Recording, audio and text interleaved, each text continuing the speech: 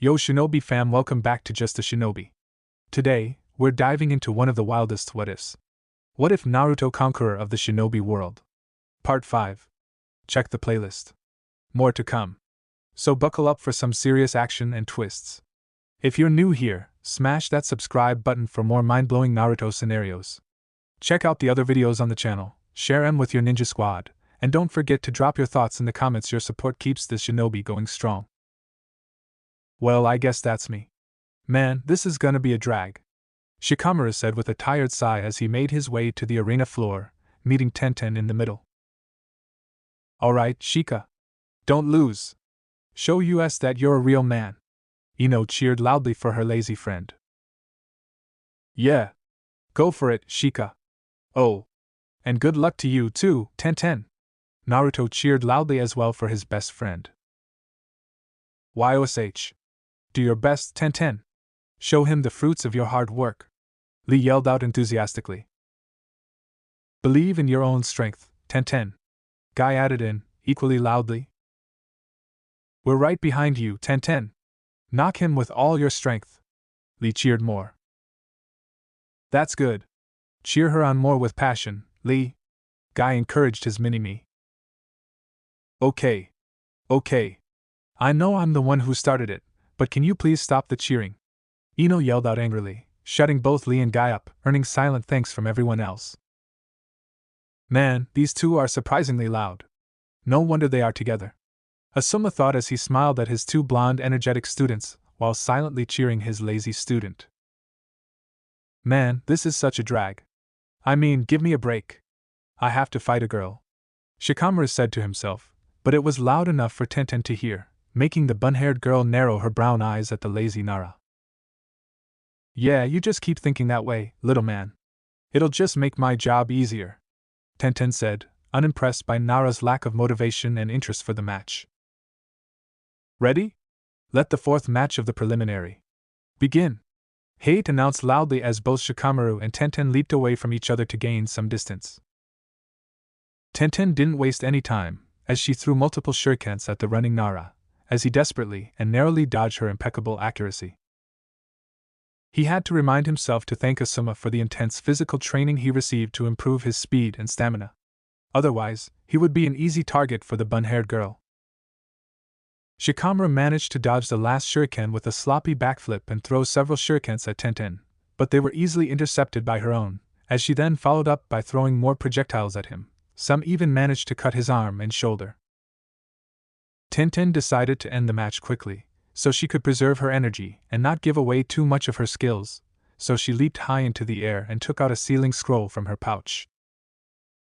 Tenten then opened the scroll, revealing several storage seals written in them as she unsealed multiple weapons at a time, and threw them all in a rain of steel towards the stunned Nara, all from shurikens, senbons, short swords, and sickles.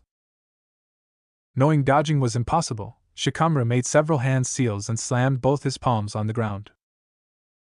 Earth-style, multi-mud wall. Several large walls of earth suddenly emerged from the ground around Shikamaru just as the flying weapons were about to collide, shielding him from Tenten's attack.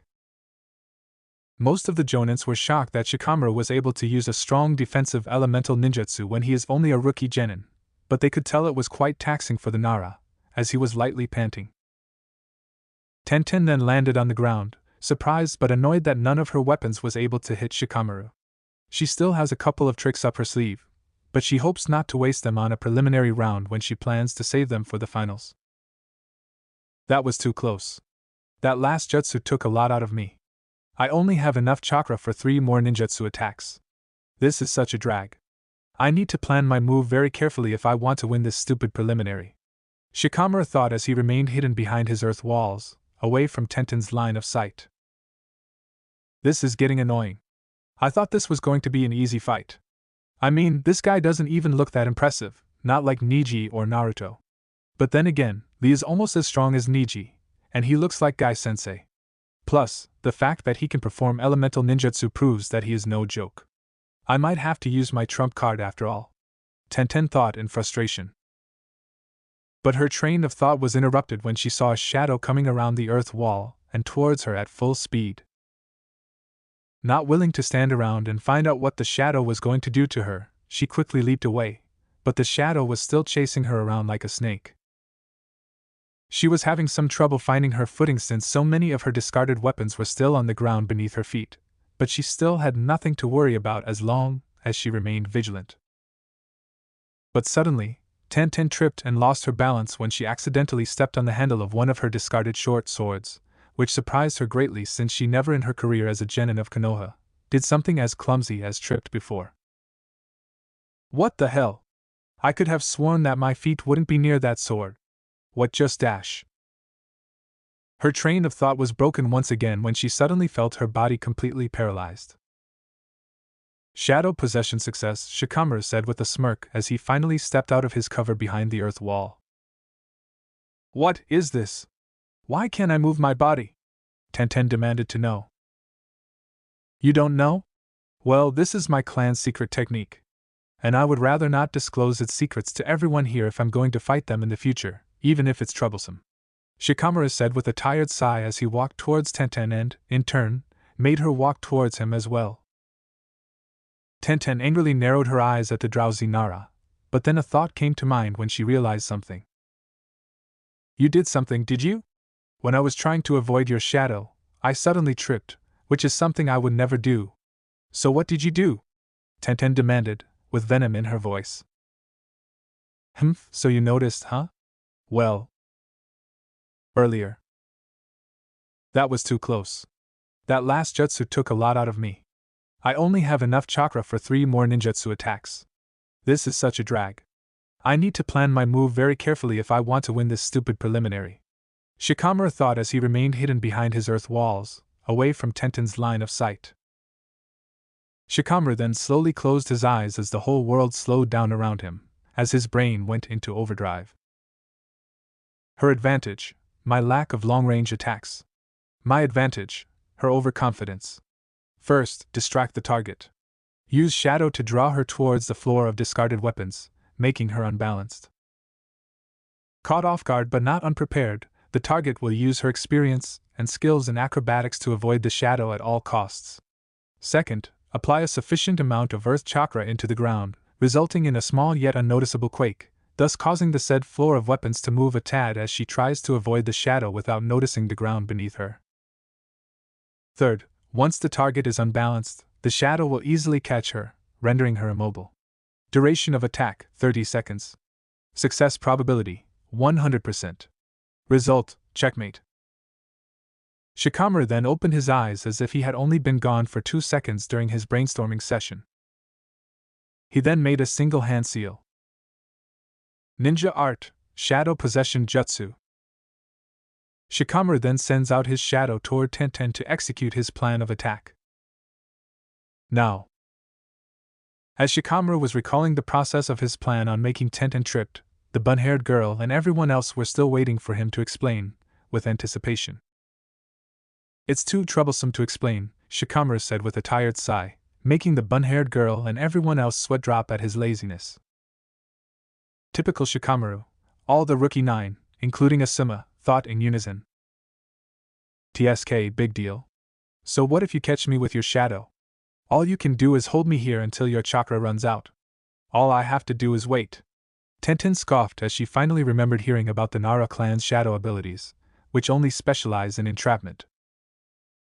I'm sure you would. To be honest, this whole thing is completely troublesome. But I didn't come this far to quit now, Shikamaru said with a hint of determination in his eyes, as he then made several additional hand seals. Ninja Art, Shadow Strangle Jutsu. The shadow beneath Tenten's feet began to extend up her leg and towards her neck as the edge of the shadow took the form of a hand. Tenten's eyes widened in panic when the shadow hand reached her neck and began to squeeze tightly. Tenten was now struggling to breathe, as she was completely helpless due to the shadow paralyzing her every movement. She was fighting hard to break his hold, but her lungs and brain were screaming at her to surrender, which she reluctantly did before Shikamaru did something he might regret. IG give you UPP, Tenten struggled to say her words before she passed out from lack of oxygen. Shikamaru immediately broke his hold and released his jutsu, dropping the unconscious Tenten on the concrete ground. Lee was about to jump from the balcony to catch Tenten before her head hit the floor, but surprisingly, Naruto beat him to it, which surprised everyone at how fast he was. Her head landed on his chest as Naruto slowly and gently lowered her to the ground while a medical team rushed over to them. Naruto noticed a hand-shaped bruise on her neck, but luckily it was nothing serious. He then subtly channeled chakra in his hand and gently placed it on her bruised skin, making her squirm from the icy touch, but she immediately relaxed into it when it soothed her pain. Guy then approached them and gave Naruto a thankful smile and thumbs up for helping his student. Tenten has forfeited the match. The winner of the 4th preliminary round and advancing to the finals is Shikamaru Nara. Hate announced, which earned a round of cheers from the rookie 9. Ino was the loudest, as she was happy that her lazy friend and teammate managed to pull off the first win for their team. Now she can barely wait for hers and Naruto's turn. Choji was cheering as well, but not as loud as Ino. Temari looked impressed by the fight, but she didn't voice it out. Asuma was, oddly, giggling like a madman, as he had Ryo signs in his eyes, which means that Shikamaru just helped him win some money. A team of healers placed Tenten on a stretcher as they rushed her away to the infirmary to get some treatment for her bruised neck. A healer asked Shikamaru if he needed treatment as well, but he decided to stay so he could watch the rest of the preliminary. Naruto then placed his hand on Shikamaru and shushing them both to the balcony. Shikamaru immediately collapsed against the wall and dropped down on the floor from exhaustion as Ino and Hinata offered to bandage his cuts and bruises. I gotta say, Shika, that was a very clever strategy. I mean, Tenten had you on the ropes until you made those earth walls. She can't hit you when you have plenty of cover and time to plan out your attack. Naruto praised his lazy friend as he kneeled down next to Ino. True, but he kinda went too far with the whole strangle thing, don't you think? I mean, he could have just led her to a wall and forced her to bend backward, making her knock herself out when her head hits the wall. Ino pointed out with a smirk, as she couldn't help but playfully nag at her lazy friend. That's kinda anticlimactic, Ino-chan. Shikamaru did the right thing. He needed to show his strength to everyone. Otherwise, they won't think he'll be an easy target in the tournament. Besides, he didn't show all of his skills, did he? Naruto pointed out. Guys, you know I'm right here, right? You don't have to talk about me like I'm not around, Shikamaru said, slightly annoyed at his two blonde teammates. We know, Naruto and Ino said in unison as they gave Shikamaru a playful smirk, while Hinata was silently giggling at their interaction. Asuma then approached the downed Nara with a satisfied smile on his face. Good job, Shikamaru. I knew you could do it. Asuma then turns to Naruto and Ino. All that is left is for you two lovebirds to win, and in turn, I'll win as well, Asuma said with a grin, making the blonde couple blush red from embarrassment.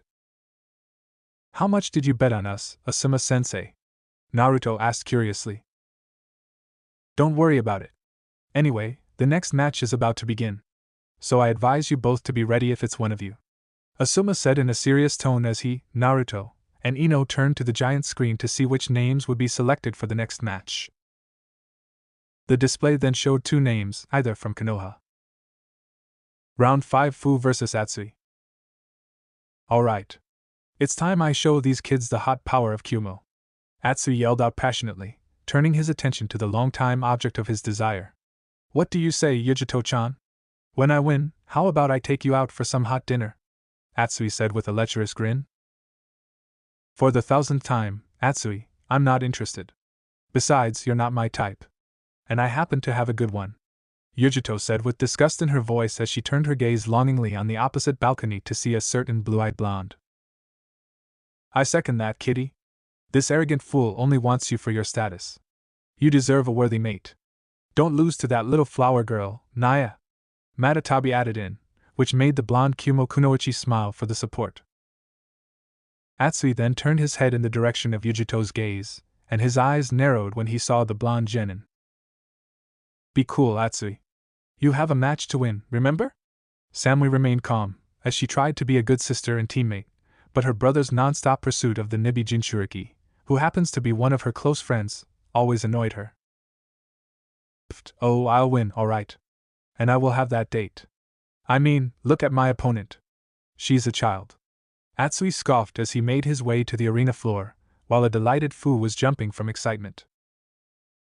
Fu then made her way to the arena floor, ignoring her teammates and sensei's cruel taunts, telling her not to dishonor Taki with her foolishness or just the simple, calling her a worthless freak and all that. But despite their poisonous words, she still had a bright smile on her face. When Fu finally made it to the arena floor, slightly disheartened by her team's lack of support, she then heard Naruto, Ino, Shikamaru, and even Yujito cheering for her? This is a first. You can do it, Fu! Naruto cheered for his fellow Jinchuriki. Yeah. That guy is easy. Everyone can beat him without breaking a sweat. Ino cheered for the lonely-looking girl. Ino, that is uncalled for. Shikamaru scolded but was silently cheering for Taki Kunoichi as well. Make sure you aim for his face, Fu! Yujito yelled out, earning a look of "Are you serious?" from her teammates, but she simply shrugged it off, making Atsui grit his teeth in anger. Fu was completely surprised. For the first time in her life, somebody was actually supporting her. And they were her friends. Fu honestly wanted to cry from joy and hug them all, but she decided to do that later. She definitely wants to hug Naruto first because she always thought the handsome blonde was very huggable. She then turned her head upwards and saw Gaara staring at her, and she couldn't help but wave excitedly at him with the biggest smile on her face. Gaara simply narrowed his eyes at her, but Fu could have sworn she saw his hand twitching like he was about to wave back. But that is just wishful thinking at this point. Fu then turns her head and faces her opponent. Salutations, Atsui of Kayumo. Let's have a great match, Fu said happily as she made a cute salute. TSK, whatever. This match was over before it started. It's a waste of my burning hot energy. Atsui scoffed at the weird smiling girl. Hate then addressed the two foreign combatants. Alright, let the fifth match of the preliminary begin, Hate announced loudly. Atsui immediately took out his katana and charged blindly and angrily at the smiling mint-haired girl. Cloud style, flame slice. His sword immediately burst into flames, sharpening the edge tenfold, as he began his series of slashes on the Taki Kunoichi. Fu managed to dodge every one of them with minimum effort, but Atsui was relentless, and his skills with the sword were surprisingly adequate. Atsui was determined to slice the small girl in half for looking down on him, and he definitely wanted to hurt her since he suspected that she was friends with Naruto, which made it even better, as it would hurt him as well. When Atsui saw an opening in her midsection, he didn't hesitate as he channeled more chakra to his body to increase his strength and speed and finally sliced her exposed stomach with his burning sword, which made everyone gasp with worry, as Fu held her midsection and kneeled down in pain. Naruto and Yujito cried out her name in worry, but surprisingly, not as worried as Gaara. When he saw the blade make contact, and Fu knelt down on the ground in pain, Gaara immediately uncrossed his usually crossed arms and held the railings tightly, like it was about to break from his grip. Gaara narrowed his eyes at Atsui and was seething with rage, as he wanted to crush him with sand and bathe in his blood. He didn't know why, but he really wanted to hurt Atsui. Atsui was smirking with satisfaction when he saw the kneeling Jinchuriki, but his smirk faded when he noticed there wasn't a drop of blood on his sword. It was a direct hit, and Fu should have collapsed from pain, shock, and blood loss, and yet she was still kneeling. Fu then slowly lifts her head, with a large grin on her face, which sends a shiver down Atsui's spine. Teehee, that tickles, Fu said with a carefree tone as she got back on her feet, revealing her completely undamaged stomach. What the hell? Her midriff is exposed, meaning there is no armor. And I felt my blade touch her skin. There is no way she dodged it. Atsui thought in panic. Everyone was completely shocked, as they also shared Atsui's point of view.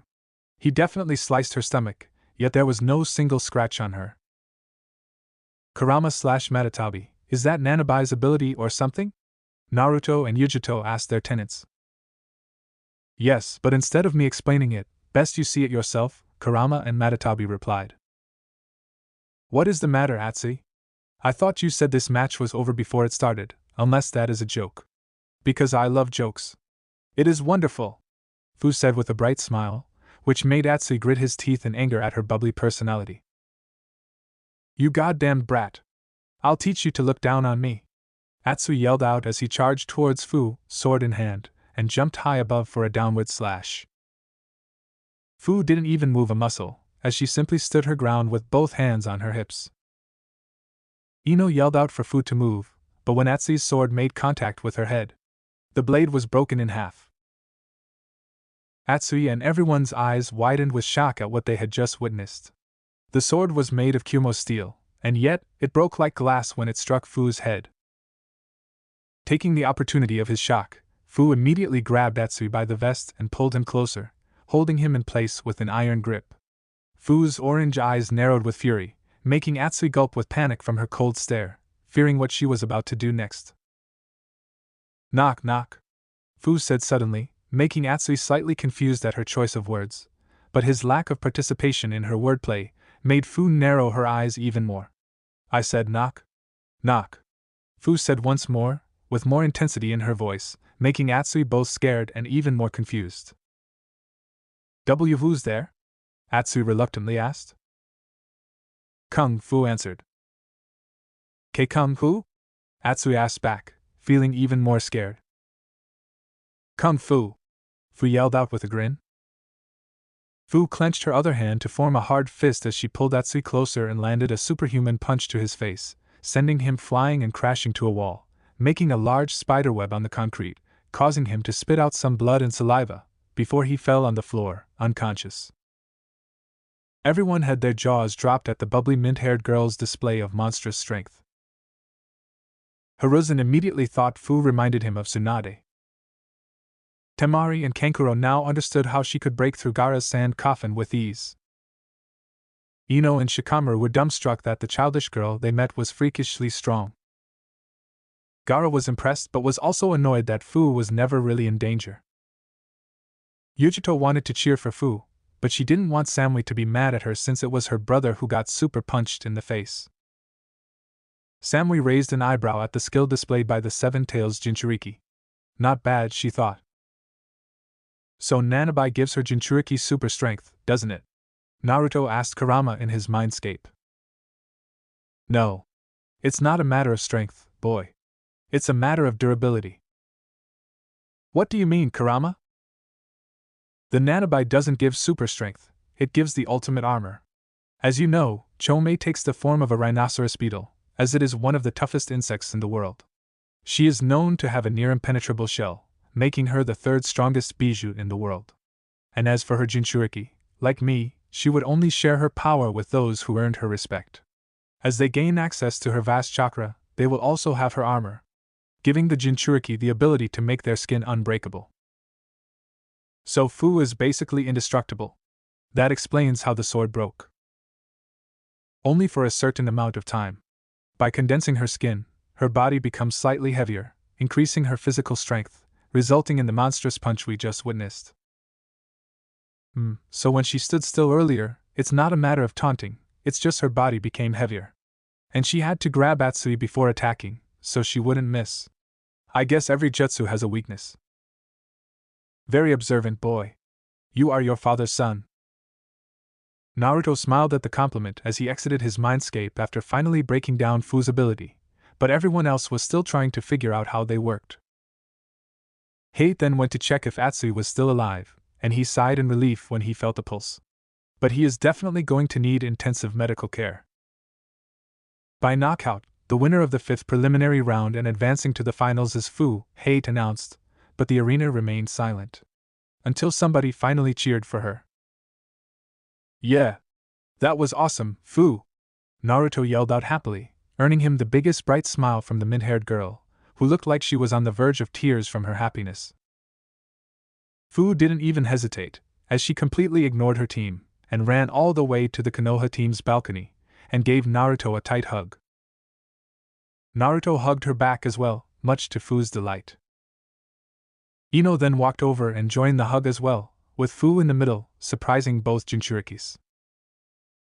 Naruto smiled at the kind gesture of his girlfriend and hugged her as well. Fu felt completely warm, probably for the first time in her life. It was like a child being wrapped in her favorite blanket. Naruto and Ino are truly her friends, and she will cherish this moment forever. Do hugs always make you feel this warm inside? Fu asked curiously to the blonde pair hugging her. Yes, Naruto answered with a chuckle, giving her a soft smile. Wow, Fu said with childish awe, and when she finally broke the hug, she saw Shikamaru standing nearby. More, Fu said excitedly as she embraced the surprised Shikamaru, who only stood there awkwardly from the sudden hug. Sigh. Troublesome, Shikamaru said with a tired sigh. The team of healers immediately rushed the broken-looking Atsui to the infirmary while Hate waited for a moment before announcing the sixth match. He knew this was going to be a long day. Zaku Abumi vs. Hinata Hyuga. Will the two combatants please make their way to the arena? Hate informed. Hinata saw her opponent on the opposite balcony as Zaku gave her a devious grin, which made her skin crawl. And seeing the kanji for death on the front of his shirt made her even more worried. She knew the Oto ninjas were dangerous, as she recalled how Dosu attacked Kabuto before the first test. And judging from Kin's technique when she fought against Temari, she had to assume that Sokka's attacks were also sound-based. But she had a good feeling that Kin was the weakest of the three, and by the looks of his cocky grin, Sokka could be the strongest. She hopes his technique is not long-range, otherwise, this match is going to be much harder than it is. Dosu was determined to show Orochimaru that he and Zaku were great assets to have. He knew Kin was the disposable one of the team, and since Temari had eliminated her for them, they now had no more weak links. And if they impress Orochimaru enough, he will award them with the gift of the curse mark and become new additions to his elite squad, known as the Sound Five.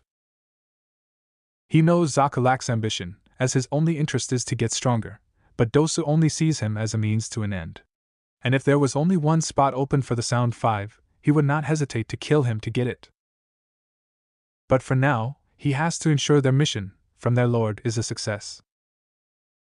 Remember, we both need to pass. It will double our chances of facing Sasuke Uchiha in the finals. And once we do, we will finally redeem ourselves before Orochimaru-sama and fulfill our mission by killing that brat who escaped us in the forest. Dosu informed his compatriot. Yeah, whatever. This match is going to be a piece of cake. I mean, look at her.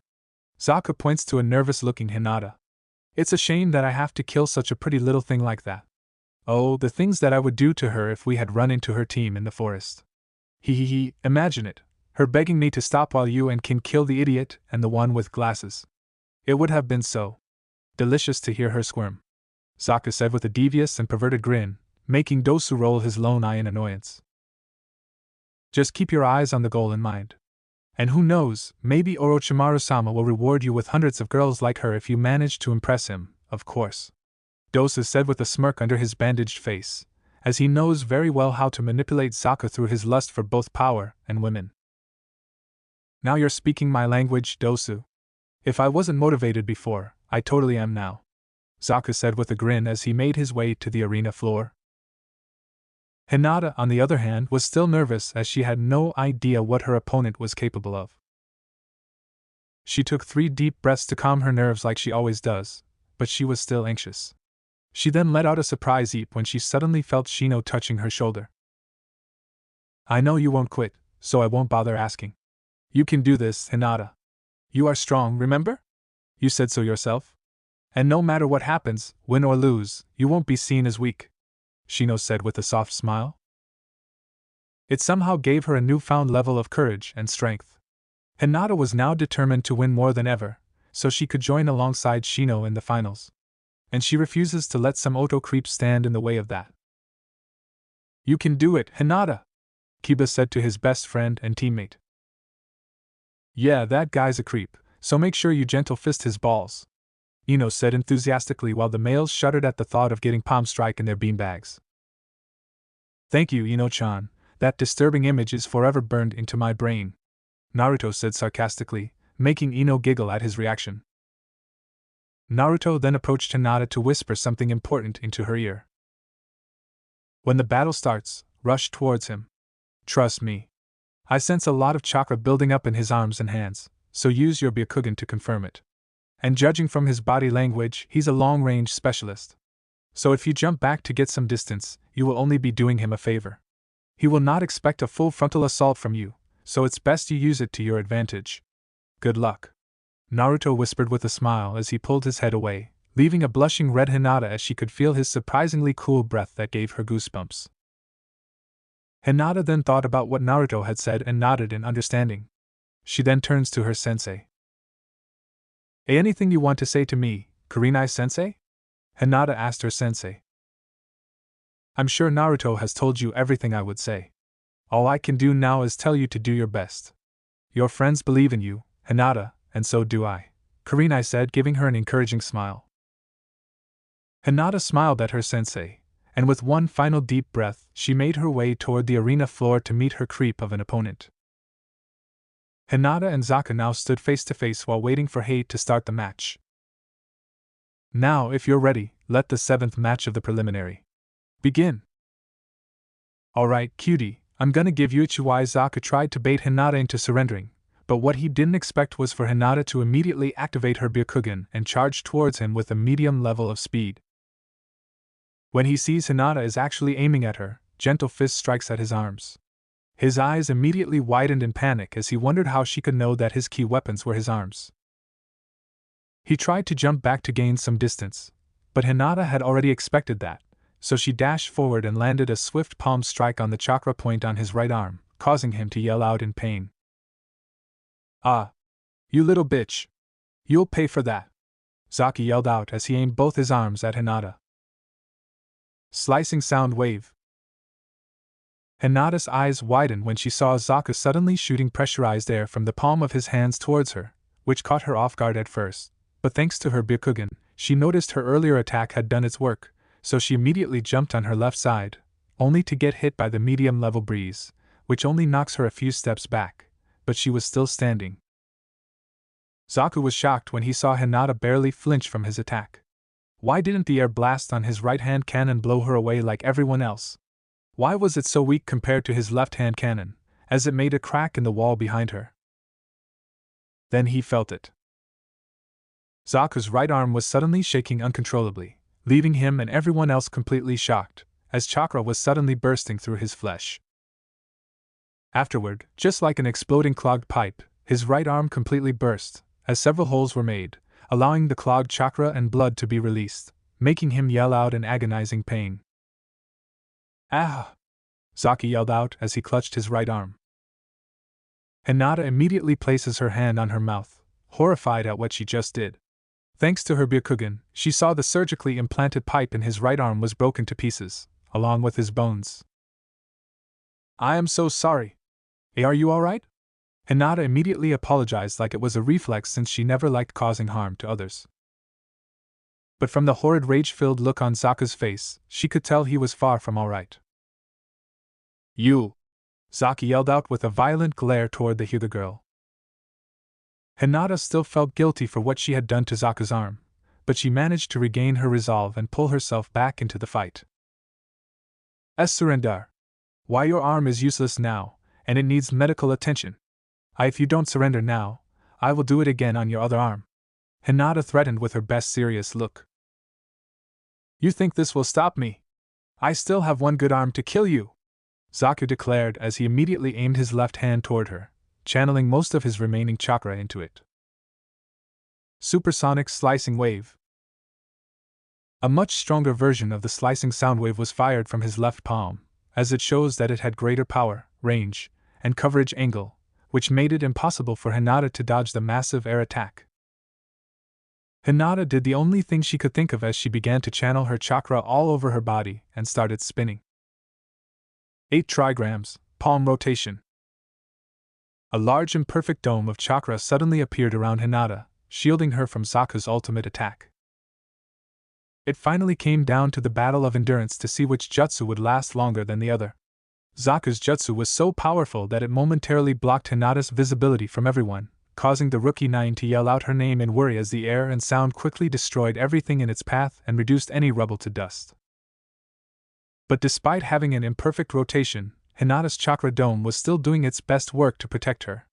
However, due to the imperfection, she could still feel a certain amount of the pressurized air hitting her, and she knew if she stopped spinning during their clash, she would surely be killed. They both could feel their chakra weakening as the clash continued until, eventually, Zaku was the one who finally ran out of steam and stopped his attack. The moment he stopped, Hinata stopped as well, but like Saku, she was panting like crazy. The blue dome around her disappeared, revealing a tired, sweaty, and slightly bloodied Hinata, as her clothes had several cuts on them, and her jacket was unzipped. Zaku knew that his last attack was his final trump card, and it would take a while for him to use another jutsu. He considered surrendering at first, but he then smirked with confidence when he saw how exhausted Hinata was. Maybe he will have time to recover for his next attack after all. But while he was resting and smirking, he didn't realize Hinata was walking closer towards him. And when she was close enough, she finally stopped, snapping Zaku out of his train of thought, but he wasn't worried about the sudden close distance between him and her. "TSK, I like you, cutie. But it's over. All I need is another minute, and I'll finally blow you away," Zaku said with a confident grin. But Hinata ignored his taunts as she took 3 deep breaths to regain her composure before her Byakugan eyes were firmly focused on the Oto ninja before her. She then points her right hand at him, and with a cold tone, she says, "You're locked on." Zaku was confused at first when he heard what Hinata suddenly said to him until his eyes widened when he saw her taking a unique gentle fist stance. Gentle fist art, 8 trigrams 32 palms. Hinata immediately closed the distance between Zaku and her as she landed the first 2 strikes on his body, and she then follows up with another 2 more strikes, and afterward 4 strikes, then 16 strikes, and finally another 16 strikes, making the total of 32 gentle fist strikes in less than 20 seconds. Zaku was sent flying a few away from her after the last strike and immediately fell to the ground, unconscious. Hinata was still in her taijutsu stance as she took a deep breath to calm her racing pulse until she realized that the match was over and she had won. Hei then approached the fallen Oto genin, and after confirming that Zaku could no longer continue to fight on, the clear winner of the match had been decided. By knockout, the winner of the 7th match and advancing to the finals is Hinata Hyuga, Hei announced, earning the Hyuga girl a roar of cheers and applause from the Rookie 9 and Lee as another Konoha genin managed to win a match. Hinata still couldn't believe it. She had won against a fairly strong opponent, and she had done it all by herself. She then saw the proud looks of their friends and sensei, and she couldn't help but blush in embarrassment. But when she was about to head back to the balcony, she immediately collapsed to her knees. She was completely exhausted, and Zaku's attack still affected her, as she felt pain all over her body. Kurenai, Shino, and Kiba went to congratulate her on her win, while a medical team went to retrieve the unconscious Zaku. "Hinata-san, would you like to come with us as well?" the medical shinobi politely asked the exhausted Hyuga girl. "That's actually a good idea, wouldn't you say, Hinata?" Kurenai said suggestively to the Hyuga girl. But I want to see who else will make it to the finals," Hinata said disappointedly. "Yeah, Kurenai-sensei, can't you stay like Sasuke, Shino, and Shikamaru?" Kiba asked hopefully. "I'm afraid that's not advisable. Those 3 weren't that injured during their matches. Hinata is not only exhausted, but her body is in pain as well. She needs medical attention," Kurenai informed me coolly, but her tone was serious. "I see," Hinata said sadly, as she had no choice but to agree. "I'll go with you," Shino offered sincerely, despite him wanting to see the rest of the match as well. Hinata was surprised but was also very touched by Shino's offer. She knew he wanted to see the best matches like Naruto's, Lee's, or the rest of the strong genins so that he could learn about their skills and power. But she never thought that he would give all of that away for her. That's very sweet of you, Shino-kun. But you should stay. I know you want to see the matches, and I don't want to be the reason you can't," Hinata said kindly. "It's not really important to me. Besides, Kiba and Kurenai-sensei can tell me what I need to know about those who passed," Shino gently said as looked straight into her pale eyes, making the Hyuga girl turn vermilion red. Hinata was then put on a stretcher, and the medical team carried her away to the infirmary, with Shino trailing behind them. Kiba and Kurenai then returned to the balcony while waiting for the next match to start. Naruto and Ino were very happy for Hinata. The once extremely shy girl they knew came a very long way. But Ino felt slightly disheartened that Hinata was still stronger than her. She hoped that after everything they had been through, she could at least be a decent challenge to the Hyuga girl. Her dilemma, however, did not go unnoticed by Naruto. He knew what she was thinking, as he could always read her like a book. She always has a bad habit of underestimating herself. Wanting to comfort his girlfriend, Naruto then leaned closer to Ino and wrapped his arm around her waist, pulling her closer as he gently kissed her blonde head, causing her cheeks to blush. Come on. You know you are as strong as Hinata, right? Maybe even stronger. Naruto whispered sweetly into her ear. Unlikely, Whiskers. I can't even beat Hinata if I get too close. She will shut down my chakra points before I can even make a jutsu, Ino said sadly. Ino-chan, you know everyone is strong in their own way, right? Hinata has always been a taijutsu specialist. We both knew that back in the academy. That's nothing to be ashamed of. Because you are a ninjutsu specialist. And like I told Sasuke before, you don't match your opponent's strength if you know they are stronger or faster. You have to be smarter. And if I recall correctly, you're quite a genius yourself. Naruto whispered with a cheeky grin, causing the Yamanaka to giggle at his sweetness toward her. Thank you, Naruto-kun. I'm sorry I keep doubting myself. Ino apologized as she stared dreamily into his blue eyes. It's okay. It means that you're not arrogant. Because if so, I would have to punish you. Naruto whispered seductively, making the Yamanaka blush vermilion red. Bibaka, stop it! Ino whispered loudly, trying her best to control herself, so she won't jump on Naruto and kiss him madly in public. Again. You're such a dork, Naruto-kun, Ino said with a smile as she gave him a kiss on the cheek, knowing that if she kissed his lips, she probably wouldn't stop. We will now move on to the next match, Hate announced as the screen above began to shuffle through random names until it finally landed on 2. Round 8. Kiba Inuzuka vs. Yujitoni. Oh crap. We're fighting the super hot vixen, Kiba thought as he let out a disappointed sigh. As he was about to make his way down, he was stopped by Ino. Kiba, remember what Kabuto told us. She is the best genin in Kumo. So for the love of God, don't drool all over her when you're supposed to beat her. Ino is reminded sternly, as Kiba does not take his battle against beautiful women/kunoichi seriously. If I didn't know any better, you sound a little jealous, Ino. Afraid that I'll flirt with the super hot vixen. Kiba teased with a smug grin, only to earn a punch on the head from the angry blonde. In your dreams, dog boy, Ino said, still slightly fuming while pouting. She is right, Kiba. An opponent like Yujito is not to be underestimated. It is because she has 2 effective advantages against you, Naruto pointed out. Care to enlighten us, Naruto? Kiba asked, slightly annoyed. She is an attractive kunoichi with well-developed breasts, Naruto concluded bluntly. Naruto! Sakura and Kurina yelled out, shocked by Uzumaki's blunt answer, while Kiba's nose was bleeding. Kiba, if you don't fight Yujito seriously and lose because of it, I will tell your mom and sister about your match, Kurinai informed sternly, hoping a harmless blackmail would motivate her student. What? No.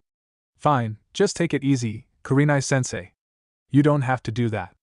Maybe I'll just pretend that she's a man, Kiba said, hoping that was good enough. I guess. That's okay? Kurinai said, unsure what to say, even though it sounded odd. Kiba then made his way to the arena floor while Sujito was already there, doing some pre-battle stretchers, showing off her very limber and curvy body, which managed to entice several male genins in the arena, especially Kiba, who was now standing in front of her, trying to contain his nosebleed. He managed to snap himself out of it as he remembered Kurinai's threat.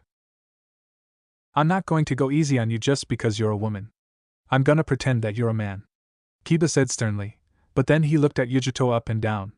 A very beautiful man, with a rocking body, who I would like to take to dinner sometime, Kiba couldn't help but say with a goofy grin, making everyone's sweat drop. Focus, you baka! Sakura yelled out in anger. Yeah, Kiba! Smash that pussy! Ino yelled out, trying to support her friend, but everyone was now looking at her weirdly, with their nose bleeding. What? Kiba asked Ino, with his nose slightly gushing with blood. What? She's a cat, right? Ino tried to defend herself, not knowing why people were looking at her weirdly. Ino-chan, not everyone knows she's the Nibi Jinchuriki, Naruto whispered to her with a red face, which made Ino finally understand why everyone was so confused until her eyes widened when she realized what they all thought she said. Oh, you guys are gross. That's not what I meant. Ino yelled out as she hid her red face behind Naruto to cover her embarrassment. What's a pussy? Fu curiously asked Shikamaru, who was standing next to her. It's too troublesome to explain, Shikamaru said with a tired sigh, not at all fazed by Fu's question. Yujito, on the other hand, was not even embarrassed. In fact, she was just amused. Even though Matatabi was laughing her ass off in her mind, all she could do was smirk. Well, okay then, let the 8th match of the preliminary begin, Hate announced as he jumped back to get some distance. Kiba and Akamaru jumped back to get some distance as well, waiting for Yujito to make the first move, but what she said next was the final nail in the coffin. Well, what are you waiting for, little doggy? Smash this pussy? Yujito said with a seductive smirk.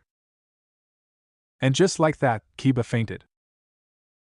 Kiba was groaning like an idiot in his sleep as his eyes began to open his eyes slowly. He still couldn't remember what happened before he passed out, but he sure knew that the last thing he heard was the most beautiful thing he could ever hear from a beautiful woman. Since Kiba is unconscious, the winner of the 8 matches. Wait! Sakura yelled, stopping Hate before he could end the match. He's awake! Sakura pointed out, as she was the first one to notice Kiba had finally gained consciousness. Kiba managed to get back up on his feet, despite feeling a little lightheaded, while Akamaru was barking with relief that he managed to wake his partner up in time with his puppy licks. Arg, what happened, Akamaru? Why am I covered in blood? Kiba asked his Niken as he noticed his jacket had some bloodstains on it. That's your nosebleed, Kiba Baka. Sakura yelled out in anger from the balcony, but she was also relieved that Kiba didn't lose his match for something as stupid as wordplay. Everyone had to shield their ears, as Sakura still had her usual loud shrieking voice, but Kurenai and Shino were grateful that she managed to point out that Kiba was awake in time. Oh right. What was it that you said again? Kiba asked the smirking Yujito. No! Sakura and Kurenai yelled in panic, while the others palm-slapped their foreheads. Well, I said Yujito was about to answer, but Kiba's eyes widened when he finally remembered what it was. Oh wait, la la la la la la la, not listening to you. You didn't say anything, Kiba said frantically in a sing-song manner, as he covered his ears while drowning out the noise, so he won't hear Yujito finish her sentence. Erara, you don't have to fear my words, little doggy. I'll be happy to use my body to knock you out, Yujito said seductively, earning several of the male shinobis in the room to have a nosebleed, but luckily Kiba was still covering his ears. Stop doing that, you vixen! Sakura yelled out angrily at the cat Kunoichi. Yujito, for the love of God, just fight Kiba, and don't make any more innuendos. I don't think Lord Hokage and Kakashi-Nisan can handle any more nosebleeds. Naruto pointed out that Hiruzen and Kakashi were on the verge of passing out while giggling like perverts. Yeah. Let him smash the pussy, Fu added childishly, trying to help her blonde first friend but not realizing that she had done the complete opposite. Fu, that's not oich, damn it! Look at what you have done! You corrupted poor Fu! Naruto yelled out as he covered Fu's ears to prevent the innocent girl from hearing any more innuendos. Teehee, sorry, Naruto-kun. I've been a very bad kitty. But since you asked nicely, I'll stop. And I promise I'll make it up to you. In any way you want. Yujito purred seductively, making Naruto blush red while earning an eye roll from Ino. Like hell you will. Kiba! Stop messing around and defeat her! Damn it, why didn't I say that at first? Ino yelled out angrily while scolding herself at the end, realizing that she had started all this nonsense due to her poor choice of words. Seeing that Yujito was no longer speaking, Kiba begrudgingly released his ears from his hands and took a more serious look. Alright, no more messing around. As wise as you are, I'm not letting you get in the way of me passing this exam and becoming Chunin, Kiba declared firmly, earning a proud look from Kurenai, but they scowled a bit when he offhandedly called Yujito wide but proud nonetheless. Akamaru barked in agreement as he took his battle stance next to Kiba. Kiba then knelt down on the ground and made a single hand seal. Ninja Art of Beast Mimicry, All Fours Jutsu. After activating his clan's signature technique, chakra began to surround his body as he gains a more feral appearance. His canine teeth lengthen, his finger and toenails become claw-like, and his pupils turn to slits, more than usual. MMPH, his appearance kinda reminds me of when I was practicing with Kurama's chakra for the first time. Thank God I don't have that problem anymore. Naruto thought as his interest in the match increased. Here I come! Kiba yelled out as he charged toward Yujito with his enhanced animal speed. As Kiba got closer and was about to land a strong elbow charge on the cat Kunoichi's gut, Yujito effortlessly dodged his attack, much to Kiba's and teammates' shock, since Kiba was known as the fastest in their team. Not wanting to back down, Kiba pressed on his attack and tried to slash her side with his claws, but every time Yujito simply dodged it with little effort, like she knew when and where it was coming. Getting frustrated with his failed attacks, Kiba attempted a sloppy kick, but Yujito simply caught his leg and did a flip kick on Kiba's head, sending him flying toward Akamaru. That's all you got, little doggy? I'm barely breaking a sweat here, Yujito said with a mock disappointed tone as she casually checked her nails, earning a glare from Kiba. Come on, Akamaru. This time we will fight together. But I'm not taking any chances this time. We attack her with everything we got, Kiba said to Akamaru, earning a bark of agreement from the small white-furred puppy.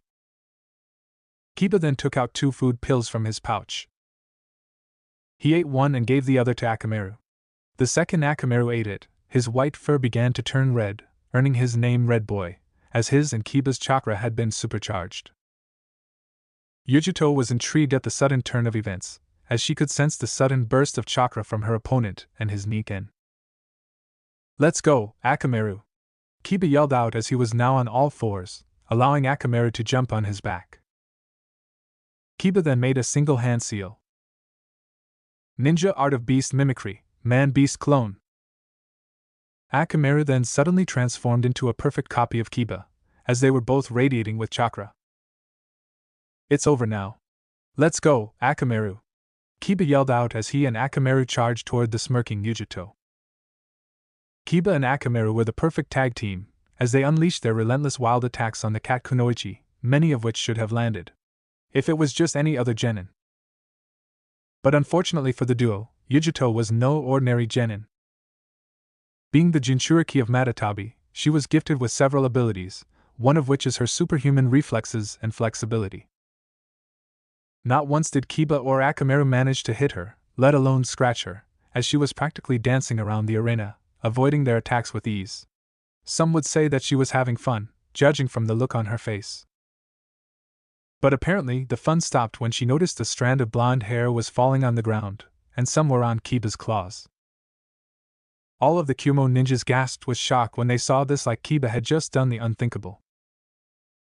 Yujito stared at the severed blonde locks on the ground with a cold gaze as her body was slowly shaking with rage. Kiba, on the other hand, didn't think much of it. As to him, he managed to land a hit on her. He could only smirk at her reaction, as he was satisfied that she no longer had a smug look on her face. But little did he know, he had just made a fatal mistake. Kiba! A piece of advice for the future, Naruto yelled out, gaining Inuzuka's attention. Never mess with a woman's hair, Naruto said, earning a nod of agreement from all the females in the arena. Oh, come on, it's just a little strand. It'll grow back, Kiba said without a care in the world as he continued to dig his own grave. Kid, I would listen to your friend if I were you. You never mess with the hair, especially not Yujito's. So I apologize for what is about to happen, Darui said with a lazy tone as he prayed for a swift end for the Inuzuka boy. Kiba then turns his attention back to the fuming Yujito. That was a mistake, little doggy. I hope you know what comes next, Yujito said with a cold tone, as her eyes were now yellow and green with slit pupils. But Kiba simply scoffed at the threat. Ha, bring it on, cat lover! Kiba challenged as he and Akamaru took their battle stance, showing off their sharp claws for intimidation. But Yujito simply smirked at the intimidation display as she raised both her hands, and suddenly, her fingernails began to grow considerably longer, causing everyone's eyes to widen. Oh shit! That is all Kiba could say, as he could tell those long claws were extremely sharp. Without giving him a chance to ready himself, Yujito immediately dashed towards the dog duo at an incredible level of speed and began a series of slashes. Poor Akamaru had to suffer for his partner's foolishness, as he and Kiba could barely dodge Yujito's extremely quick strikes, as they both personally experienced how durable and sharp her claws were. That was almost as sharp as a normal blade, if not sharper. Kiba and Akamaru tried to escape, but Yujito wouldn't let them. It was her turn now to be on the offensive, as deep cuts were now starting to cover all over their bodies. The dog duo managed to jump away by dropping smoke bombs to cover their escape, but in reality, Yujito just let them, as she was preparing to end the match with one fell swoop. Kiba also shared the same thought as the cat kunoichi, as he and Akamaru began to charge toward Yujito once more with their ultimate clan technique. Man-Beast Ultimate Taijutsu, Fong over Fong. The dog duo began to rotate their bodies, taking the shape of large man-sized drills, as they shot themselves toward the surprised Yujito. The cat kunoichi was caught off guard at first, but a smirk reappeared on her face when she realized that Kiba had just made her attack much easier. She immediately retracted back her claws and made several hand seals. Fire style, flaming cat roar. Yujito then took a deep breath and blew out a massive blue fireball towards the dog duo, creating a large deafening explosion when they clashed. Kiba! Karina yelled out worriedly, knowing the strange blue fireball was much stronger than a normal one.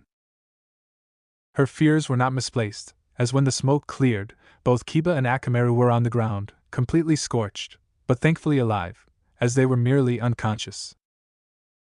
The healing team didn't even have to wait for Hate to declare the match over. They immediately rushed toward Kiba and Akamaru and performed non-lethal Suiton to douse the remaining flames on the dog duo. By knockout, the winner of the 8 match and advancing to the finals is Yujito ni. Hate declared, earning a round of cheers from her fellow Kumo ninjas as she made her way toward the balcony to rejoin Omoi and Darui. Yujito knew it was overkill to use Matatabi's blue fire, but she was extremely pissed when Kiba severed her hair, and she just wanted the match to end immediately. She thought Naruto wouldn't be happy that she almost killed a friend of his, but quite the opposite, he looked intrigued by her. But when she saw him turn his gaze towards her, he, instead, gave her a soft smile and a thumbs up, showing that he understood that it was a no-holds-barred match. Yujito felt relieved she didn't ruin things with Naruto as she smiled back at him. Naruto didn't really care what happened to Kiba. Konoha, in general, wasn't really a part of his plan, and once the war against Orochimaru started, the blonde knew he would reveal some of his plans. Once that happened, Konoha would see him as one of their main enemies. Not that the blonde cared. By the end, the entire world would change. I hope it is my turn now. I will beat whoever my enemy is, Sakura boasted with a weak laugh. As the arena was now cleared, Hate then announced the continuation of the preliminary round. The giant screen lit up once more and began to shuffle through names until it landed on 2 kunoichis. Round 9. Mabui vs. Sakura Haruno. Sigh. Me and my big mouth, Sakura said to herself in annoyance.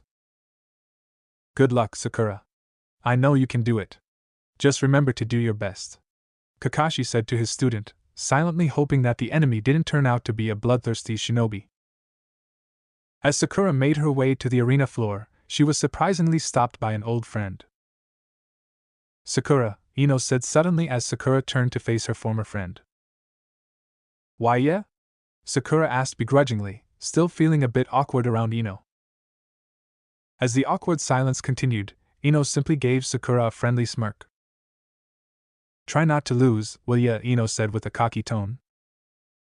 And just like that, Sakura felt a great sense of familiarity, like Ino was still her best friend. It gave her comfort to know that Ino is still the same confident girl she met all those years ago. The girl who taught her to embrace her forehead and became her first friend. Sakura didn't even realize how much she missed Ino and the closeness they once shared. The pinkette then simply returns Ino's smirk with her own. Speak for yourself, Ino. I'm sure Naruto wouldn't want a weak girlfriend. So you better not lose your match, Sakura said with her own cocky tone as she made her way to the arena floor. Ino merely smiled at Sakura's response, feeling their friendship was still there. As Sakura and Mabui were now facing each other on the arena floor, They were now waiting for Hate to start the match. Now that you're ready, let the 9th match of the preliminary begin. With Naruto and Ino. We haven't seen Mabui's skills yet.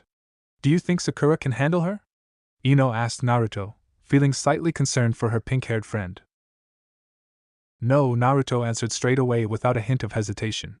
This earned certain looks from the other Konoha shinobi. Some looked insulted, while Kakashi decided to step in and defend his student. Now, Naruto. I don't think you should underestimate my student. I will agree that perhaps Sakura is not the best, but she's not at the bottom. Kakashi defended his student, but a part of him feared that if Sakura kept caring more about her looks than being stronger, one day, she could be alone in her mission with no backup. I understand she's your student, Kakashi-sensei, but you also can't defend her lack of desire to become stronger. The only reason why she survived Wave was because of everyone else around her. You need to understand that sooner or later, she will have to rely on her own strength to come out alive. This is our world. More powerful shinobis than us have been defeated. What chances does Sakura have in a world like ours? Naruto questioned, looking at Kakashi, who had no answers to that. The blonde knew it was probably harsh, but he knew some people could learn only if they were slapped in the face by reality. Sometimes being harsh is better than being soft. Shikamaru didn't say anything against Naruto, knowing his friend made a good point, and so did Niji, who silently agreed with his words. Ino, on the other hand, said a silent prayer for her friend. Back on the arena floor. After Hate announced the beginning of their match, both Sakura and Mabui jumped back from each other to get some distance. Sakura took out several shurikens from her back pouch and threw them toward the Kumo Kunoichi. Surprisingly, Kumo Kunoichi didn't move a muscle and just let the sharp weapons hit her. Naruto noticed a lack of concerned looks from the Kumo teams. And soon, he understood why each shuriken and kunai bounced off Mabui. None of them left, not even a scratch. Why are you still standing? Sakura asked with a shaky voice, looking at Mabui, who kept a look as if she was thinking deeply about something and not really caring about the fight. This irritated Sakura. Clenching her teeth, she kept throwing kunai after kunai, but all of them just bounced off her, like Mabui was made of rocks or metal. What is happening here? Ino thought out loud, feeling anxious for her friend. Naruto narrowed his eyes slightly, looking at Mabui closely. Her skin and body looked completely normal. Knowing his naked eye couldn't see anything, Naruto used a genjutsu to cover his Sharingan. Looking closely, he smirked, seeing the chakra spread around her skin. I see. To think Kumo had this bloodline the whole time. This must be one of the reasons why they tried to get their hands on the Byakugan, Naruto thought, trying to suppress a smirk from showing on his face. Mabui suddenly became more valuable to the blonde. Sakura, seeing that her weapons weren't working, decided to use a kunai paper bomb, but before she could do that, Mabui spoke for the first time. I would give up if I were you, little girl. Just surrender, and that will be it. Mabui spoke with a hint of mockery in her tone.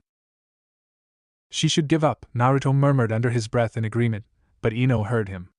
Kakashi didn't say it, but he hoped Sakura would not keep fighting. Never. I won't give up. Sakura shouted with resolve. At that moment, she threw several bombs around Mabui. The girl didn't even flinch. They all exploded, creating a small crater, debris flying everywhere. Many covered their eyes not accidentally to get hit. Ino looked at Kumo's team to see all of them simply looking at the field indifferently, not worried about the fight. Sakura smirked, ready to celebrate her victory, but when the smoke cleared, showing Mabui still standing there, not a scratch on her body. How? What is happening?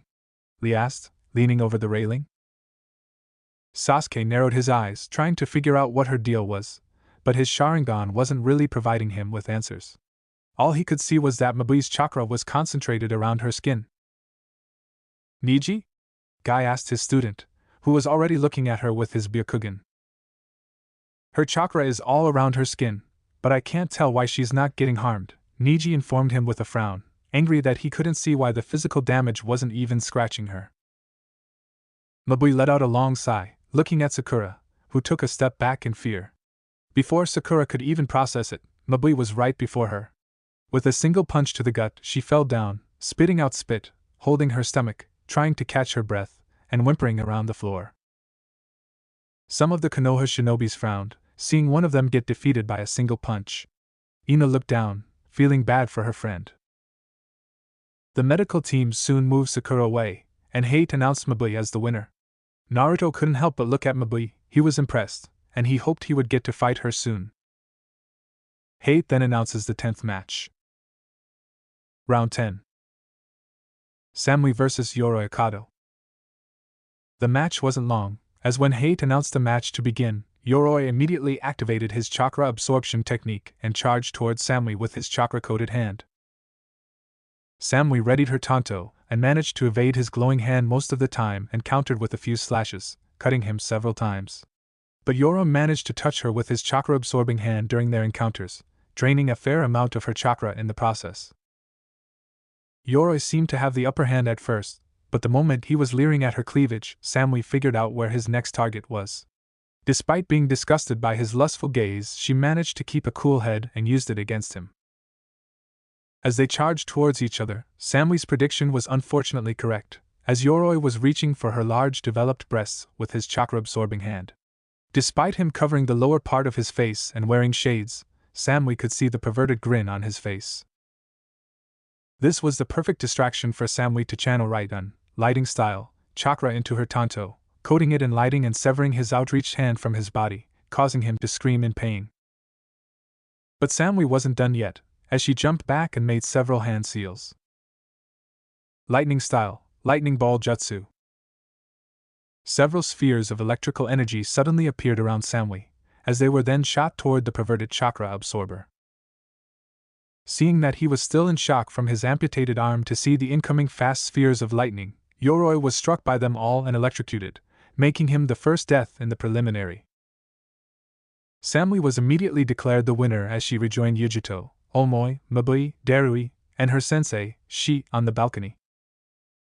Hate was disappointed that he could not prevent the death of a candidate, but he knew that the match was still ongoing, as Yoroi was still conscious and had not conceded, while Samui was within her rights to finish off her opponent. Samui looked over at Konoha's team. The majority of the genins looked angry with her, except for the Hyuga freak, the Uchiha virgin, and Naruto. Samui felt her heart flutter, feeling his piercing blue eyes looking at her eyes. Unlike his friends, he looked pleased with what she did. Seeing that she had the attention of the handsome shinobi, she winked at him before licking her lips slowly. Samui couldn't wait until this part of the Chunin exam ended so she could trap Naruto in an alley and have her way with him. As the healer team removed Yoroi's body from the arena floor, Hate announced the 11th match. Round 11. Dosa Kinuta vs. Keigan. This match was also quick, as Keigan, despite being one of those smart enough to tell that Dosa's attack was sound-based, judging from his previous attack on Kabuto before the first test, was still foolish enough to engage Oto Genin in close-quarter combat. Keigan used his village's signature technique, hidden waterfall style, water-slicing sword, and attempted to behead Dosu in one fell swoop. But Dosu, being angry and frustrated that both his teammates lost their matches and that Orochimaru could not grace him with his presence, was not in a good mood. So when he easily dodged Keigan's sword attack and countered with his Melody Arm Gauntlet, he activated his jutsu, ninja art, vibrating sound drill. Dosu then generated powerful sound waves from his gauntlet, and directed them straight toward Keigan's ears, causing the Taki Genin to yell out in pain as his ears began to bleed. It was a simple yet very effective underhanded technique, as Keigan immediately fell unconscious. But due to Dosu using more chakra in his attack than usual, Keigan suddenly went into a violent seizure, as the sound waves were still affecting his brain. But before the medical team could reach him, the seizure had eventually killed him, claiming Keigan as the second death of the preliminary. Dosu had no remorse whatsoever. Instead, he had a sinister grin behind his bandaged face. Despite him mistreating her like the rest of her team, Fu was saddened that Keigan had died. She knew he wasn't her friend, but he was still a teammate. Fu then noticed her other teammate, Yoro, and her sensei on the opposite balcony were visibly shaken by Keigan's death. A part of her wanted to rejoin them so they could mourn for their lost comrade together, but the cold glare they gave her when she waved at them told her otherwise. She knew they would just blame her for Keigan's death and call her names like they always do. Despite her bubbly attitude, Fu was very heartbroken that people from her supposed home won't accept her. Fu then felt a hand on her shoulder, and when she turned her head, she saw it was her first real friend, Naruto. He gave her a sympathetic look and asked if she was okay. She only responded by hugging him tightly, and he happily returned the hug. After the healer team took Keigun's body away, Hate announced the 12th match.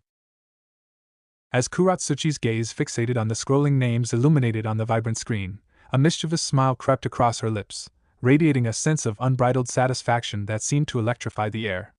In a burst of excitement, she couldn't help but slap her hands against the cool metal rails, the sound reverberating through the tension-filled room. As her teammates bore witness to this display of triumph, their own grins mirrored her contagious enthusiasm, a silent acknowledgement of a job well done. They had been praying to counter Naruto in the Forbidden Forest, but their target had escaped from their clutches, but now he was right in front of them and couldn't run away. The Jonin of the IWA team, on the other hand, looked at the blonde warily. He didn't look bothered, hell, not even scared. He knew it could be just him being cocky and thinking this was an easy fight, but he knew better than to underestimate a shinobi of Konoha. He had been there when the yellow flash completely obliterated 2,000 shinobi of IWA before warning them that if they didn't leave their territory, he would personally kill even more until there were no IWA shinobi left. Leave my home. Leave the territory of the Fire Land. Otherwise, I will show you true horror. Not even 1,000 years will be enough for IWA to return back to normal. Minato promised. Jonin felt a shiver down his spine at the memory. He looked at Naruto Uzumaki. He held no doubts the brat was Minato's son, just the way he handled himself was enough for Taihiro to see the yellow flash on him. What made him a little terrified was the ruthlessness behind his eyes, the kind of eye that wouldn't even blink even if a massacre was right in front of him. Taihiro had noticed that Naruto wouldn't really care if the Konoha shinobi had died. He turned to look at Kuratsuchi. While she was a Chunin disguised as a genin, just because she was of higher rank didn't mean she was stronger. Kuratsuchi looked ready to jump over the railing and straight to the arena when a hand on her shoulder stopped her. She turned at her former sensei with fury. What? She demanded to know, not understanding why he stopped her. Whatever he wanted to say could wait until she killed the brat. Her sensei's eyes hardened, and his grip around her shoulder tightened a little, just enough to make her wince, before forcing her to lean closer to him. Do not underestimate him. Are we clear? Her sensei commanded, looking her straight in the eyes. Kuratsuchi scoffed before moving his hand away. I'm a Chunin. He's a genin. He's nothing compared to me, she boasted with a hushed tone. Her jonin wanted to point out that ranks weren't a sign of how powerful someone was. The forever genin of Konoha was as strong as a high-ranked jonin, but before he could tell her. Hey, are you coming to fight, or will you give up like how IWA shinobi usually do? Naruto shouted with a smirk from where he stood. This made Kuratsuchi glare at him before jumping down right away, completely ignoring her sensei. Kuratsuchi constantly glared at the blonde brat for daring to insult her village, and the way he was smirking was really annoying. Back at the Konoha teams, Asuma raised an eyebrow at Naruto's choice of words before looking at both Ino and Shikamaru, who were looking at the arena without care. Shikamaru, what's up with Naruto? He's not usually like this. Asuma questioned him, inhaling his cigarette. He knew his student was powerful, but Naruto wasn't someone to insult the enemy unless they genuinely deserved it. He could think of a few occasions, but the IWA chick wasn't someone Naruto knew as far as Asuma knew. What's one of the first mistakes a shinobi can make whenever they are in any fight? Shikamaru asked him instead, making Asuma exhale a puff of smoke. Rubbing his temples, he suddenly realized what Naruto was doing, but that begged the question. Why? Fu looked down on her friend with concern. Despite her team being nearby, she preferred staying with Ino and Shikamaru, and the rest of the Konoha teams. Do you think Naruto is angry? Fu asked, which surprised almost everyone except Ino and Shika, who knew Naruto better than anyone else. What do you mean, Fu? Why would Naruto be angry? Kakashi asked, looking away from his book. He didn't know her, but he heard her name was Fu, and apparently a good friend of Naruto. I don't know. The Kuratsuchi girl stands no chance, so what is Naruto gaining by making her angry and careless? Fu explained with a shrug. This made everyone, including IWA, Suna, and the Kumo team look at Naruto with confusion and curiosity. Gaara narrowed his eyes. He hated to admit that the blonde genin was interesting. His siblings were paying close attention to the fight. Who do you think will win? Karui asked curiously, looking at her friends. Naruto, undoubtedly, Omio answered right away, his hands clutched together behind his head. This earned looks from the other Kumo shinobi and even Konoha shinobi. What makes you say that? Darui asked, his eyes not moving away from the blonde. Is the feeling you have when you are in the presence of a hunter, and you're the prey, Omio answered. This made Yujito pay even more attention to the fight. I will defeat you for what your father did to my village? Kuratsuchi loudly proclaimed before the fight could even start. The third Hokage shuddered, knowing that IWA apparently knew of Naruto's parents. How could they know? Sarutobi asked himself. Perhaps he had underestimated just how much Naruto looked like his old man. Naruto arched an eyebrow in response with a confused look. My father, I don't even know who he is. Naruto replied carelessly, yawning a little at the end. Kuratsuchi clenched her teeth in anger at the brat for not taking her seriously. As if you don't know, the fourth Hokage killed thousands of us. I will take revenge for what he did, she declared with fire in her eyes. This made everyone else except those who already knew look shocked upon hearing that. All of them quickly turned to Kakashi and Asuma for answers. Is that true, Kakashi-sensei? Asuma, tell me? The students and Kurenai asked the two jonins, who were rubbing their heads nervously. Guy didn't ask. One look at his rival, and he knew that what the IWA chick said was true. Niji acted as if he didn't care whether that was true or not. Asuma and Kakashi couldn't exactly tell them the truth since that was an Esther secret, but it did worry them, knowing that IWA knew the truth. Kakashi wondered if any other village knew. Holy shit, he's Yandame's son! Kankuro exclaimed, looking closely at Naruto's features. Temari turned to their jonin, who was sweating slightly. What do we do? Jonin didn't answer right away. Instead, he looked at Gaara, who had a murderous look directed at Naruto as usual. Nothing right now. It changes absolutely nothing. He stuttered at his genins, who looked conflicted. Jonin knew the brat could become a problem, but it didn't matter. Gaara could easily kill him. Geez. No wonder Reikage wanted us to measure his strength, Karui commented, looking somehow angry about the new information. Samui and Yujito nodded along, but Omio had a skeptical look on his face. I think there's more to this than meets the eye, he said with a low tone, only heard by his friends, who turned to look at him. What do you mean, Omo? Samui asked curiously, her eyes going from Naruto to her teammate. I'm not sure, but I think there's more to this. Just because your father was someone powerful, that doesn't mean you will be just as strong, and this goes double for someone like the fourth Hokage, who didn't have any Kekkei Genkai as far as we know, Omio said with a thoughtful look, paying attention to the fight. Back at the arena, Naruto did not react to Kuratsuchi's words. He simply arched an eyebrow. What makes you think my father is the fourth Hokage? You are blonde, and you're just like him, Kuratsuchi pointed out as if it were obvious. Naruto raised an eyebrow before snorting. Because of my hair, geez, being born with blonde hair in Iowa must be a death sentence, Naruto commented, rubbing the top of his head carelessly. His words earned chuckles from the audience. What? Kuratsuchi shouted, her face going red. She hated that he wasn't taking her seriously. Tell me, do IWA shinobi go around killing every single blonde they come across? Naruto asked humorously. Many laughed at his question, except the IWA shinobi, who looked insulted. Shut up, Kuratsuchi shouted with fury in her eyes, making everyone go silent, looking at Naruto, who stood unfazed by her shout. Your Hokage killed thousands of us. You think you can joke about it? Kuratsuchi shouted, looking at him with a mix of anger and sadness. This earned looks of sorrow from a few, but many wore blank faces. Are you trying to earn pity from me, little girl? Naruto questioned with a cold gaze, his voice sounding more profound as the moon symbol on his palm suddenly appeared.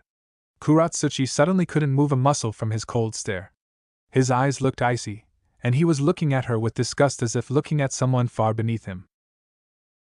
This is the world we live in, little girl. We are trained from a young age to do our job, whatever that is. Your village attacked Konoha with the desire to conquer its land for profit. You say the fourth Hokage killed thousands of you. Well, this is what war is like. It is not a playground. Just as you thought you had the right to conquer Konoha, so did the fourth to fight back. The only mistake he made was that he did not go all the way through. Naruto spoke with an emotionless face. His words made some nod, knowing war was like that. Some shuddered at how easily Naruto was talking about killing thousands of people. Samui smiled upon hearing that. It seemed to her that Naruto understood how the world works. Garen narrowed his eyes slightly and, for the first time, wasn't looking at the blonde with a murderous glare. Now, shall we fight, or are we going to keep talking? Naruto questioned as he stopped using his ki. Kuratsuchi regained her composure before taking a stance. So she knows martial arts. She uses her fists, Naruto thought, slightly intrigued. Begin, Hate shouted for the fight to begin. And nothing happened. All the spectators were waiting for the fight to start, yet none of them made a move. Seeing that Naruto would not attack, Kuratsuchi was the first to make her move. With lightning speed and unwavering determination, she launched herself into a fierce assault, unleashing a devastating face-level punch toward Naruto. However, the nimble ninja effortlessly evaded the strike, gracefully sidestepping and countering with a mesmerizing tummy-level spinning kick. Just as Kuratsuchi narrowly evaded the incoming attack by taking a swift step back, the battle was far from over. Seizing the opportunity, Naruto launched another offensive, his legs soaring through the air with a powerful vertical kick that nearly connected with Kuratsuchi's jaw. Yet, she swiftly recoiled, underestimating Naruto's relentless spirit. Without missing a beat, Naruto swiftly retracted his foot, unleashing a brutal axe kick that connected with a resounding thud, striking Kuratsuchi with formidable force.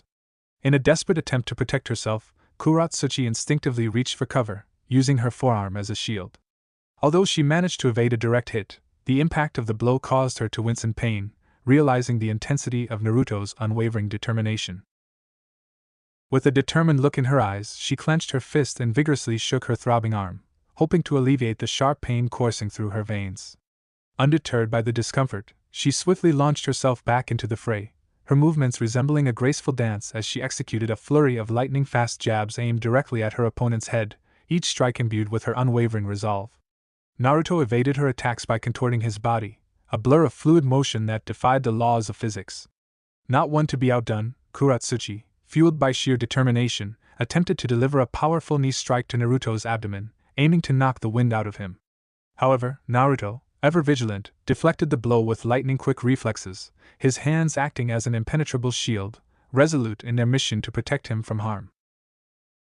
As her failed or blocked attacks continued to mount, Kuratsuchi's frustration grew like a smoldering flame within her. Determined to overcome this setback, she channeled her inner strength and unleashed a relentless onslaught of kicks and punches, each strike infused with her mounting desperation. However, her efforts were in vain as Naruto, swift and agile, effortlessly evaded or deflected every blow, his movements akin to a graceful dance. With each evasion, Kuratsuchi's frustration intensified, fueling her determination to break through his defenses like waves crashing against unyielding cliffs. As Naruto and Kuratsuchi faced off in a fierce battle, their movements resonated with the intensity of a thunderous storm. Kuratsuchi's leg propelled forward, aiming for Naruto's thigh, but the quick-thinking ninja swiftly raised his knee to shield himself from the impending strike. Unrelenting in her pursuit, Kuratsuchi seamlessly transitioned into another kick, determined to break through Naruto's defenses. However, Naruto's instincts kicked in, and he swiftly pivoted, presenting his back to Kuratsuchi. His foot connected with her abdomen, unleashing a powerful blow that sent shockwaves of pain coursing through her body.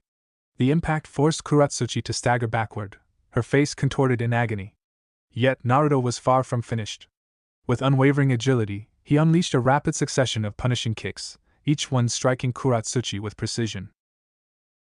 First, a roundhouse kick struck her side, causing her to wince in pain. Then, with astonishing speed, his leg swung upward, connecting with her shoulder, further destabilizing her. Finally, the crescendo of his assault culminated in a final kick aimed at her head, leaving her teetering on the edge of consciousness as she crumpled to the ground beneath the weight of his onslaught. Darn, Kuratsuchi grumbled, frustration etched across her face as she lay sprawled on the floor. The intensity of the battle had taken its toll, but her determination remained unwavering. Naruto approached her with a knowing smile. "Do you know what is the most important thing in a fight, Kuratsuchi?" he inquired, his voice laced with curiosity. With a hint of skepticism in her voice, she rose gracefully from the ground, ready to absorb any lesson he had to offer. "Search for an opening in your opponent and attack it mercilessly?" she proposed, her eyes narrowing in contemplation. A hearty chuckle escaped Naruto's lips, his laughter filled with both mirth and enlightenment. "While that may be what everyone believes, that's not true," he revealed, his words carrying an air of revelation. His response piqued her curiosity further, and she leaned in. Naruto gestured with his fingers, beckoning her to draw near as anticipation danced in his eyes. "Perhaps, if you manage to land a single blow on me, I might tell you," he teased, his voice tinged with an irresistible challenge. With a deep frown etched across her brow, Kuratsuchi's lips curled into a snarl of irritation as she lunged forward, her fists delivering a relentless barrage of jabs toward Naruto's face. Agile and nimble, the young shinobi evaded each strike with a graceful fluidity, his feet dancing to the rhythm of her attacks. But Kuratsuchi was relentless, her determination unyielding as she reached out, seizing Naruto by the nape of his neck with both hands. In a swift and merciless motion, she drove her right knee forward, aiming to strike him with a crippling blow to the abdomen. However, his arms intercept the impact, shielding him from her assault. Unyielding and undeterred, Kuratsuchi pivoted, unleashing the power of her left knee, poised to deliver another punishing strike. Yet Naruto's resistance remained unbroken, his arms once again serving as an impenetrable barrier. With a surge of strength fueled by his unwavering determination, Naruto pushed back, his palm firmly planted against Kuratsuchi's chest. The force of his counterattack sent shockwaves rippling through her body, causing her to stagger backward, her breath stolen by the unexpected impact.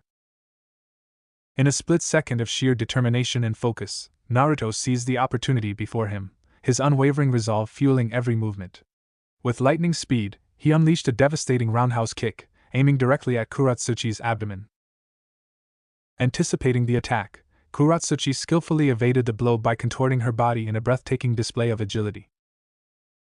Naruto executed a 360-degree spin, his legs sweeping through the air with unparalleled precision. Without a shred of doubt, he unleashed a fierce kick, aimed unrelentingly at head level, using the very same leg that had struck moments before. Kuratsuchi barely managed to find cover in the nick of time, her heart pounding with a mixture of fear and awe. Yet, despite her valiant efforts, Kuratsuchi's defenses were no match for the unstoppable force behind Naruto's strike. The impact reverberated through her body, shattering the fragile shield she had desperately mustered. The sheer power behind the blow sent her staggering backward, teetering dangerously close to losing her balance and surrendering to the unforgiving embrace of the ground beneath her feet. With a mixture of annoyance and frustration etched upon her face, Kuratsuchi clenched her teeth tightly, determined to unleash her pent-up aggression. Naruto deftly shifted his position, pivoting just enough to execute a swift and precise kick to Kuratsuchi's abdomen, leaving her doubled over in excruciating pain. As the air escaped her lungs in a gasp of agony, Naruto's leg remained poised, showcasing his unwavering strength and resolve. Without a moment's hesitation, he unleashed a formidable sidekick, delivered with unyielding force, which found its mark with unerring precision, sending Kuratsuchi hurtling to the unforgiving ground below. A collective wince rippled through the crowd of genins, their hearts sinking as they witnessed the devastating blow that sent Kuratsuchi crashing to the ground. The sheer force of the kick was so powerful that it not only rattled her bones but also ignited a crimson stream of blood trickling from her nose and mouth, painting a vivid portrait of the pain she endured. Ino, her eyes wide with a mixture of shock and sympathy, couldn't help but comment on the brutality of the last strike. "Damn, that had to hurt," she murmured, the words laced with a palpable wince. It was evident that Naruto was unleashing his power without any restraint. Meanwhile, the Iwa Jonin, a seasoned warrior, whispered Kuratsuchi's name with a tinge of concern, his voice carrying the weight of a mental worry for his former student. In the midst of the chaos, Naruto's piercing azure eyes fixated on the fallen Kuratsuchi. Time seemed to momentarily stand still as he observed her, analyzing each subtle movement she made in her valiant attempt to rise and regain her bearings. As Naruto spoke, his words floated delicately through the air, capturing Kuratsuchi's undivided attention. In the heat of a battle, Naruto began, his voice laced with wisdom, you must always keep your composure. With a gentle yet commanding tone, he continued, if someone taunts you, you shouldn't allow yourself to get angry. As Naruto paused. Your loss is a clear example of that, he said, his words resonating with an air of profound truth. Kuratsuchi stood up, ready to keep fighting. If you can keep a cool mind, no matter what the situation, you will be an outstanding soldier. After all, you already have the physical qualities to be. The IWA girl didn't say anything. Instead, she decided to stop using martial arts, instead her final card. You fell into my trap. Style, the pit. She did the hand signs and slammed her hands on the floor. Naruto didn't bother stopping her as two big pillars formed from the floor, trying to crush him between them. Naruto jumped away, but as soon as he touched the ground, his feet sank in as if the floor was liquid. I see. Good play, Naruto, though, as 10 spikes made of solid ground rushed toward him from every direction. Naruto. Get out of there! Ino screamed when every spike pierced Naruto in every part of his body. Kuratsuchi grinned in satisfaction, but her smile disappeared when the blonde puffed out of existence. Good try, Naruto whispered behind her. Before she could even process it, Naruto punched her abdomen, sending her crashing to the wall and sending debris everywhere. Kuratsuchi! The IWA team shouted in shock to see one of their best Chunin lose like this. The smoke cleared, revealing an unconscious Kuratsuchi. The winner is Naruto Uzumaki, Hate shouted as Kuratsuchi was taken away by the medical team. Naruto jumped to his friends, who quickly congratulated him for the win. You're amazing, Naruto-kun, Fu shouted, jumping to his chest and hugging him tightly. Hey Naruto, are you really 4th Hokage's son? Kurenai asked what everyone else was thinking. This earned the attention of everyone, but the blonde shook his head. Who knows? It would be best if you asked the Hokage for that information, Naruto answered, pointing at the elderly Hokage, who rolled his eyes.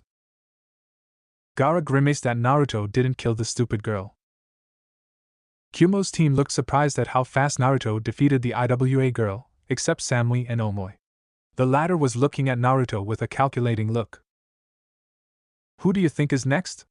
Karui asked her friends, but she got her answer when the screen started going through the names. We will now move on to the next match. After Hate had announced the continuation of the preliminary, the large screen on the wall began to randomly shuffle through the remaining candidates' names once more until 2 were selected. Round 13. Niji Hyuga vs. Karui. The second Niji saw who his opponent was. His cold, pale eyes immediately narrowed when he saw which village she represented. It was the same village that was responsible for attacking the Hyuga clan. Hiruzen and Guy were afraid that this could happen, as they are fully aware of the Hyuga clan's massive grudge against Kumo, as many years ago, they had dared to steal their clan's heiress and the secrets of their precious Kekkai Genkai. This was definitely not going to be a pleasant fight, and they could only curse the damn screen that randomly picked the combatants. Yujito then noticed the cold look on Niji's face and was starting to feel worried for her enthusiastic teammate, who couldn't wait to fight in her match. Hey! Yujito stopped Karui as she was about to make her way down to the arena floor. Be careful. I don't like the way that Hyuga kid is looking at you. If I didn't know any better, I would say he wants to kill you, Yujito warned. But Karui simply shrugged it off. You're being paranoid, Yujito. Besides, don't worry about it. Every Hyuga is a taijutsu user, right? So I'll just keep my distance and use my sword if he comes near me, Karui ensured with a cocky grin. Confidence is good, but make sure you don't underestimate him, Karui. Omoi tries to lessen her ego until a terrified thought enters his mind. But what if she ignores us? What if that Niji kid will somehow beat her in the most horrible way imaginable? I will have no choice but to avenge her because she is my teammate. But what if I accidentally kill him? The Hyuga clan will seek retaliation. War will break out, and it is all because I am too skilled. And after so many deaths, Lord Raikage has no choice but to propose a peace treaty with Konoha through political marriage. I will have to marry a beautiful Konoha heiress or princess. And then OWW. Omo finally stopped his rambling when Karui hit him on his head with fury in her eyes. Stop overthinking, you baka! Karui yelled out. Yeah, Omo, you need to learn to calm down once in a while. Besides, if anyone is gonna be put in any political marriage with Konoha, it's gonna be me. And I got my eye on the perfect candidate. Yujito claimed cheekily, as her gaze was firmly locked on Naruto, who was talking with Fu and Shikamaru on the opposite balcony. But then she smirked with amusement when she saw the angry glare that she was receiving from Ino, who noticed the cat Kunoichi's constant stares towards her boyfriend. The two blonde Kunoichis glared at one another as if they were screaming at the other to back off or suffer the consequences. But knowing their personality and stubbornness, it was very unlikely.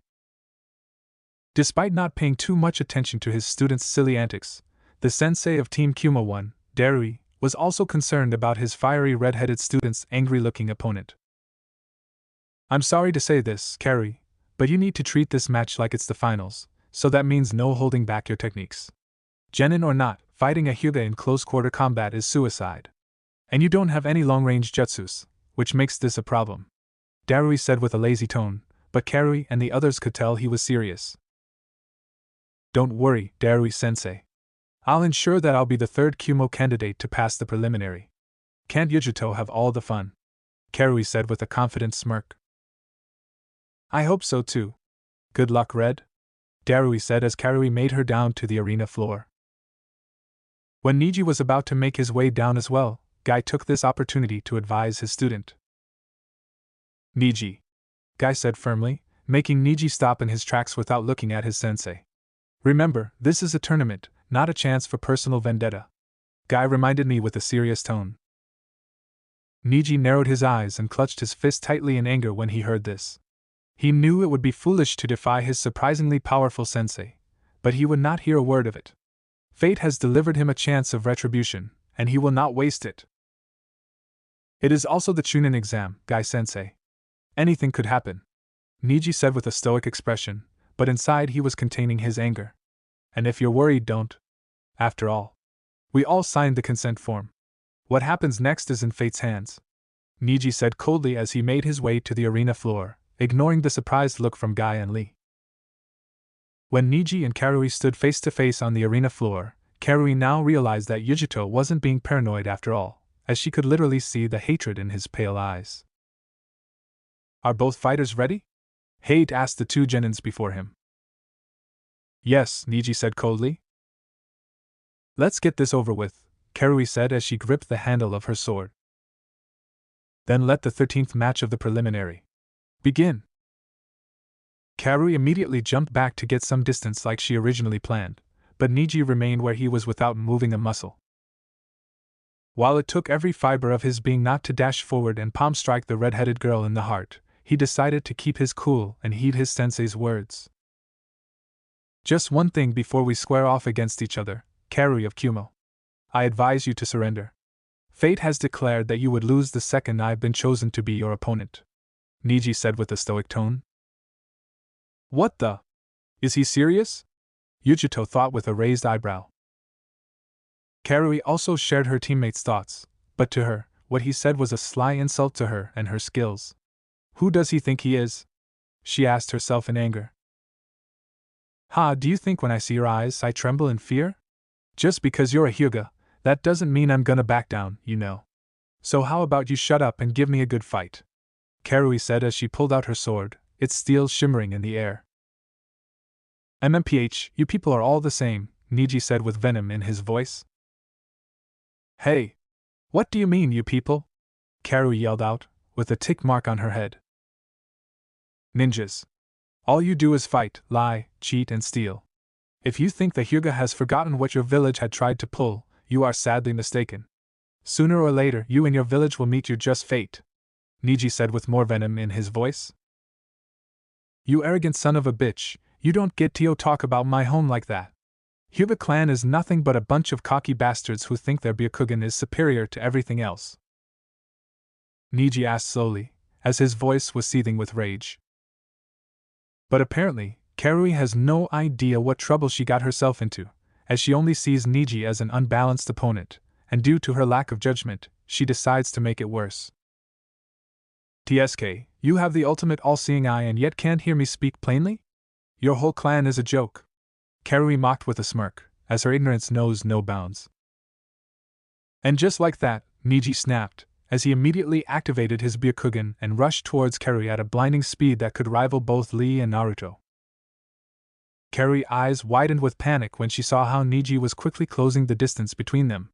She then immediately readied her sword and met him head-on. Cloud style, front beheading. As Niji was reaching her, Kerry swung her sword in a single yet powerful cutting motion toward Niji's neck.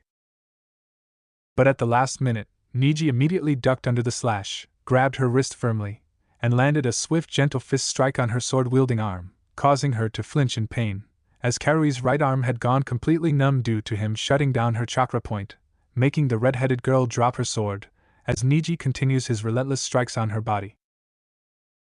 Kerry desperately tried to defend herself, as Niji began to strike her chest area several times, causing her to cough up some blood from her mouth. Kerry tried to punch him with her only functioning arm, but Niji immediately disabled that one, too, as soon as she tried, leaving her completely defenseless. But Niji wasn't done yet. He continued his brutal strikes all over her body, carefully not to strike any of her vital organs, as he wanted Kerry to suffer before he defeated her. Most of her chakra points had been shut down, and her internal organs felt like they were on fire. Even though his attacks were fueled by rage, his strikes were surprisingly graceful, and his movements were incredibly fast and fluid, especially to the untrained eye. Niji eventually stopped his gentle fist strikes when he noticed Kerry was barely moving, and her breathing was burdened, and yet she was still standing like a statue, as blood was dripping from her mouth, while her eyes looked semi-lifeless. Kerry eventually collapsed when the strength of her legs had finally run out, and she fell unconscious. Kerry! Yujito and Oma yelled out, worried when they saw their usually hot-tempered teammate defeated so brutally by the Hyuga boy.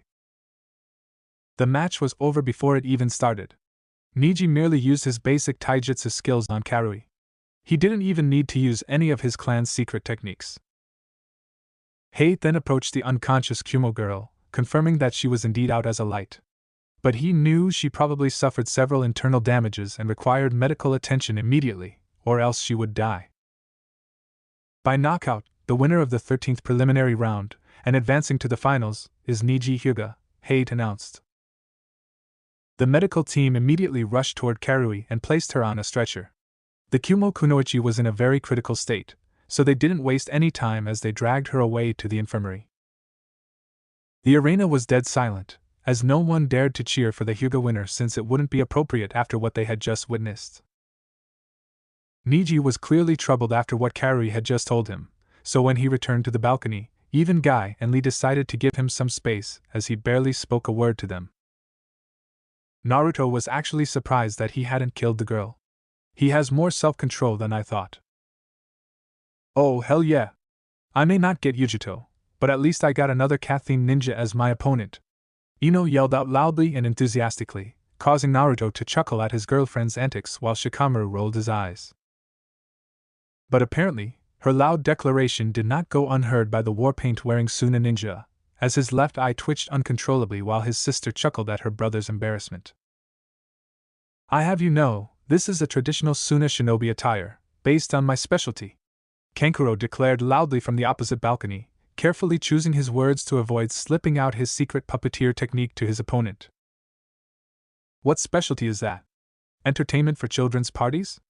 Ino quipped with a smirk, causing several people, including Temari, to laugh loudly at her joke while Kankuro was growling with a tick mark on his head.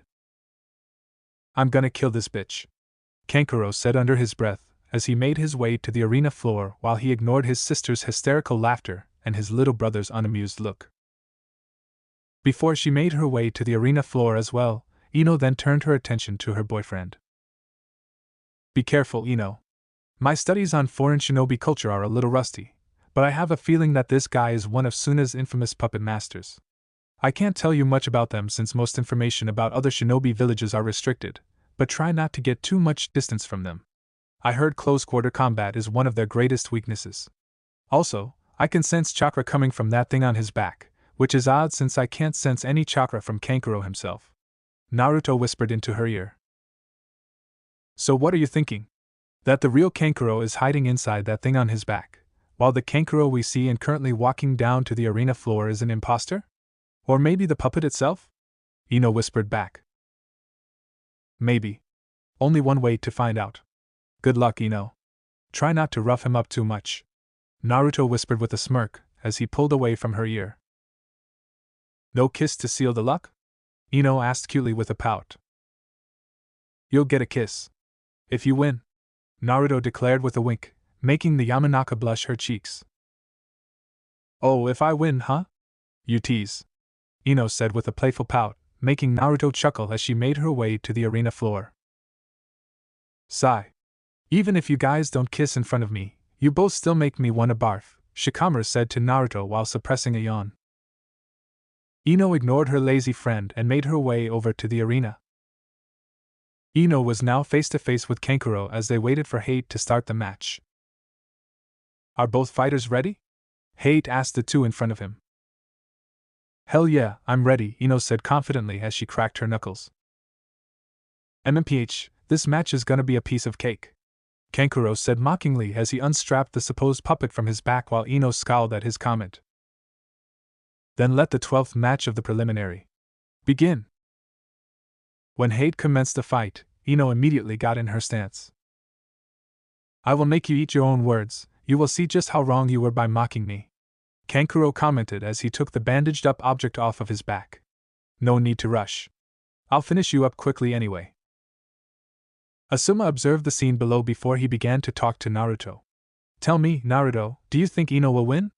He asked, holding the cigarette between his index and middle finger. I have never seen Kankuro fight before, but if Ino uses her brains, she will win, Naruto replied, his eyes on the duel. Shikamaru nodded along as Asuma looked at Ino with a little concern. Ino, win this battle for me, don't forget about all the money I have bet on you guys, Asuma shouted, making everyone look at him weirdly, especially the third Hokage, who could do nothing but sigh. His son was still a gambler. Asuma-kun, you shouldn't bet on your own students.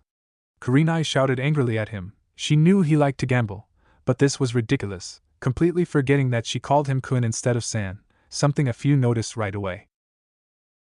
Now, Kurenai, this is not a bet. This is an investment for the future, Asuma said with a puff, as if proud of himself. Kurenai glared while a few thought that Asuma had a few screws loose. Ino let out a long sigh. Thank you for the encouragement, sensei, she said dryly, not really meaning any of her words. Whenever you want. I'm always at your service, Asuma boasted, with Shika and Naruto rolling their eyes so hard, almost to the back of their heads. What a role model, they both thought. Back to the fight. Ino looked at her opponent, quietly observing both him and the bandaged object at his side. Before we can start fighting, can I fight the real one? I'm not interested in fighting a doll, Ino commented, with a glare towards Suna Shinobi. Kankuro felt a little uneasy when he heard that, but he didn't let it show. Oh? Is that alright, you little bitch? He replied, mocking her to get in her head. Yes. You might fool everyone else, but unlike the others, I can see right through you. I know where you are hiding. Come out now, coward. Almost all of the spectators, including the Jonin sensei, were slightly confused when she said that. Come out? Of where? What was she talking about? Yujito smirked upon hearing that. It seemed Ino wasn't as weak as she believed. However, Team Suna seemed slightly unnerved at her comment. It looked like this would be a tough match for Kankuro. Temari whispered to her sensei's ears. Baki-sensei, how did she know his plan? Nobody else caught on, not even the Chunin and Jonin. Baki just gritted his teeth before he quietly muttered back to Temari. She's probably a censor. Of all the people he had to face, he got the worst matchup possible for him. He didn't know that Naruto could feel and see that Kankuro was hidden. His Sharingan was active only for a second, his moon symbol shining on his palm. Kankuro was sweating bullets under his outfit. How did she catch on to his trick? Was she a censor or something? The bandages around the object began to slide off as Kankuro emerged from them. TCH. I guess there's no point hiding here if you already know. What the heck? He carried a clone of himself on his back? Fu wondered out loud. No. That's the real him. What we thought was him this whole time is actually his puppet. Shikamaru explained as he pieced the puzzle together quickly. A puppet? Fu asked. Suna is famous for their puppet brigade. But to think a genin like him was able to hide himself and control a puppet in such a way. He must be a prodigy in puppeteering, Kakashi added. Kankuro jumped back and let his puppet shed its disguise and reveal its true self as a three-eyed puppet he called Karasu. Kankuro tried to surprise Ino by having Karasu launch a volley of poisoned Senbon from hidden openings throughout its body. Still, Ino had already seen all of the hidden mechanisms and weapons within the puppet and easily dodged the projectiles utilizing the training she got from her sensei. What the heck? She moved like she actually knew I had Senbon ready to launch. Kankuro wondered out of surprise. Most people didn't know anything about puppets, much less assume that they would be hiding so many weapons underneath. I'm not that easy to fool. Naruto told me many things about your puppets when we were discussing Chunin exams yesterday, Ino said, making many looks at Naruto with confusion. Especially the Suna team. Why would he be interested in us? The Jonin thought, sweating bullets. Baki didn't know why, but he felt as if the blonde was the most dangerous person in the whole room. Kankuro was shaken. His game plan revolved around trickery and surprise attacks, but this girl could somehow see everything. He'd have to be more aggressive then. If you can already see my surprises, I'll just cut you down straight up. He launched Karasu towards Ino with the numerous hidden blades on it now revealed. Suna Jonin closed his eyes, shaking his head, a bit disappointed. He should know this already. Close combat is the weakest point of a puppet master, he whispered. Temari heard this and looked at the fight with concern. Was there a chance that Kankuro actually didn't make it to the next round? Karasu began using the hidden blades, trying to cut Ino. One small cut was all Kankuro needed to win the match and kill the bitch, but Ino kept dodging all of his pitiful attacks, one after the other, holding a kunai in her right hand. Kankuro growled, losing his patience. This was supposed to be an easy fight, and he was losing against a girl like her, and he felt himself getting tired. He needed to finish this quickly. However, what he didn't know was the fact that Ino was using her kunai to sever the chakra strings he was controlling the puppet with, one at a time. With the puppet slowing down significantly, Ino decided to go on the offensive and quickly targeted the remaining chakra strings. When all the connections were severed, the puppet fell to the ground in a heap. What's happening? What did you do? Kankuro shouted in shock as he completely lost control of his puppet. The chakra strings connected to your puppet. It was clear that's how you control them, so I severed them. A smirk grew on Asuma's face as he saw how his student completely outmatched her opponent. She was smart enough to keep her strategy a secret until it was too late for Kankuro to make any adjustments. Kankuro clenched his fists and gritted his teeth in anger as he considered what to do next. It wouldn't be too hard to reattach his puppets, but there was nothing that would prevent her from doing the same thing again, and she was able to see everything it seemed. Hold on. This makes no sense. How is she able to see the strings? Kankuro thought in alarm. It shouldn't be possible, yet this girl could see them somehow. His eyes slowly went to the damn blonde who was smirking like a devil towards him, almost mocking him. Turning his attention back to the fight, Kankuro knew only one option was left. Otherwise, he would need to reveal all his abilities, something he needed to keep a secret once the true battle began. So, when Ino tried to attack again, this time to truly defeat him, Kankuro did what he thought was the best move he could make. Proctor, I forfeit. He's as useless as ever. Gaara spat out hatefully. However, their sensei wasn't as displeased. Kankuro had other tricks up his sleeves, but he wasn't so caught up in his pride that he would reveal them in a losing battle to try to scratch and claw his way into the next round. He would need those secrets for the next phase of the plan, which didn't require him to be in the next round, and it was a tactically sound move. Congratulations, Ino. Most Konoha genins cheered for the platinum-haired girl, who jumped into Naruto's arms. Thank you, Naruto, Ino said, kissing his cheek. Shikamaru rolled his eyes. Wow, it is almost like we are not even her friends, Shikamaru commented dryly, with both Fu and Asuma nodding along. Suna team. You did good, Kankuro. their jonin said the moment his student walked up to them with a downcast look. Thank you, sensei, Kankuro said, feeling a little better, looking at Temari, who smiled softly. Don't worry, brother. It doesn't really change anything, she said, hoping to encourage him, but when both of them turned to look at Gaara, whose whole attention was on Naruto Uzumaki. Gaara! Kankuro called him, thinking he would have said something by now, but it seemed his little brother was so deep in thought that he didn't even acknowledge his presence. Did he even know that Kankuro was there?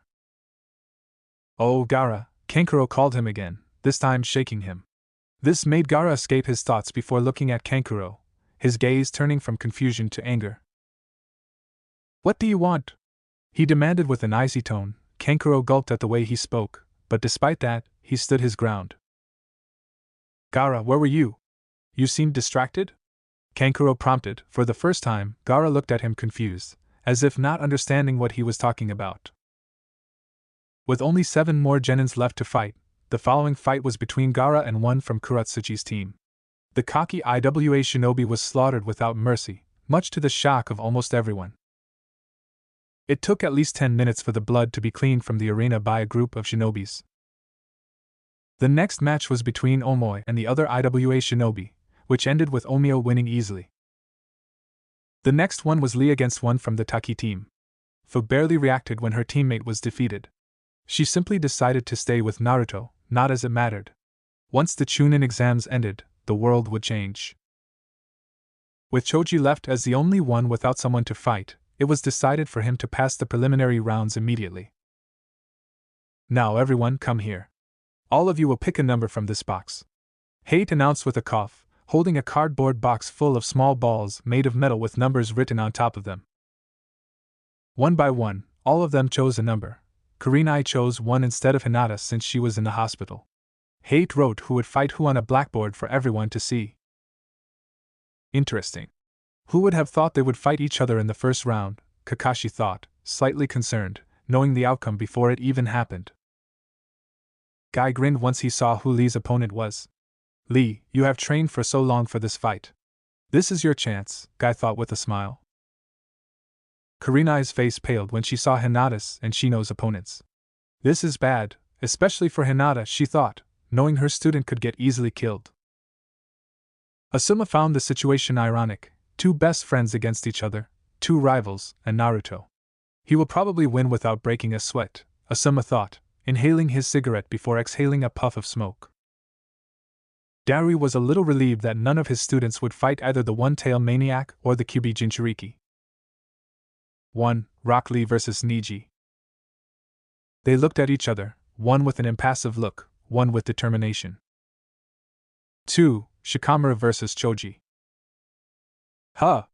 It seems we will fight each other, Choji, Shikamaru thought, looking at his friend. 3. Yujito vs. Ino. The blondes looked at each other with determination. Despite knowing that Yujito was a Jinchuriki, Ino showed no fear. 4. Mabui vs. Oma. Omoi exhaled, wondering if his sword would defeat her bloodline. 5. Shino vs. Dosu.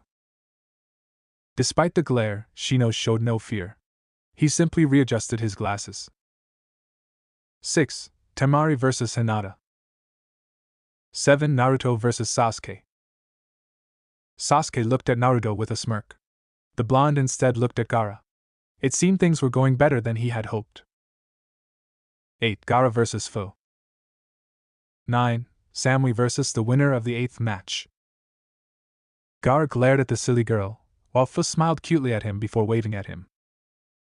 The Hokage walked up to the center of the genins who were left in the exams. He cleared his throat before addressing everyone. All of you have a month to train and learn new techniques. I wish you all good luck. Hiruzen announced, his hard eyes lingering on Naruto's palms, a symbol of the moon and sun on his palms. What is this? He thought, feeling as if something terrible would happen soon. Naruto, on the other, smirked. He knew his Konoha buddies would be hurt, but in the end, he would create a new world. A better one. He knew many would oppose him. But as long as this system existed, the world would never change. The cycle of hatred will never cease to exist. The shinobi system was built in a way that profited from wars. It was like its heart. Without it, it would fall apart like a building without a base. That's why certain wars started without reason. Like the Second Shinobi War, and the third to a degree, the blonde thought with fury. I will soon create a new world order. After the third task ended, all the genins were free to do whatever they wanted for the following 30 days. The Kumo team, mainly Yujito, had started training with B-sensei, much to her annoyance. Samui had decided to follow her fellow Konoha blonde. She had seen him fight during the preliminary rounds, and she had to admit she was quite curious. She wanted to get to know him better, and that's why she had looked around Konoha for him, trying to find him, when she found him entering a corner. She followed him as stealthy as possible, but it seemed she had miscalculated when she had ended up in a corner, only for the said blonde to show up behind her, his hands blocking her hands behind her back, not allowing her much freedom. Samui-chan, might I know why such a beautiful girl like you is following me? Naruto asked with a husky voice, his voice sending shivers down her core. His mouth was close to her ear, her beautiful neck for him to kiss, but he didn't do anything. Samui pressed her round ass against his crotch with a flirty smirk. Perhaps I just wanted to get to know you better, Naruto-kun. Your way of fighting and talking during the preliminary rounds was quite arousing. Samui spoke with a low husky tone, his breath tingling her neck. Samui felt herself getting extremely aroused between her thighs. How much she wished Naruto would just rip her clothes and her right here. She could already imagine Naruto shoving his cock in her mouth and her raw. She could feel just how big he was, and she wanted it. You really want it? Naruto asked, finally kissing her neck. She moaned. Oh yes. I want you to me. She begged. Some might call her a slut, but she just knew what she wanted and didn't bother hiding it. Naruto wasted no time claiming her lips in a very heated kiss. She moaned into the kiss. She couldn't believe just how good his lips tasted. In my apartment, Naruto said, carrying her in his arms straight to the apartment. How about we skip the dinner and get straight to the dessert, she suggested seductively the moment they entered his apartment. Her hand was on his cheek before giving Naruto a sloppy kiss. The blonde returned the kiss before squeezing her ass cheeks that he loved so much. Ah yes, she moaned, loving the feeling of Naruto's hand on her. The blonde smirked before carrying the beauty to his favorite place in the apartment. Samui gasped in delight as Naruto's long, hard cock sprung out, a pillar of flesh standing erect below her eyes. Naruto's cock stood angrily, its tip pressing into Samui's own wet cunt. Seeking its home, Samui thought to herself in aroused amusement. Well, I can see someone's ready. And very excited. Samui giggled to herself at the sight of her lover's member becoming riled up. She looked up with a coquettish look in her eyes, gazing at Naruto. He had not taken his eyes off of her, gazing at her with a lustful look and a hot breath. Samui knew that he was aching to jump her right then. No harm in seeing how much longer he could resist her. She reached down with a soft hand and took a gentle grip on Naruto's cock, making him groan lightly in pleasure and bite his lip at the sensation. He squeezed his hands together, focusing on resisting the urge to take Samui right there. I do like the look of this. Let's warm it up, shall we? Samui mused, planting a quick kiss on Naruto's chin. She started slowly rubbing her hand up and down the long length of his cock, rubbing the stiff flesh with gentle strokes of her fingers from the tip to the balls. Making sure to give Naruto pleasure, while leaving him desperate for more. The smile on his face certainly showed that. Oh! Naruto breathed out in pleasure, delighting Samui while she stroked his erect cock with a silky touch that stimulated all his nerves that sent shockwaves up his body. Soon, Naruto. Samui teased as she continued to massage and caress Naruto's rock-hard member with her expert touch. She would run a finger around the tip, then slowly glide downwards towards his base while her other hand fondled his large, firm balls in enjoyment. She was keeping him on edge. Occasionally, Naruto would duck his head down, eager for a kiss, but she cheekily ducked her head out of the way. Not yet, naughty boy. Just a bit longer. But just when it looked like she was finished with her teasing and would give Naruto what he most desired, she certainly withdrew her hands from his cock and looked up at Naruto with an innocent, doe-eyed gaze. That's enough for now, don't you agree? She asked provocatively, biting her lip and smirking at the desperate look on her lover's face, denying him from more of her stimulating touch. Now, what to do, Nam? Samui's arousing behavior was suddenly cut off by an eager Naruto, unable to resist any longer, who grasped her by the waist, pulled her close, and crashed his lips down onto hers for a passionate kiss. Samui was caught off guard momentarily by her lover's brazenness, and quickly matched him in their lip lock. Their tongues writhed around one another. Their full lips collided together. His naked body pressed tightly against her own scantily clad one.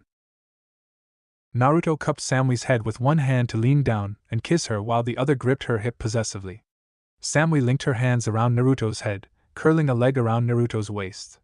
With their eyes closed and passionate in their minds, they swapped spit and matched the movements of each other's lips. Their tongues swirled and danced in an erotic duel, in a hot, passionate duel of star-crossed lovers. In the midst of their kiss, Naruto reached around Samui's shapely waist with one hand and grasped one of the globes of her large rear with one hand, squeezing her soft flesh. Samui gave a little squeal of surprised delight inside Naruto's mouth at this.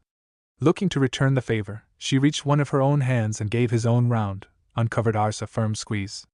Naruto jumped at the sensation with a shocked gasp, and the two broke off their kiss, breathless, flushed, and with full, red lips. My goodness. Samui giggled with a flush. She tucked a loose lock of her hair back behind her ear. Enjoy that, did you? It seems you enjoyed it just as much as I did, Naruto said with a little grin. He held on to Samui, keeping her body flush against his as if he were afraid to let her go and ruin their moment. Well, I can't deny that, Samui admitted, licking her lips. You're a natural kisser, Naruto. Thanks. But one of us is slightly overdressed, wouldn't you agree? Naruto suggested coyly. Samui gently moved her hand to his chest. Hop down into the pool, and I'll rectify that for you, my lover. Samui leaned up and whispered seductively into Naruto's ear before giving him a little shove backward away from her. This gave Samui a chance to look upon Naruto in all his naked glory. She knew he was perfect, a beautifully sculpted man molded by the gods to fit perfectly with her. If you insist. Naruto laughed, turning around to go down the steps and enter the pool he had created in the apartment. Naruto stepped down into the pool with Samui's eyes glued to his rear. His arse was plump, firm, and altogether delicious. She moved forwards to the edge of the pool, looking down at her naked lover, standing in the middle of the pool with the water reaching up to his waist. Enjoyed the show, Naruto, Samui said as she batted her eyes and began to take off her clothes. It was now Naruto's turn to watch the disrobing of his lover, and what a treat it was. He stepped up. His pupils dilated with pure desire as Samui stood directly in his line of sight. Before his eyes, Samui moved achingly slow, her eyes never leaving his and her seductive, teasing look never leaving her face as Naruto gazed up at her, erect and excited. Like what you see? Samui grinned down at her lover, shamelessly ogling at her like a starving man. Her humored words immediately snapped Naruto back to reality. He snapped his head up to look into her eyes and blushed at being caught by her. Samui giggled again at that, running her hands through her hair in an erotic pose. You know I do. Come join me, and I'll show you exactly how much I like it, Naruto said, stroking his stiff, wet cock slowly, invitingly. Well, if you insist. Samui smiled provocatively in response. She then began to daintily walk down the steps and into the pool, humming in pleasure as she entered the water, and she felt her body submerge into the cool liquid of the pool. The two lovers met in the middle of the pool. Soft and intimate purple light illuminated them in the darkness as they came together for a passionate kiss, clasping at one another, pouring out their love and lust in a romantic lip lock. Naruto and Samui could not keep their hands off of one another. In the time they kissed, they grabbed and fondled one another's bodies with ease, as if it were the most natural thing in the world. Naruto squeezed Samui's breasts and arse and dipped his fingers down to tenderly stroke her pussy, while Samui caressed his cock lovingly and cradled his balls in her hands.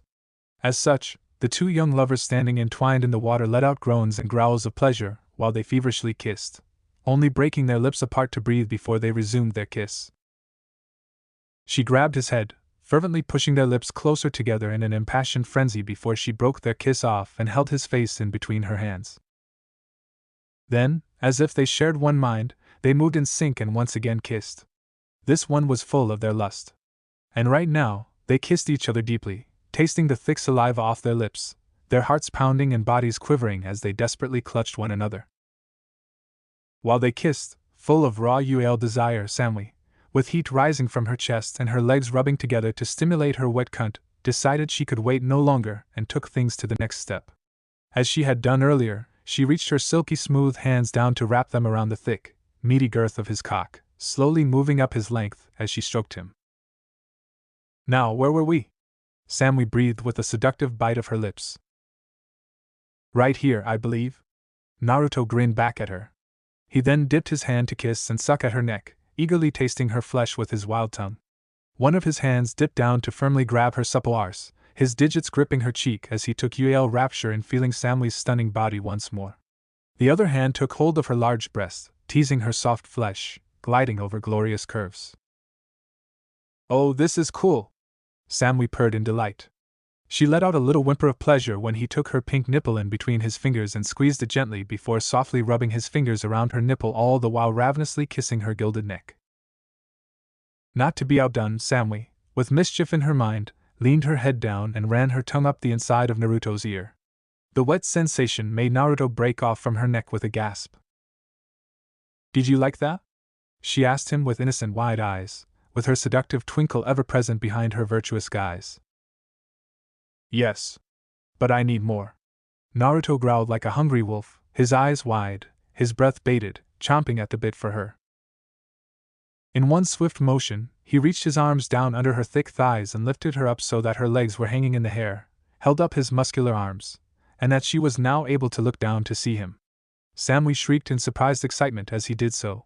Impressed and aroused by her man's strength, she latched her arms around his neck. Eager, aren't we? Sammy giggled, delighting in the ease with which he picked her up. What can I say? You're irresistible. Naruto replied huskily, hunger lacing his words. He started wading through the water towards the side, and Sammy held firmly in his arms. When he walked, her dripping pussy would rub against his hands, smearing them with her juices. And you're insatiable, Sammy remarked, booping his nose with a finger and then rubbing their noses together affectionately.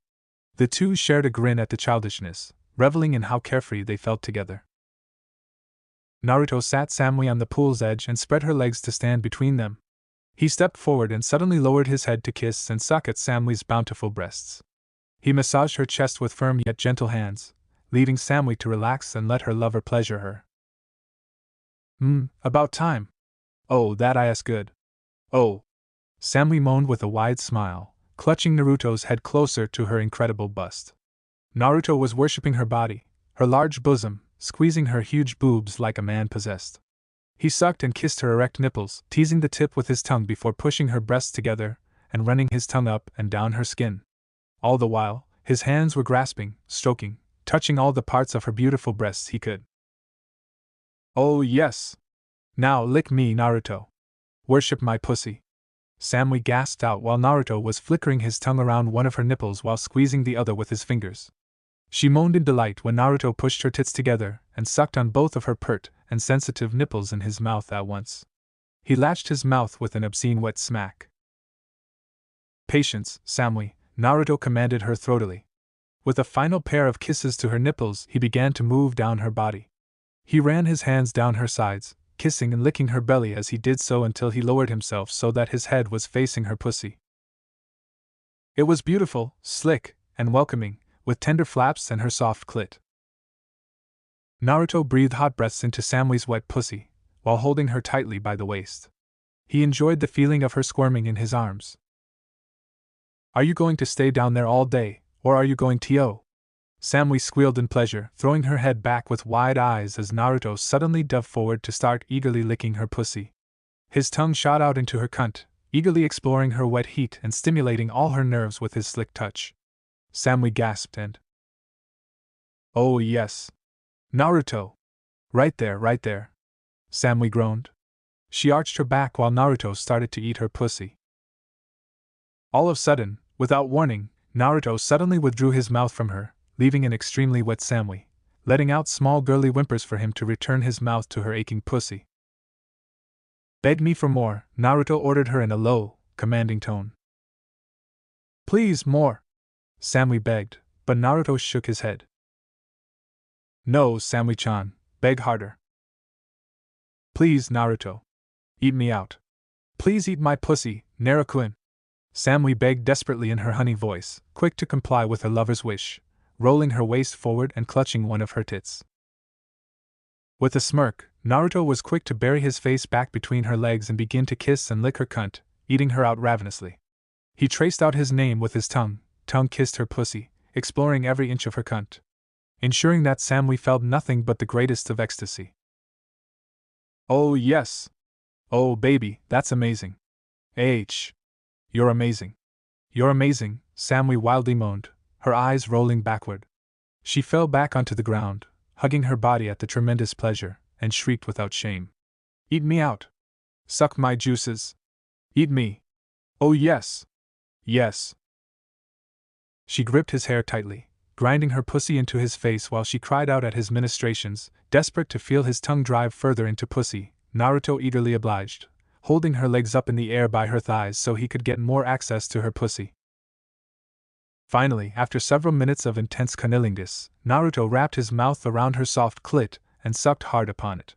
This was enough to send Samui over the edge at last. Fuck! Kwaming! Samui wailed, falling back and coming hard.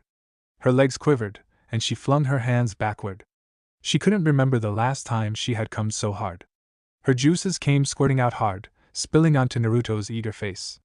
Rather than turning away, he greedily began to lap and drink her juices down, and kept his mouth firmly on her cunt. After half a minute, he pulled away from her leaking pussy and began to gently stroke her body lovingly and lay tender, wet kisses on her inside thighs. A sweaty Samui, with matted hair and flushed skin, rose upright to a seated position while taking deep breaths, recovering from a glorious orgasm. She looked down to see Naruto's handsome face soaking wet, baptized in her juices that dripped from his cheekbones. Did you enjoy that, Samui? Naruto asked her with a cocked grin. Time to return the favor. Very much so, Naruto-kun, Samui remarked. She moved back away from the pool and onto her knees, looking back at her lover with a seductive look as she held up her tits and licked her lips excitedly. In fact, why don't you come up here and let me repay you? Samui purred her face, a mask of lust and craving.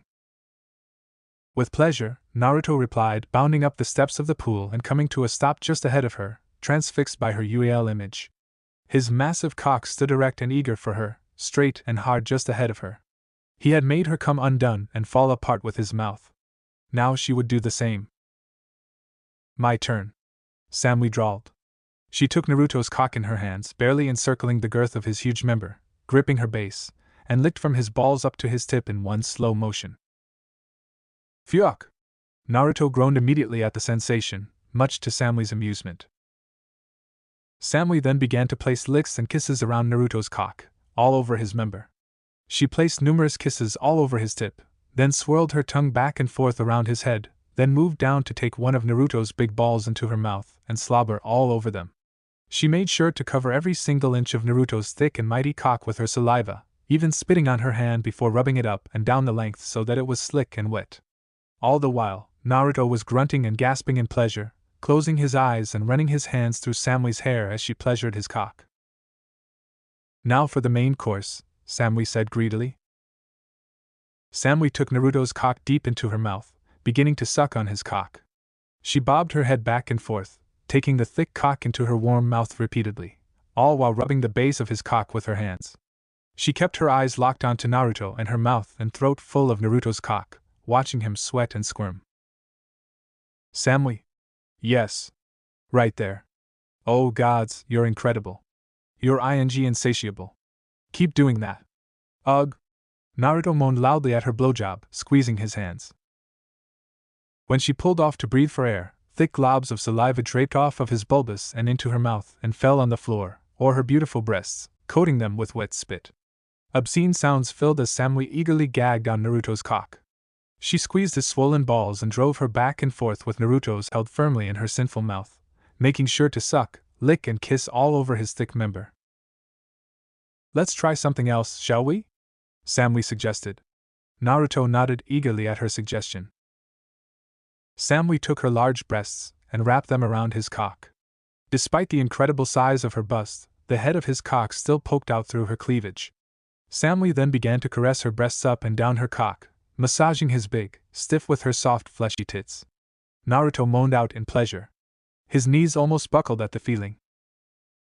Come on, lover boy. Samui pleaded, her eyes hooded with aching desire.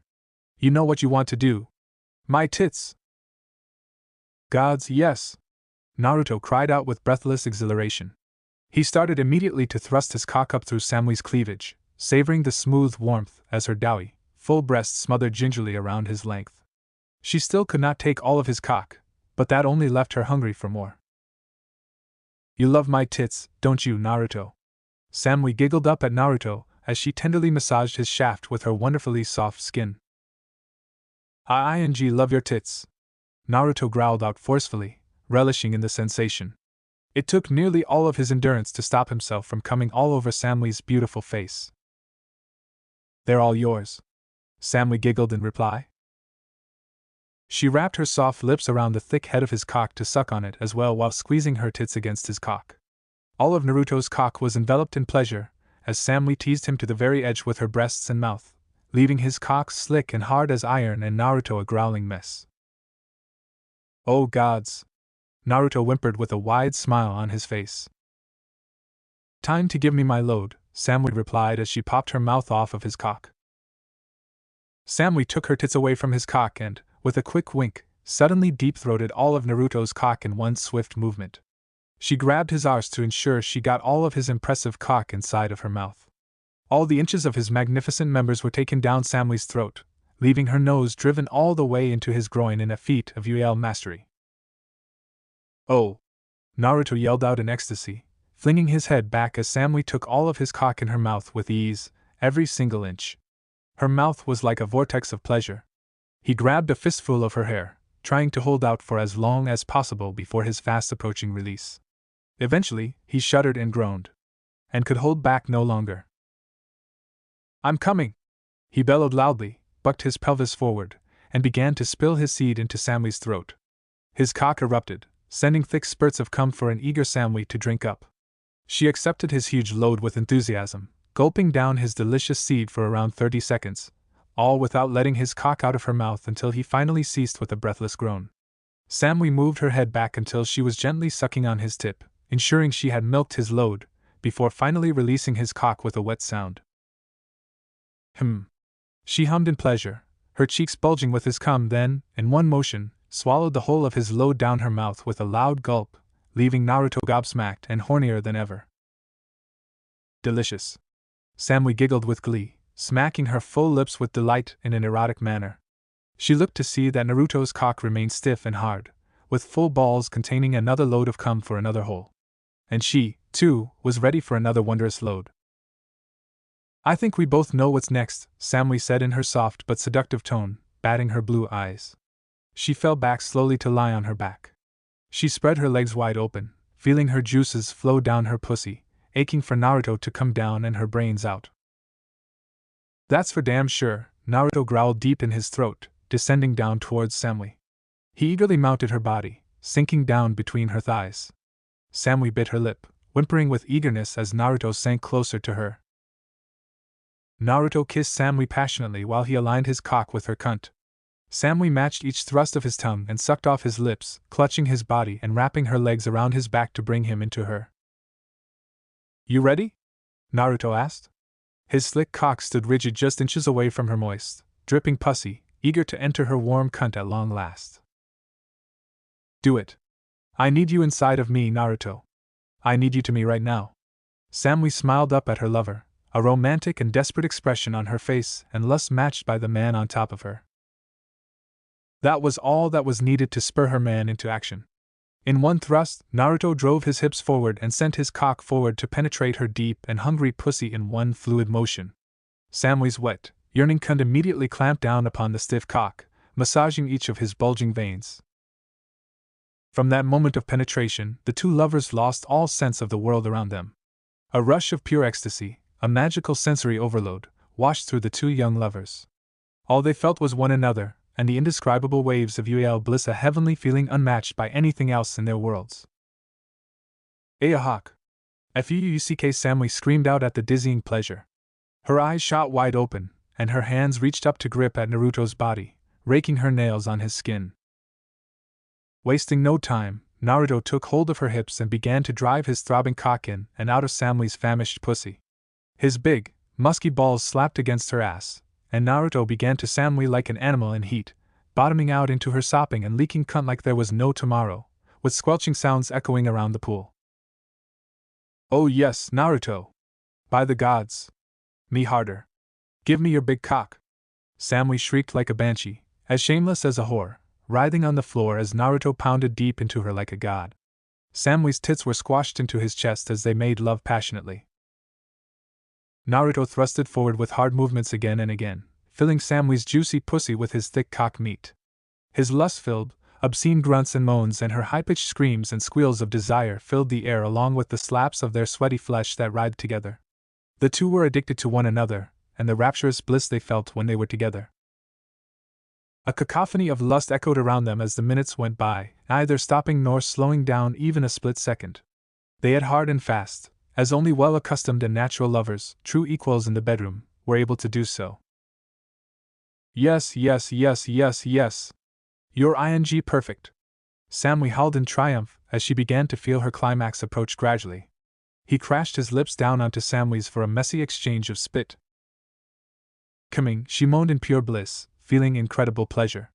Feeling Naruto's cum filling her so much that his seeds started dripping from her pussy. Naruto grabbed the woman into his arms, leading her to their bedroom.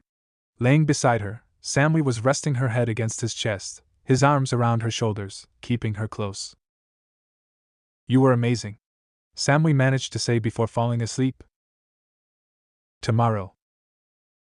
After several more rounds with Samui in the morning, he kissed her one more time before she left, but she promised to return again. Perhaps with Yujito next time. Now, Naruto has decided to have a meeting with Fu. He needed to prepare her for the upcoming war and perhaps have a meeting with Gaara. It would be more convenient to have him on his side, but when Naruto spread his senses to find her, he found the one person he hadn't wanted to meet. The blonde didn't understand how he had the audacity to show up in Konoha after neglecting him for so many years. He still remembered when 7 years ago, after the Hyuga incident, he had come to the village but hadn't bothered to talk to me.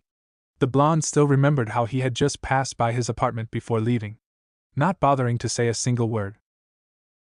Back then, Naruto had blamed himself. He had thought that he had problems, and that was his fault, but Naruto knew that Jiraiya had chosen to act as if he didn't even know him. Not even a hello. He had said nothing to me. He left me when I needed him the most, Naruto thought with growing anger, his moon symbol in his palm appearing. "What is the purpose of your visit, Jiraiya the Sannin?" It was a warm, sunny day in Konohagakure as Hiruzen Sarutobi, the venerable third Hokage and god of Shinobi, dutifully did the paperwork that sat on his desk. He was slowly making his way through the massive pile that sat on his left, and while the completed stack on his right was growing, he still had a long way to go. Sarutobi sighed as he leaned back in his chair. He reminisced about his younger days when he used to be able to complete all the paperwork much faster. However, now, as a 68-year-old man, the strain on his chakra was not worthwhile. While still an extremely powerful shinobi, his chakra reserves were depleting as he grew older. He still is one of the most powerful shinobi in the village. He knew his strength was nowhere near his original level. Also, sadly, he did not have much to return home to. His wife died during the Kyuubi attack.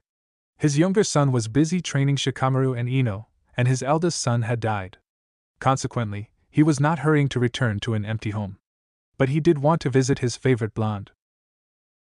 However, Hiruzen cracked a smile as he felt a familiar chakra signature approaching. The window to his left opened as his favorite pupil jumped into his office.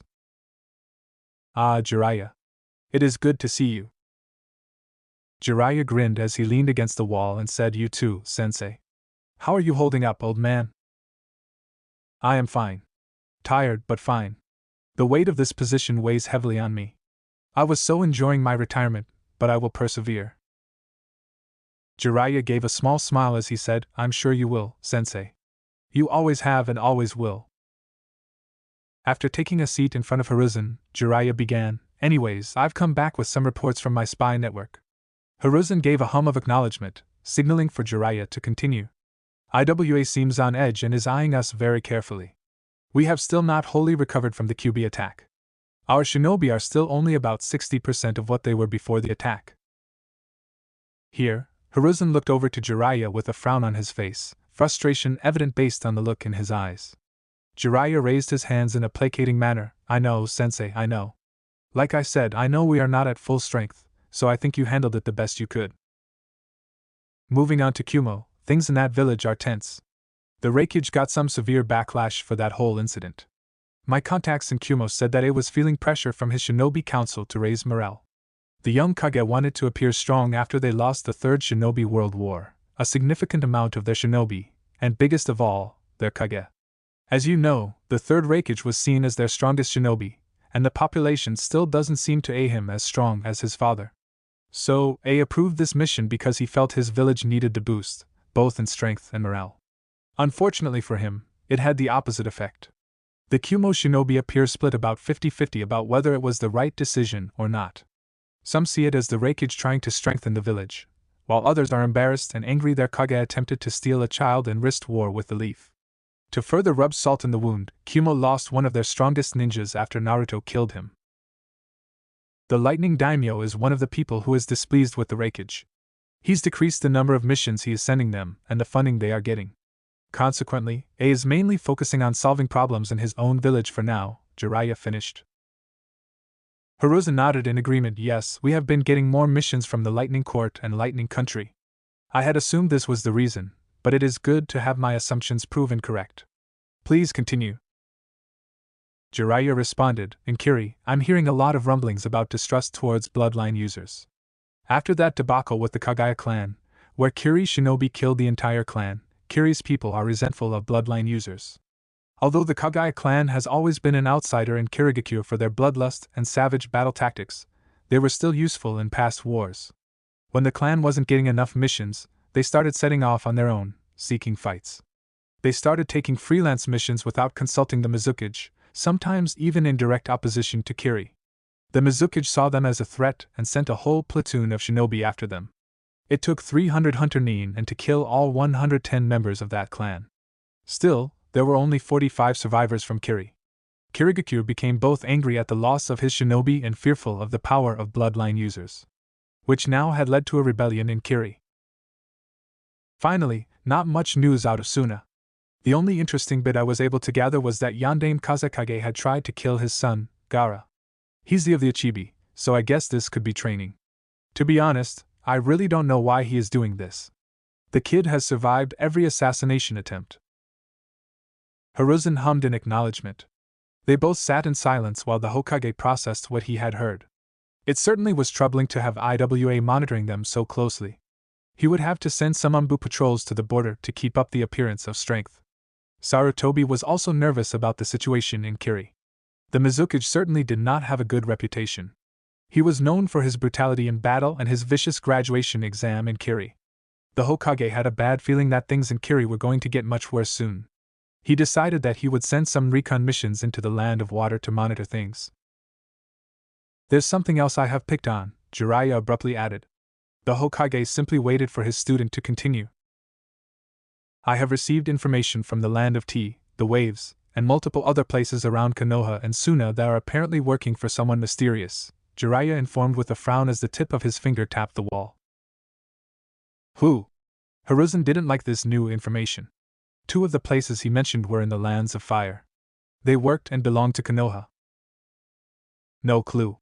Whoever the leader is, they are doing a good job hiding their identity, not to mention that Jinchuriki of Four Tails Monkey had disappeared from Iowa a week ago, leaving only the Five Tails Horse as their only line of defense, Jiraiya added with a grim look. Pursing his lips into a thin line, the information that a Jinchuriki had disappeared was of great concern for the old Sannin. Thank you, Jiraiya. That was very useful, Hiruzen acknowledged. As always, your spy network is beneficial, and your contacts have proven reliable in the past. I will have to let Shikaku and the Umbu commander know about this. Jiraiya smiled and thanks, sensei. Anyways, now that business is out of the way, how's the kid? I haven't seen him since the incident with Kumo. Hiruzen grimaced at the question, which Jiraiya noticed. Jiraiya immediately became worried. What's happened to him? Sighing, Hiruzen replied, nothing has happened to him. It's just, he's changed. As you know, his childhood wasn't a happy one until he met Kakashi and Anko. He was pretty much alone. I thought their friendship with Naruto would help, and for a long time, I thought it had worked, but Naruto, he's hiding something from us. I'm not even sure he trusts me anymore. I try to visit him as much as possible, but this position only allows me to do so much. I try to take him out for ramen at least once a week. He seems to have inherited his mother's fanaticism for ramen, he added, chuckling. Jiraiya smiled at that, but otherwise he was troubled. However, he could tell Hiruzen was not done, so he let him continue. Anyways, I try to stop by as much as I can, even if I only say hi and check on him. I wish I could spend more time with him, but I cannot. After the Hyuga incident, I increased security on Naruto. But since the Uchiha massacre, I feel like Naruto is hiding something. And there's the fact that he knows Hiruzen. Hiruzen revealed the biggest bombshell. Jiraiya gasped upon hearing that. He knew from Sarutobi's letters the kid was a prodigy, but to be able to use Hiruzen at such a young age, that wasn't something he had expected anytime soon. He slumped in his chair in disbelief. There was no sound heard, only the breathing of Jiraiya and Sarutobi. When? It took a moment for Hiruzen to realize that Jiraiya spoke. In his second mission, in the wave, Kakashi informed me that Naruto was able to use Hiruzen to take out an entire army of soldiers. They were just bandits with no chakra knowledge, but he was still able to kill them, Hiruzen said grimly, clutching his hands together on top of his desk, his chin slowly resting on top of his hands that formed a bridge. How did he learn it? That was all Jiraiya could say. He had hoped to help the kid. He knew he had been late but hoped to be able to do something after so many years of absence. Why would he need your help? A little voice in his head. Jiraiya knew his godson maybe didn't. He knew Hiruzen after all, but the old Sannin hoped there was a way to get involved in Naruto's life, to do his duty as his guardian. Minato had put his trust on him to take care of Naruto if something were to happen to him in Kushina. I don't know. He only said that Hiruzen was right, and he was not wrong. Minato did indeed leave Hiruzen for Naruto, for him to learn it eventually, so in a way, Naruto simply learned it, even though I don't have the right to take away what Minato left for his son. That is outside of my power as a Hokage. Hiruzen explained before letting out a weary sigh. His eyes flickered at Minato's portrait.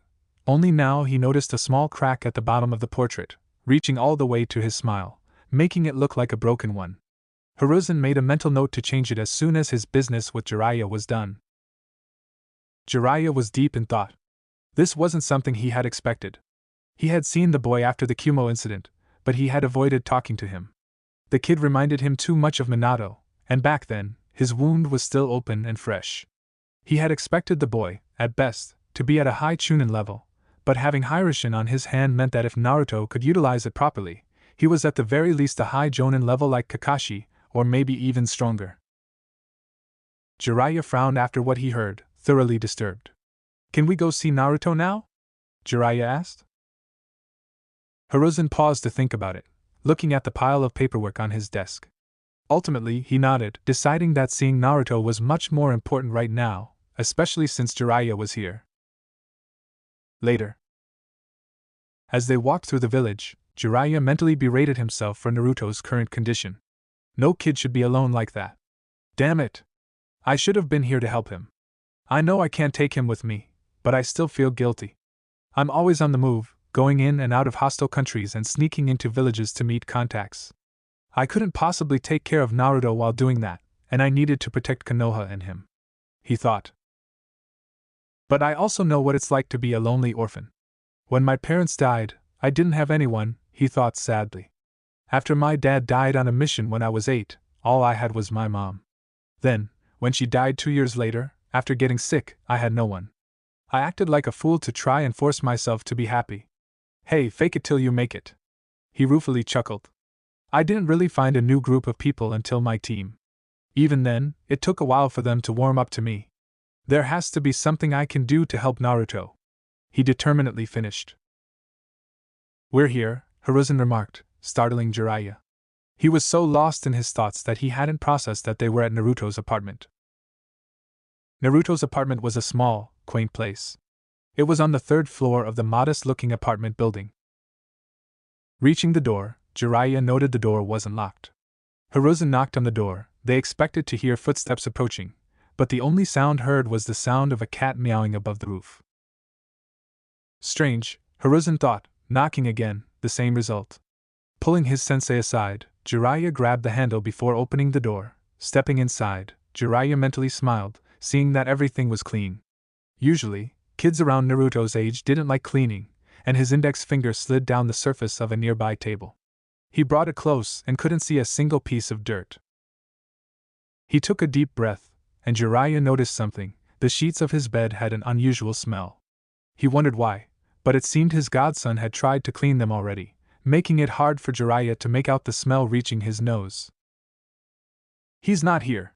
Knowing him, he's probably at the training yard, Hiruzen said from behind Jiraiya as he opened the fridge. Inside were a couple of closed ramen bowls, but there were all kinds of fruits, vegetables, eggs, and many other ingredients needed for cooking. Perhaps he knows how to cook like Kushina, Jiraiya thought fondly, remembering the many delicious dishes the Uzumaki women had prepared for them. I will check on the training yards until I find him. Sensei, you can go back to your precious paperwork, Jiraiya decided. His sensei rolled his eyes with a hint of annoyance, but the Sannin simply walked outside before jumping from roof to roof. After checking and asking around, leading him to training area 7, once he jumped to a branch of a tree, the first thing he noticed was that his godson wasn't alone. In the center of the training yard were 3 stumps. His godson was leaning against the one in the middle, and with him were 2 other girls, one with blonde hair tightened to a ponytail, and the other had green hair. From her emblem, he knew one was from Kumo, but the green-haired girl wasn't wearing any emblems to identify her as a part of a village. Looking at Naruto from up close, his breath stopped in his throat as if a rope had suddenly squeezed his neck. It had been 7 years since the last time he had seen him. His godson had grown up, and he looked identical to Minato. On his waist was strapped with what he assumed to be Kushina's famous sword. Fate sure loves to play their games, Jiraiya thought. He always knew Naruto would grow up to look like Minato, but not so much that he looked as if he was his twin. This is my fault for neglecting him, Jiraiya thought with a grimace before his attention was on Naruto again. Whatever he was talking with his lady friends, the spy master couldn't hear them. The Sannin wondered whether he should stay there until the girls decided to leave or just reveal himself. I know you're there. Come out, Naruto suddenly shouted, turning to look in his direction. Jiraiya was surprised that Naruto had seen him. He wasn't trying that hard to hide himself, but it seemed he had underestimated him. Jiraiya smiled in triumph, knowing his godson was perhaps a censor. Jumping down, he made his way toward the trio. He expected them to have some kind of reaction to his presence, but if they were surprised, they did a damn good job hiding it. It's good to meet you 3. I apologize for interrupting, but I need to talk with Naruto. Jiraiya greeted them with a friendly smile. Now that he was closer, he recognized who the other 2 girls were. One was Yujito, the Jinchuriki of Nibi, and Fu, the Jinchuriki of Nanabai. He wondered why Naruto was in the company of 2 other Jinchurikis without supervision. He knew there was a chance they were simply friends, but a feeling at the back of his head told him that it wasn't as simple as that. And Fu wasn't wearing her Taki emblem, which was alarming. Why do you need to talk with me? Naruto asked with an impassive look on his face. The Hokage's business. Would your friend mind? It's alright, see you later. Naruto-kun. Fu interrupted with an innocent smile, understanding what the Sannin wanted. Jiraiya watched as both girls kissed Naruto's cheeks. He couldn't help but make a mental note to ask him later about his lady friends. It seemed only one girl wasn't enough for his godson. After they left, Naruto turned to face Jiraiya, waiting for him to start talking. Naruto, I talked with the Hokage, and I take it you know who your parents are? Jiraiya didn't bother with dancing around the bush. If Naruto knew of his real parents, then there was a chance he knew Jiraiya was his godfather. He wasn't sure if that was a good or bad thing. Yes, and you're Jiraiya the Sannin, my godfather, Naruto said with a voice void of emotions. Jiraiya flinched at his voice. His godson didn't sound happy to see him, and his icy eyes reminded him of Minato whenever he was furious about something. A gust of wind passed through the training yard. Naruto's eyes looked at Jiraiya as his moon symbol appeared in his palm. Naruto, stop! Naruto roared, his ki flaring up like waves in the sea, one bigger than the last. Jiraiya gasped at the intensity of his killing intent. His ki was stronger than Kakashi's ki. The wind changed direction as if responding to Naruto's fury, blasting Jiraiya full force. He put his arms in front of his face to shield himself. Naruto was doing no hand signs, yet the wind was reacting as if he had just used the wind jutsu. The Sannin stood his ground despite his mighty wind. He tried to talk, but the speed only increased. Jiraiya wondered if he should try to fight back when the wind suddenly stopped, stumbling forward a little. He saw the results of the wind blast. The grass was shorter everywhere, and the trees had huge scratch marks all over them. Now that the jutsu was over, he felt something wet on the side of his head. His fingertips touched it. His eyes narrowed to see blood, and his thumb rubbed against the fingertip of his index finger. To think Naruto had made him bleed. Tell me, Sannin, do you know what it is like to see the one person you think should take care of you ignore you as if you were a plague? Naruto asked, his voice emotionless. Jiraiya's eyes widened, and he felt a stab in his heart. He knew Naruto was talking about the time after the Kumo incident. So he knew who I was even back then, Jiraiya concluded, knowing he had ignored Naruto. He had simply checked on him from afar but did not talk to him or introduce himself. Do you know when I felt you leaving, I asked myself, what is wrong with me? At the time, I blamed myself. I thought I was at fault for you leaving me. Naruto spoke with suppressed fury. One would think he was calm, but Jiraiya could see the anger his godson was holding inside. Jiraiya felt his heart bleeding as if someone had suddenly stabbed him. He knew his godson had been alone. Sure, with his job, it would be difficult and dangerous to raise him, but he had not even met him, not once. All these years, he had left him thinking he was alone, that he had nobody around, nobody to wait for home. Jiraiya felt the weight of his mistakes weighing him down. He felt heavy.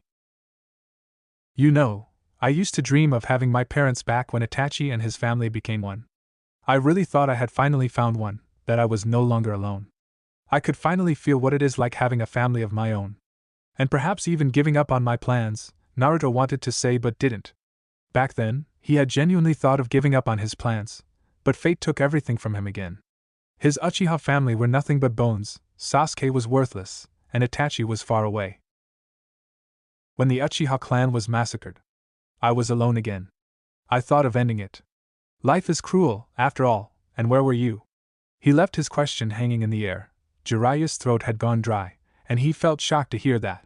His godson had even thought of ending it, but back then, after the Uchiha massacre, he had returned to Konoha for a few days in case a village like Iwa or Kumo attacked. Right after the massacre, Naruto had been in the hospital for almost a month, not knowing Jiraiya had been in the village. The Sannin had seen him while sleeping, but again, he did not introduce himself. Where were you?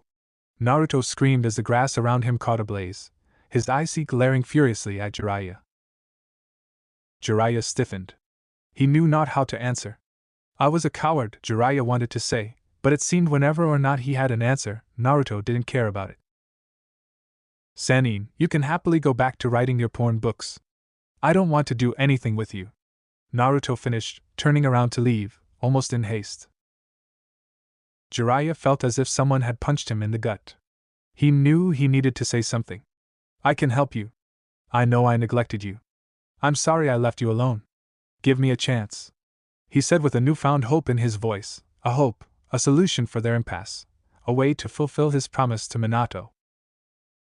Help me, Naruto said before turning to face Jiraiya, who gasped at what he saw. Do you really think I need your help, Sannin? Naruto repeated the question. Jiraiya's brown eyes looked back at Naruto's purple metallic ones. 3 dark rings on each eye. A lump forming on Jiraiya's throat, he blinked. Once. Twice. Yet his eyes were as clear as day. He knew he wasn't dreaming, and he would recognize these eyes everywhere.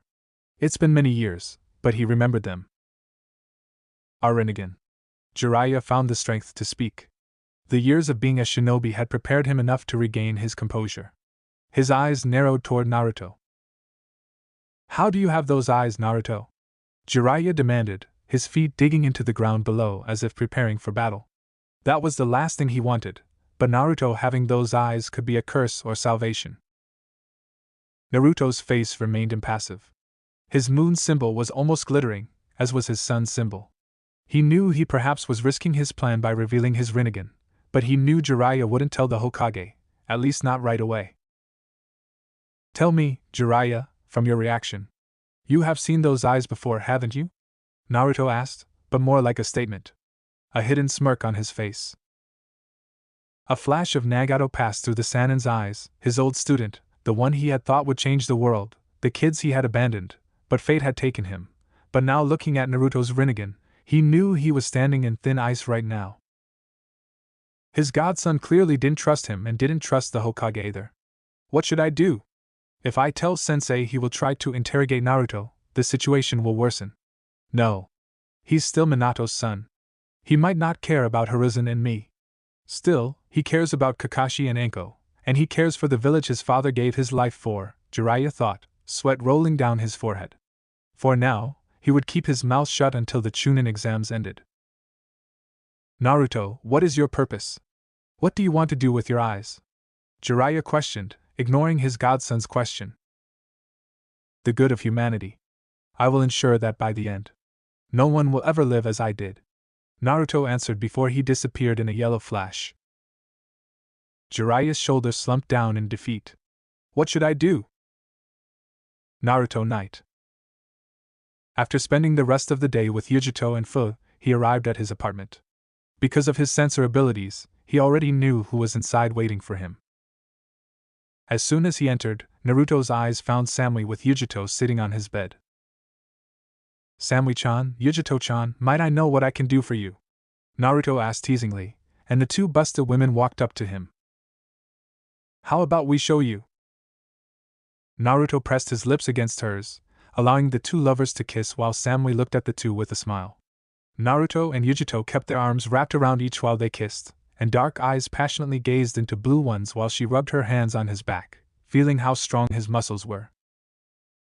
She planted his hands on the end of her shirt before Naruto moved Yujito back, and the two stood beside the bedside as the blonde female placed Naruto's fingers underneath the back of her shirt. Yujito broke the kiss and turned around with Naruto's hands around her waist while she lifted off her low-cut outfit and tossed it to the floor, revealing to both Naruto and Samui a mesh shirt underneath that exposed her large breasts. He lifted Yujito's mesh shirt with her help and cupped what he could of her breasts, and he smiled in pleasure at how soft the mounds were as he kneaded them. Yujito stood as she was while Naruto rubbed her breasts together in his palms and moaned, while she leaned her back against his chest while she felt something hard rising behind her. Suddenly Samui stripped down, completely naked, showing her own large breasts and slender form and giving Naruto's erection more reason to grow before the blue-eyed woman moved forward to grip Yujito's nipples with both her index fingers and thumbs. Yes, Yujito blushed and whimpered as Naruto fondled her breasts while Samui teased her tits, and the busty blonde woman started to moan and felt she was turning wet with lust. Naruto-kun, Samui-chan. Yujito moaned as she helped her lovers massage her breasts as Naruto took to kissing her cheek while she kept her thighs closed, and while Samui pressed her hands on the large mounds. Naruto kissed Yujito's cheek tenderly while holding her breasts together in place for Samui to place her mouth on the latter's nipples, allowing the older blonde woman to both suckle and taste the erect buds as the blonde male resorted to caress the underside of the dark-eyed female's nipples. Yes, please, Mori, Yujito moaned at her sensitive nipples being both teased and tasted as Samui's tongue slowly brushed against the mound, and Naruto still kissed the busta woman as his fingers massaged the underside of the breasts before using his left hand to reach down to his zipper. The male blonde unzipped his pants, and his erection came out in its full glory, and Naruto smirked as he brought his manhood underneath Yujito's skirt and brushed it against her clothed womanhood. Thanks to Yujito already being highly aroused by Naruto and Samui's enticing actions, her face turned bright red as the man groping her breasts rubbed his cock against her aroused area before Samui finished teasing the other woman with her tongue. Delicious, she said, licking her lips, enjoying sucking Yujito's tits. Samui moved from in front of Yujito while Naruto let go of the busta woman, and she stood still for a moment before finally falling down on the bed.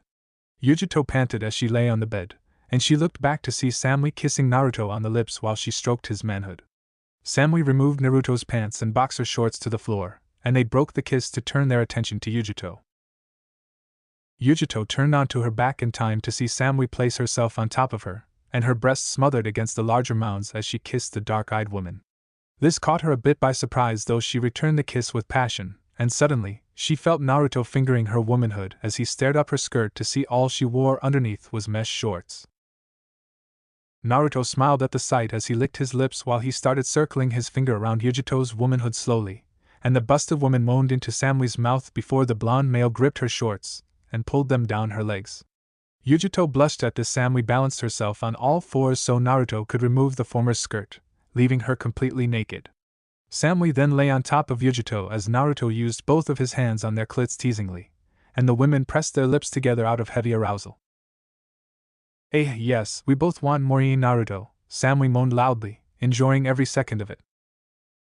Samui purposely rubbed her larger breasts on Yujito's, and the latter whimpered at her sensitive nipples being teased by another set. Naruto licked into Samui's warmth and circled his fingers around Yujito's clit while the two women moaned into each other's mouths. Yujito wrapped her arms around Samui and held her close while Naruto licked Samui's clit, before doing the same thing to the Catwoman a moment later. The blonde male rubbed his index finger on Samui's clit as he did likewise to Yujito's with his other hand, though he licked her womanhood as well. Naruto-kun.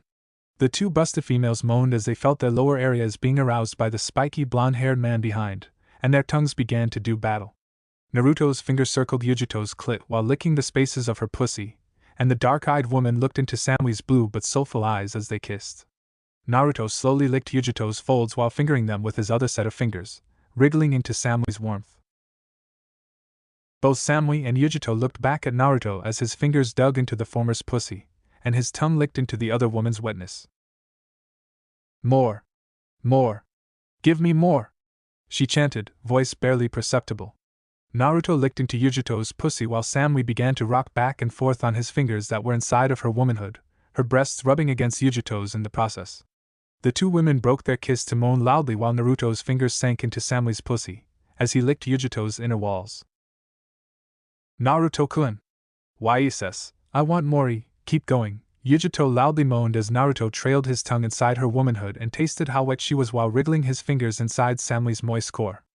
Naruto licked into Yujito's warmth as he fingered Samui's womanhood as he marveled at how delicious the busted woman tasted as his teasing made the two sets of erect nipples rub against each other. Naruto decided to mix things up slightly by licking Yujito's pussy before moving his tongue to do the same thing to Samui's womanhood, and the busted women both moaned at this in response. Yes. Naruto. Yes. She screamed out. Her eyes would squeeze shut as waves of mini-orgasms kept coursing through them. Naruto's tongue swapped between Yujito's and Samui's pussy while they rubbed their breasts on each other's mounds. The blue-eyed male slowly dragged his tongue through the latter's folds before doing the same thing to the other woman's folds. Yes, almost there, I want more, they both moaned while Naruto licked both of them and wriggled both sets of fingers inside them. Yujito closed her eyes as Samui's breasts slowly swayed and pressed into her own mounds. Ahhhhhhysss, coming, the curvaceous woman held on to Samui. The latter did likewise before they moaned together, as they released their fluids simultaneously with Naruto's fingers inside both of them. Naruto smiled as the inner fluid streamed out of the two while he lowered his head down and licked the streams clean. Amazing, the two females panted as Naruto licked their fluids, and he enjoyed the taste. He sat up and sat on the edge of the bed, and before he knew it, Yujito and Samui crawled up behind him and placed their heads over his shoulders to kiss both sides of his face. Naruto smiled at both of them as he nuzzled them in return. Say, Naruto-kun? Yujito asked. Yeah? Naruto responded. How about Samui-chan and I return the favor since I still see you hard? Yujito asked as she noticed Naruto's fully erect. Of course. Naruto chuckled before he nuzzled both of them affectionately as they got from behind him and stood in front of him, giving him a good look at their gorgeous figures. Yujito's large bust practically spoke for itself along with her fair skin, her beautiful blonde hair, her dark eyes, her flat and curvaceous waist, and her long legs with wide hips formed while Samui had her larger breasts, but that might be because she was 3 years older than Yujito and 4 years older than Naruto, her slender waist on a toned stomach she gained from many years of training, her own long legs, and blue eyes that appeared to be soulful in nature. They moved closer to his erection, and Yujito started to stroke the top of it while Samui gripped the middle of it. The two busted women stroked Naruto's length as he sat completely still, and Samui began to bounce his balls in her palm. Naruto smiled at this while Yujito brushed her tongue over the head of his manhood, and he shivered from how warm her tongue felt. Yujito, Samui, Naruto moaned, loving the feeling his two lovers were giving him. Samui slowly trailed her own tongue down Naruto's shaft, and Yujito jerked off the top of the blonde's length. They both licked and stroked their respective sides of Naruto's member, while he let small groans escape from his lips. Yujito licked the spot of Naruto's cock where his foreskin began to emerge, with Samui doing the very same thing shortly afterward, and the blonde moaned as a result. Then Yujito placed her mouth on the head of Naruto's erection and sucked on it. The blonde male shivered from how warm Yujito's mouth felt as Samui moved on to lick the center of his shaft. Naruto moaned before Yujito let go of his length and cupped her breasts while Samui did likewise.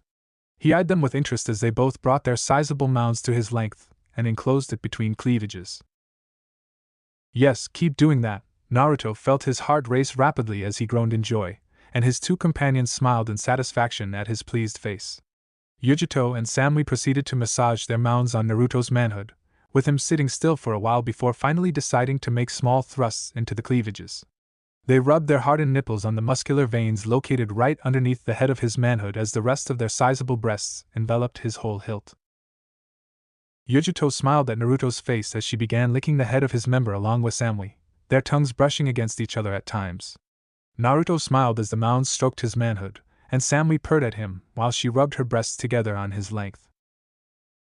The two sets of breasts heaved on the blonde's cock as he thrust his length between them. Yujito decided to shake things up a little by twirling her tongue around the head of his member along with sucking it. The blonde groaned again at how hot Yujito's mouth felt on his length as he thrust his crotch upward into both mounds. Samui took to licking Naruto's shaft while she used her breasts to jerk him off in the process, and he groaned for the same reason he did for Yujito's tongue. The busted woman rubbed her breasts together on Naruto's length against Samui's, and the taste of the blue-eyed male's manhood only motivated her to keep tasting it with her tongue. Naruto gripped the bed as he closed his eyes and pounded his manhood through the orbs wrapped around it.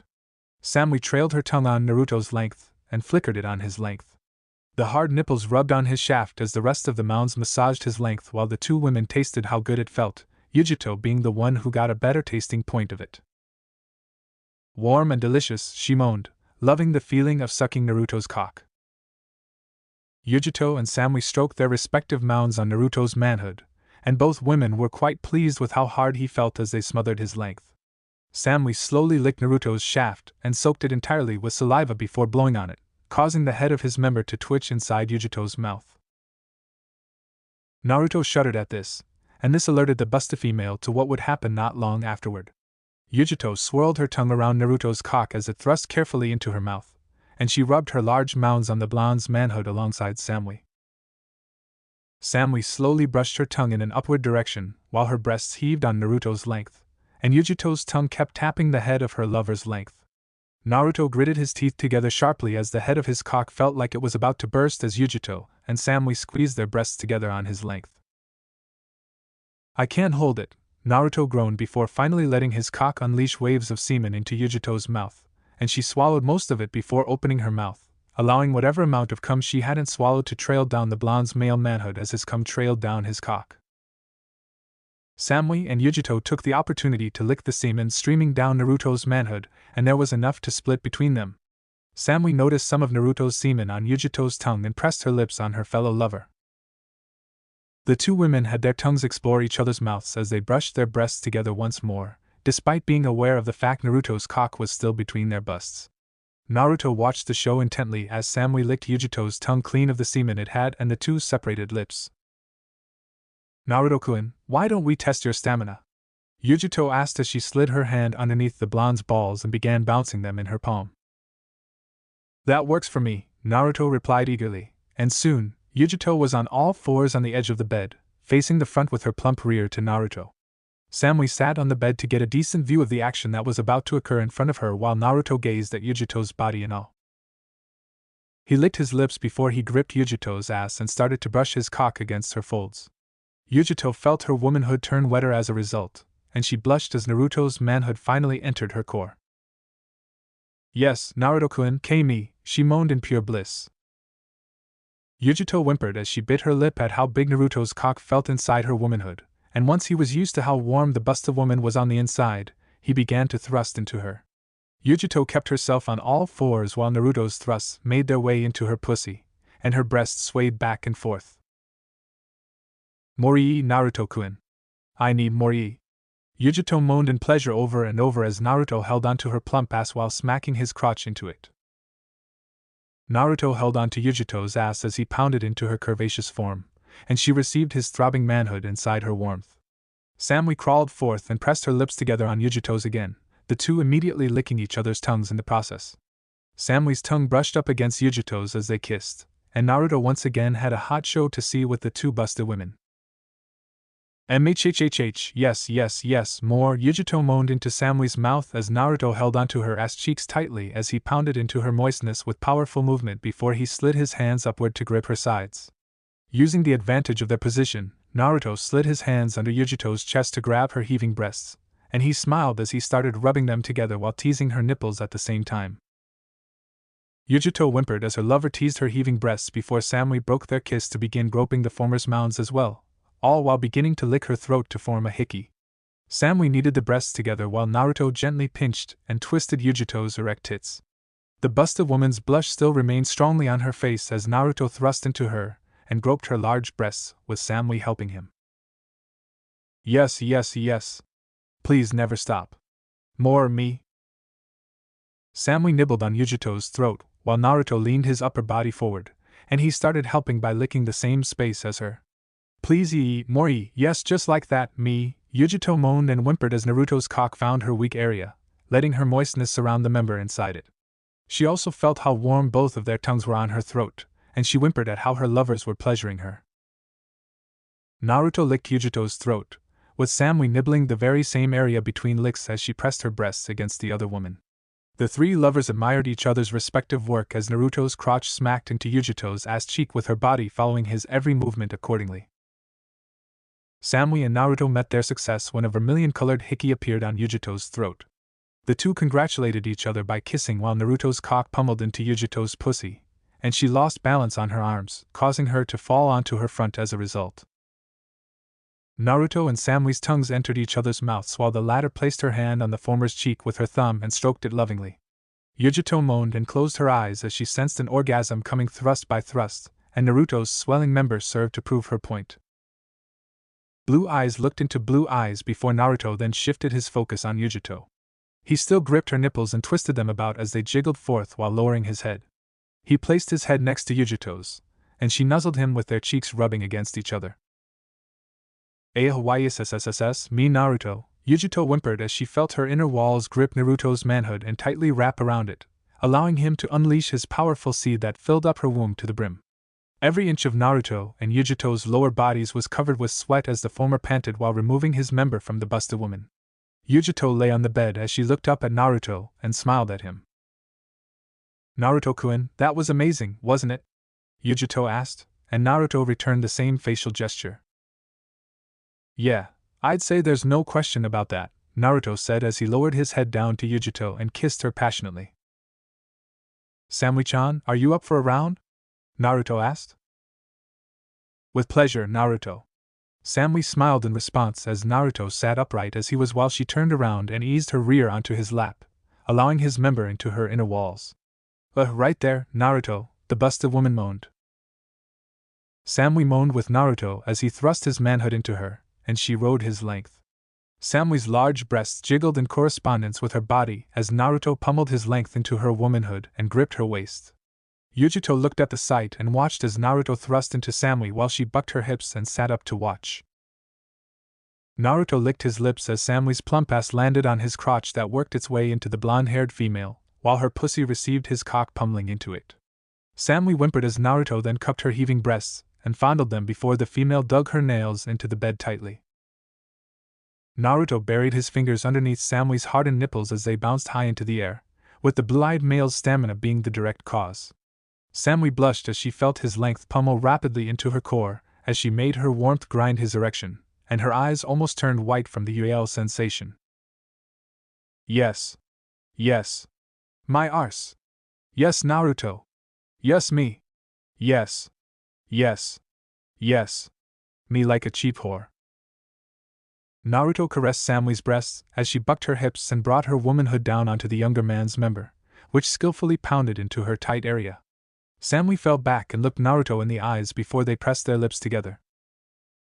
The two lovers kissed each other with Yujito still watching them as she observed the hulking stamina the blonde male possessed as he thrust upright.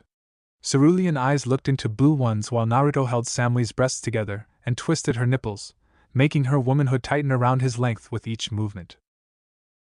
Yes, yes, yes, yes, yes, more me like a whore Naruto, she moaned in pleasure. Naruto pounded his manhood into Samui's deep inner caverns as they milked him, and the latter's plump rear kept landing on his lap, though, of course, he didn't mind. Samui bucked her hips and moved her hands on top of Naruto's to help him grope her sizable bust. The pair still kissed even as Samui's insides coiled around Naruto's cock, unleashing a rumbling amount of semen into the woman's womb. They moaned as they came before they lay still and sweated, Naruto more so than Samui. Samui had a look of bright satisfaction on her face as the pair broke the kiss, and the blue-eyed got off Naruto's manhood. That was amazing, Samui-chan, Naruto said as Samui sat up with the blonde male's semen draining from her womanhood. It sure was. That's true, Samui replied to Naruto. What do you think, Yujito-chan? Naruto asked the other busted woman. Well, it was quite a show from where I was, Yujito complimented as she sat beside Naruto, and her leg brushed against his limp manhood by mistake, causing it to erect once more. Oh, would you look at that? Naruto sheepishly chuckled, and Yujito licked her lips before she made him lay back and place her womanhood over his manhood. Someone's eager for more? Yujito said as she looked down at Naruto, who smiled at her and gripped her waist. That works for me. What do you say, Samui-chan? Naruto asked. Count me in, Samui answered before Yujito nodded and allowed herself to take in Naruto's member. He instantly cupped her breasts and started groping her mounds as she started rolling her hips forth. Naruto responded with his cock ramming into Yujito's inner walls while she moaned and reared back with a blush taking up the majority of her face. She looked down at Naruto and continued rolling her hips as the blonde thrust into her pussy. The blue-eyed male caressed his lover's bobbing breasts while she rode his powerful cock with her plump rear, repeatedly landing on his lap. Yujito moaned with her dark eyes connecting with Naruto's cerulean ones as he kneaded the large orbs together. Yujito then noticed Samui sitting behind Naruto, and so did he as he looked back. Come on, Samui-chan, join the party, Naruto said, and Samui did so by sitting over the blonde male's face before spreading her folds apart. Naruto licked Samui's folds while still pounding his manhood into Yujito, who also carried on with wiggling her hip to grind the length inside of her. Yes, right there, your tongue is amazing, Samui moaned at how Naruto slowly trailed his tongue inside her core. Naruto released Yujito's jiggling breasts and held onto her waist while slamming his cock into her pussy. Yujito turned her attention to Samui, and the two moaning females locked fingers as they brought their upper bodies forward. Samui and Yujito pressed their breasts together as they kissed, and their tongues lustfully clashed while Naruto pleasured both females. He licked the entire inside of Samui's core, and she moaned into Yujito's mouth as a result. The busty blonde-haired woman still grinded Naruto's manhood inside of her as he thrust into it, and he held onto her waist tightly.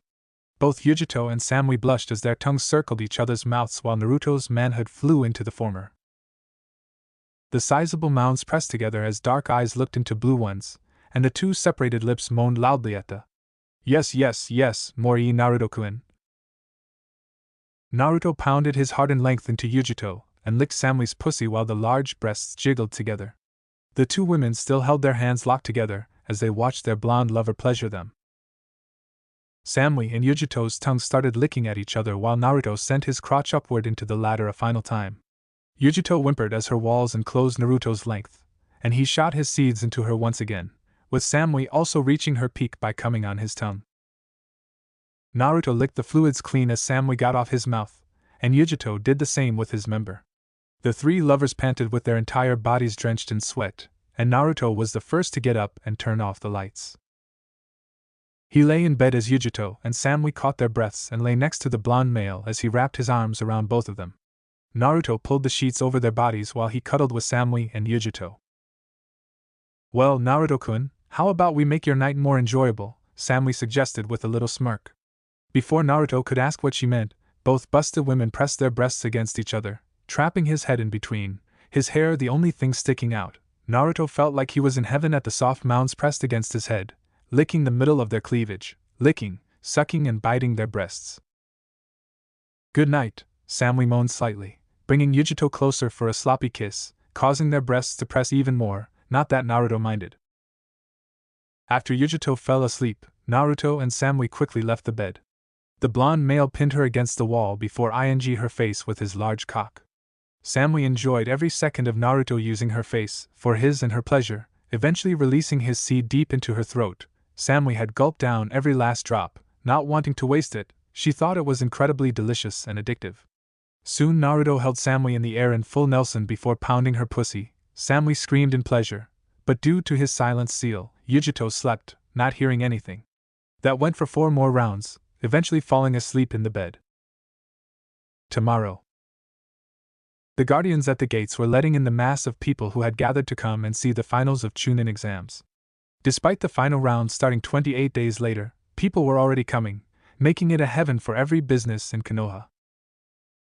Due to the large number of people, no one noticed one woman in particular walking through the gate. She was a fairly tall kunoichi. She was fair-skinned with pupilless brown eyes. She had green hair that she tied in a bun on top of her head with a hair needle running through it, and one short and long strands of hair with orange tips framing each side of her face. Her typical attire consists of a sleeveless, backless top and short tight pants, with 2 lapels on the front and the back. She wears an obi around her waist, as well as purple arm warmers which extend up to her shoulders, and has bandages around her tights and ankles. It seems Naruto-sama is starting his first step. She spoke with a ghost of a smile on her face. Suna would soon pay for what they have done. As Yujito slowly opened her eyes, she was initially disoriented, unsure of her surroundings. It took a few moments for her to remember that she was in Naruto's bedroom, entangled in his arms and that of his other lover, Samui. As she shifted her body slightly, she felt the warmth of Naruto's embrace, his strong arms wrapped tightly around her waist, holding her close. The memory of their night together came flooding back as she recalled the passion and intimacy they had shared, her naked body pressed against his as they slept peacefully. Yujito had never felt like this before. She had never been with a man, but Naruto's skill made her a moaning mess. Now she understood why Samui told her that Naruto's skills were beyond anyone. Her blonde friend was sleeping soundly on the other side of Naruto. Her large breast smushed against Naruto's chest. One of his arms around Samui's upper body, Samui hummed in her sleep, enjoying the feeling of Naruto close to her, as did Yujito. She didn't know why. She thought she would feel sore, and while she felt a little, her body felt ready to fight with a Kage by herself. She felt so good. "You watched us, didn't you?" Yujito asked with a deadpan look. She felt like a fool for not seeing it coming. "Of course. I did, and by the 6 paths. I enjoyed every second of it, Naruto, it's truly a worthy mate," Matatabi boasted with a large grin before laughing. Yujito rolled her eyes. Typical Matatabi, she thought, but she couldn't help but agree. Naruto had pleasured her beyond belief. "You know, your boyfriend's chakra is very familiar," Matatabi suddenly pointed out. "What do you mean?" Yujito asked, as her eyes were looking at Naruto's smiling face.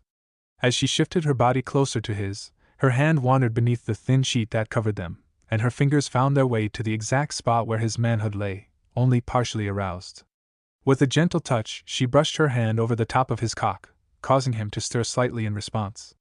The sensation of her warm fingertips on his skin sent shivers down his spine. "I'm not sure exactly, but last night, he felt familiar, as if I had felt his chakra before but can't quite remember it," Matatabi said with a mischievous grin spreading across her face. "You know, I'm sure Naruto would appreciate it. Samui already beat you. So don't let her beat you again." With that, her connection was cut off, leaving Yujito alone. As she gazed upon his stiff member, her mouth began to salivate uncontrollably, almost as if she were a wild animal drooling over a juicy piece of prey. With a careful and calculated movement, she lowered herself down towards his impressive organ, attempting to make as little noise as possible so as not to awaken him from his slumber. Her eyes were fixated on the object of her desire, taking in every inch of its girth and length as she moved closer and closer. As she got within inches of it, she couldn't help but marvel at how delicious it appeared, almost like a succulent treat that was just begging to be devoured. The memory of the sweet taste of his essence still lingered on her tongue, and she longed to experience it once more. Naruto. Anything he could have imagined didn't even come close to the reality of Yujito sucking his cock. Her pouty lips stretched as they wrapped around his thick cock, and when she moaned as she tasted both of their cum on his cock, a jolt of pleasure ran straight down Naruto's body. Her nails dug into his thighs as she swirled her tongue around the tip. "Oh yes," he said gruffly. "That's it, suck my cock like a good little whore." Yujito paused, and her eyes, which were closed, opened and looked up at him. She arched an eyebrow at him, but Naruto didn't back down from her stare, although it was difficult to contain a chuckle because she did not look as intimidating as she thought she did because she had his cock in her mouth. "You are my whore, are you not?" Naruto said, stroking her hair and then her cheek. Yujito answered him by not taking his cockhead in her mouth nor just some of his length. The Jinchuriki girl took the entirety of his big, thick cock down her throat until her nose was touching his pelvis. She held herself there for several seconds, and Naruto's eyes rolled backward at the pleasure Yujito was giving him. When Yujito pulled off of him with a gasp and a couple of coughs, his entire cock was wet, now a mix of her saliva and their cum. Yujito looked up at him as she stroked his cock, and a strand of spit dripped down her lips and chin. The sight was mesmerizing, and he had never seen such a beautiful sight. Perhaps only Samui could compare. "You're beautiful," he said, his breathing increasing as she stroked him faster. Naruto grabbed her golden gold hair and brought her mouth back to his cock. She parted her lips and opened her mouth, welcoming his cock back, and Yujito immediately went back to sucking him off with a fierce passion. The wet sounds of her slurping his cock were joined by Naruto's moans, as she brought him increasingly more pleasure with her mouth. One of her hands stroked the length of him that wasn't in his mouth while the other rubbed his balls, coaxing his cum from them. Her mouth was so good that he didn't think he would last long enough for him to be inside her cunt, but Naruto didn't think Yujito wanted that. The way Yujito was sucking his cock, he was sure she wanted to suck every last drop of him. "Yujito, I'm not going to last much longer if you keep going like that," Naruto said. Yujito seemingly ignored his warning because she sucked with increased vigor, and the slurping sounds increased in volume. "Oh, Yujito!" he cried in pure pleasure. Yujito sucked his cock for a few more minutes and eventually brought him right to the edge of his climax before withdrawing with a noisy pop. Naruto's cock was twitching like mad, and he was on the verge of coming when Yujito stopped taking him in her mouth. "You're a cruel woman," he panted. "Cruel?" Yujito laughed. "I think you'll find that I am very merciful. I'm doing this for your benefit." "How so?" "You shall see," she responded knowingly. By this point, Naruto's cock wasn't twitching like he was a touch away from reaching his release. Yujito leaned forward and began lapping at his slit while slowly stroking his thick cock. She tasted his pre-cum, and it emboldened her further to taste him when he finally came. Yujito brought him to the edge a couple more times, and like last time, she backed just as he was about to come, which made Naruto's pent-up desire build. It had been at least another 15 minutes of cock-sucking before. At last, Yujito decided to give him what he wanted. His cock popped out of her mouth, and Yujito took him in her hands once again. The weight of his big, thick cock was a surprise, and she brought his length to her cheek, slapping his cock against it a couple of times. "Tell me, Naru, tell me how much you want to come?" Yujito said, smearing his pre-cum across her cheeks. "Yujito," he grunted. "And make me come," he hissed, and Yujito did as he asked, but not in the way he thought. Naruto had assumed she would take him in her mouth once again, but she would not tease. She would not bring him to the brink of coming. However, he was mistaken. Instead, Yujito rose slightly and placed his cock between her tits, which were now wet with her spit from the blowjob she had given Naruto. "You like that, don't you?" Yujito said huskily. "My tits wrapped around your big, fat cock." Such was the size of Naruto's cock, that not even Yujito's tits could fully engulf him. She pushed her perfect round globes together and wrapped them around most of Naruto's cock, with just the head peeking out above her tits. Having his sandwich between Yujito's big tits was heavenly, and he let his lover know that. "Yes," he responded. Yujito began to move her tits up and down his cock, and Naruto watched with wide eyes as his cock was fully enveloped by her before his cock head appeared again as she pushed her tits down. The pleasure was instantaneous, and he was moaning again. Yujito, that's oh, he spat when Yujito leaned her head down and wrapped her pretty pouty lips around his cock. Her lips stretched around his tip, and Naruto began to snap his hips upwards at the same time that Yujito was pushing her tits together, and then up and down his cock. Naruto ed Yujito's tits for a couple of minutes until he felt his balls tightening and his cock twitching. He wanted to come so badly, and if Yujito were to deny him again, he felt like he would honestly beg her, and that was something he hadn't ever done. Luckily for him, she had noticed how his cock twitched between her tits and was leaking pre-cum, and on this occasion, Yujito decided she would bring him to his release. Let me make you come, Yujito said, placing her hand on his thigh to stop him from thrusting between her tits before reaching in between her large breasts and starting to stroke him. She ran her thumb over his slit before returning to stroke him. I told you I did this for your benefit, and now you shall see why. Yujito stopped jerking his cock off with her hands and let her tits rub against him instead. One arm was across her tits, keeping his cock snugly wrapped between her breasts while the other ventured lower to fondle his balls for a few moments before she reached between her legs and touched herself at the sight of getting Naruto off with her tits. Yujito moved up and down, sliding his cock between her tits. He was getting closer and closer, and Yujito could feel it, too, with how his cock swelled and twitched from between her tits. Come for me, Naru, Yujito said. Don't hold back. Cover me in your seed. With her words, Naruto completely shattered. I'm coming! He roared. His cock pulsed between her tits, and powerful rope after rope of his cum violently spurted out of his cock and splashed all over Yujito's face, neck, and tits. Yujito had looked down to watch him come, and it had meant that his thick, sticky seed had covered her face. Yujito was very impressed that he was still coming, covering her chest in his cum while some strands flew over her shoulders and landed on the bed. Naruto had never come that hard ever. Yujito had certainly told the truth that denying him his release had been for his benefit because when he reached it, he was sure he blacked out for a second. He had finally released all the cum he had in his balls, and his cock had stopped convulsing. Yujito wrapped her hands around his cock and gently stroked him while she sucked the remnants of his cum from the tip of his.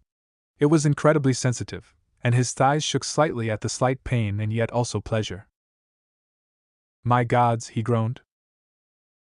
They both panted heavily as they caught their breath. Naruto looked down at her between his legs and admired the way he had completely covered her in his seed in the strongest orgasm of his life. A quick glance to the left showed him that they had drenched the bed in their combined cum, and he let out a chuckle which made Yujito raise an eyebrow at him. We've made quite the mess. How come you didn't wake me up? Samui suddenly asked. How come you didn't wake me up, with a little smirk on her lips, her voice filled with playful accusation as she shifted under the sheets, causing the silky fabric to slide down and reveal her ample bosom that seemed to glow in the soft morning light filtering through the windows, making her look like a goddess of pleasure lounging in her bed. The sight of her exposed skin and curves made his heart skip a beat. Naruto felt his cock twitch at the sight of naked Samui as the blonde woman crawled up to Yujito in a predatory way, her eyes filled with lust. Samui leaned in and smashed her lips onto hers, sending chills down her spine. Yujito felt a rush of emotions as she felt Samui's tongue dominate her mouth, exploring every inch of it. She couldn't resist the overpowering sensation, and before she knew it, she had surrendered herself to the passionate kiss. Samui's lips were soft and warm.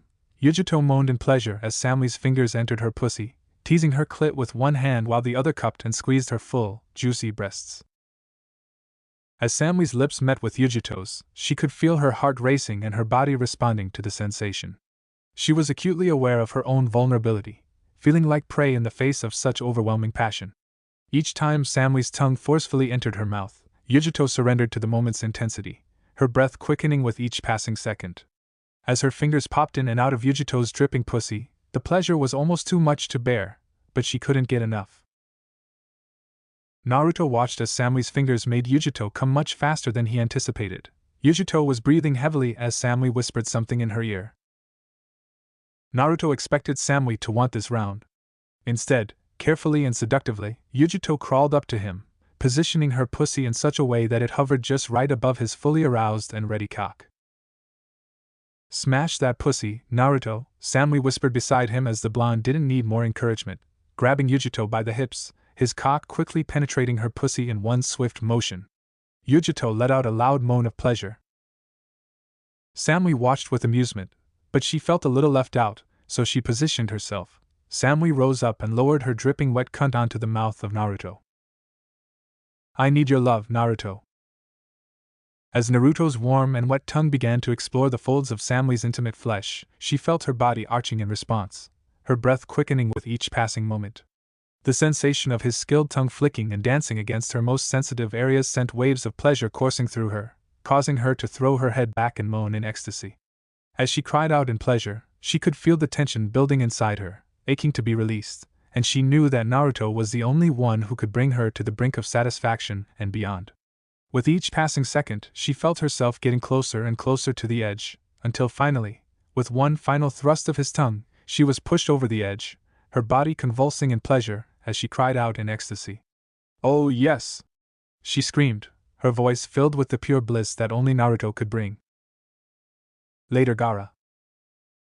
The forest always seemed to be full of life and had a certain feeling of peace to it in the daytime. The birds sing their songs, and the wind blows a gentle breeze, making the leaves dance. However, this peace doesn't affect a certain redhead as he hopped from tree to tree. I am going to enjoy crushing his strength with my sand, thought Gaara with a smirk. The Uzumaki was the strongest one out of all the participants in the Chunin exams. As he kept going, he didn't bother to dodge the kunai and shuriken thrown at him from somewhere in the trees on his right. The sand shot out from his gourd to block the attack before shooting out toward the attacker. He's fast, Gaara noted as he came to a stop. The person had dodged his sand. Who are you? Show yourself. It didn't sound much like a demand since he said it in a monotone way, but it has the air of a demand nonetheless. A deep chuckle resounded from one of the trees above before a person in gray and black jumped down. So, you are the Jinchuriki of One Tail. I guess my hunch was correct. What do you want? Demanded Gaara, crossing his arms while the sand swirled around his feet. You are quite well known in the Wind Country. To put it simply, I would like to see if I am able to kill you. He couldn't see what this ninja looked like due to the fact that his face was wrapped in cloth except for his brown eyes, but he could tell he had a sinister smirk on his face. Then you shall prove my existence. A slow, insane smile crept on the redhead's face as he sent waves of sand at the missing nin. It was obvious that the ninja was a wind user due to the fact that he was only using wind techniques to attack, each ranging in force.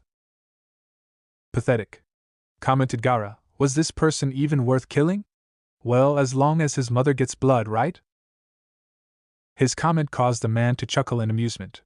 One thing you learn when battling a powerful opponent is that you sometimes have to cheat. So, I am not going to be the one that technically kills you. Though he didn't let it show, the man's words confused Gaara. He didn't sense anyone else nearby, so what could this man mean? Before it can be pondered further, a wind technique that was more powerful than even Temari's went through his sand barrier and hit him like a giant fist. Gaara's mind was in shock. The only thing he could register was the trees zooming by as he flew backward, but then the trees came to an end, which meant, he vaguely noted, that he was now in some kind of clearing. A sudden rush of coldness came around his body, and he started to sink. Water! He thought in alarm, quickly jumping away as soon as he landed on solid ground. He looked around in alarm, trying to find the man. His eyes quickly found him rushing towards him with the sword drawn when a voice was heard. How about you leave Gaara alone? Gaara felt his blood boil as the Uzumaki jumped from a tall tree, right in between him and the mystery man who attacked him. Well, this just became even more interesting, the man said with a smirk behind his covered face, pointing his sword towards the Uzumaki, who grinned, a grin that made even Gaara a little uncomfortable. It seems Danzo has gotten a little lazy, Naruto said with a cocky grin. Gaara didn't know who this Danzo was, but the masked man stumbled back. His calm demeanor was now replaced with a more aggressive one. It seems I can't let you live, the man suddenly said, with a tone as if their fate was sealed already. Gaara prepared to use his sand ability to squash him like a bug when Naruto chuckled, a sinister one. Gaara didn't see him move, not even feel him move. All he saw was a yellow flash, and the man's head flew away from his body. It took a moment for Gaara to realize that a sword had sliced through the man's neck with such speed and precision that his head had detached from his body and was now spiraling through the air in a gruesome arc. The crimson spray that followed the headless corpse painted a macabre trail on the ground, marking the path of death that the man had taken. The man's body fell motionless in the grass, as did his decapitated head. Gaara watched warily as Naruto was wiping the blood off his blade with a napkin, a content smile lingering on his lips as his blue eyes found Gaara. Now that he's gone, how about we talk, Gaara? Naruto asked casually with a small smile, sheathing rivers of blood behind his back. About what? His curiosity got the better of him, his mother roaring in his head, telling him to kill the fox. While Gaara wanted nothing more than to please his mother, he was wary of Uzumaki's speed. I know quite a lot about you, Naruto said with a friendly smile. Like what? Gaara asked, ignoring his mother's voice, to kill the fox. I have read quite a lot about you, Jinchuriki of Shikaku. Despite being an important member of Suna village, they didn't bother making a good seal for you. Instead, they sealed Shikaku inside you using a half-assed seal just to get the job done. Tell me, when was the last time you slept? Naruto asked with a hint of pity in his voice. As if to prove his point, Gaara suddenly felt a sharp jolt of excruciating pain that radiated from his forehead, causing him to wince and clutch his head as if 1,000 needles had simultaneously pierced his skull. Gaara almost screamed in pain, his knees buckled underneath him, and his hands instinctively reached for his head, grasping it tightly as if to squeeze the pain away.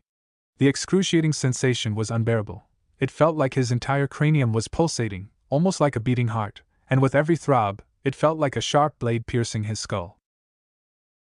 Gaara, let me help you. I can make you a new seal, you will be able to sleep, and Shikaku won't be able to torture you anymore. Naruto spoke softly, slowly walking up to Gaara in a peaceful manner. He's lying. Bring me his blood, my son. Shikaku screamed inside Gaara's head, the redhead not being able to handle the enormous pain. I will kill you, Gaara screamed with a manic grin as sand formed around his back, slowly gathering, turning solid, and forming what looked like a tail made of sand. Naruto's gaze hardened, watching the first form of Gaara. Luckily, he had put a seal around the perimeter before confronting Gaara just in case this happened. The seal would prevent anyone from entering or leaving, and the chakra used inside couldn't be felt from outside unless someone with outstanding sensor abilities was nearby. Naruto knew no one that good was anywhere near them. So, you want to fight? Alright, I will play along. Naruto spoke casually towards Shikaku, who screamed angrily, his eyes filled with fury. With a swift wave of his hand, he transformed the solid ground beneath his feet into a torrent of soft, golden sand that surged toward his opponent with the force of a tidal wave. Naruto, caught off guard by the sudden onslaught, struggled to maintain his footing as the sand crashed over him, threatening to swallow him whole. The blonde quickly jumped away before throwing a kunai toward Gaara. Gaara used his sand as a shield, but the kunai suddenly multiplied into thousands of kunai, all of them with paper bombs. Gaara quickly used sand to cover himself as they all exploded around him. Due to the loud noise of the explosion, Gaara didn't notice one kunai flying in his direction through the smoke left by the explosion. Gaara moved away from the sand shield. His eyes widened in surprise and anticipation as he beheld the sight of Naruto barreling towards him with an intense red Rasengan, radiating a searing heat that seemed to engulf them both, surpassing even the sweltering temperatures of the Sunda Desert. Die! Gaara screamed before sending the largest sand wave at his disposal towards the Uzumaki, who jumped from a branch, now in midair, rushing towards him with his Rasengan. Too late, Gaara spoke with a demonic voice as the sand wrapped around Naruto, forming a large diamond-like form. Gaara grinned in triumph. He won. Just as Gaara was about to close his fist and crush Naruto inside the sand, the sudden searing pain in his shoulder forced him to pause and glance down. To his surprise, he saw that a sharp-edged kunai had pierced his skin, causing blood to trickle down his arm. Gaara suddenly felt a cold shiver as a yellow flash appeared before his eyes, almost blinding him, and he saw Naruto right above him, way too close, way too fast. Boom! Naruto smashed his fire Rasengan on Gaara's back, sending shockwaves through the air and causing a massive explosion of flames that engulfed everything within a wide radius. The heat was intense, causing the air to shimmer and the ground to tremble. Even Naruto felt the heat, but it didn't bother him as much. Gaara screamed in pain as the Rasengan grilled through his insides. He knew he would have died if he wasn't a Jinchuriki. Naruto jumped away, landing on the ground. The land below his feet was scorched beyond recognition.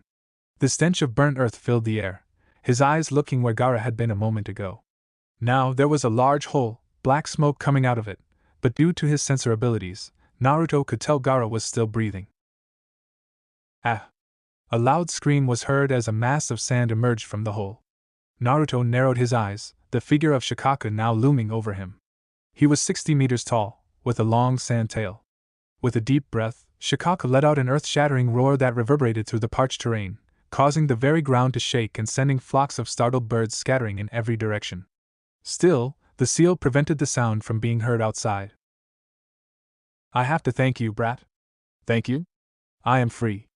Shikaku roared again before looking down at Naruto, who had unsheathed his red blade sword. As a thank you? I will kill you quickly, Shikaku said with a burst of loud laughter before throwing a mountain of sand towards Naruto. The sand controlled by him looked like a giant hand that was rushing towards Naruto. Jumping upwards, Naruto dodged every single one, jumping from one to another while getting closer to Shikaku, placing his blade near his palm. Mighty sword, accept my blood. He sliced the palm of his hand with the sword, the sharpness of the blade causing a small, red droplet to form. As the droplet fell onto the blade, Naruto watched in amazement as the sword quickly absorbed the blood, the once shining metal now pulsating with a deep, crimson glow, and the seal was activated. The red sword started changing as golden lines suddenly appeared around the blade. Shikaku narrowed his eyes, and for the first time, he felt fear. Stand back. Shikaku roared, sending wave after wave of sand, hoping to capture and smash the brat, but Naruto dodged all of them, jumping one after the other, the red sword on his right hand. Jumping in midair, he prepared to slash through Shikaku. The tailed beast, knowing the danger, formed in front of him the strongest shield possible, made out of the strongest materials found around Konoha. Shikaku's shield. Naruto moved his sword forward. Blood rain. Slashing forward, sending a large red wind blade towards Shikaku, the wind blade cut through the shield, Shikaku, and cutting through miles of forest. The time felt as if it was going in slow motion. Shikaku saw as his shield slowly fell apart before he himself started falling. Shikaku gasped in shock, looking appalled as his body was cut in half at a 60-degree angle, the slash from his hips all the way to his left shoulder. I lost to a brat, he thought before his entire body crumbled to dust, now sealed back inside Gaara. The amount of dust cleared away from Naruto's landing spot exposed the immobile body of Gaara, who stood motionless with a large, gaping gash across his chest, just as Shikaku, the one-tailed beast. Naruto said nothing as he walked up to him before picking him up. The time had come for his fellow Jinchuriki to finally sleep, and once he woke up, Naruto would give him a choice. Gaara couldn't help but notice how his body felt weightless and as if he was just floating in space, his mind drifting into a peaceful state of mind. He felt like he was on a cloud, his muscles completely relaxed, and his mind free from all worries and stress. It was a rare feeling for him, one that he couldn't remember experiencing for a long time. All the tension and exhaustion seemed to have melted away, leaving him with a sense of tranquility that he had never felt before. He closed his eyes and let himself drift away into a dreamless sleep, feeling as if he could sleep forever in this state of pure bliss.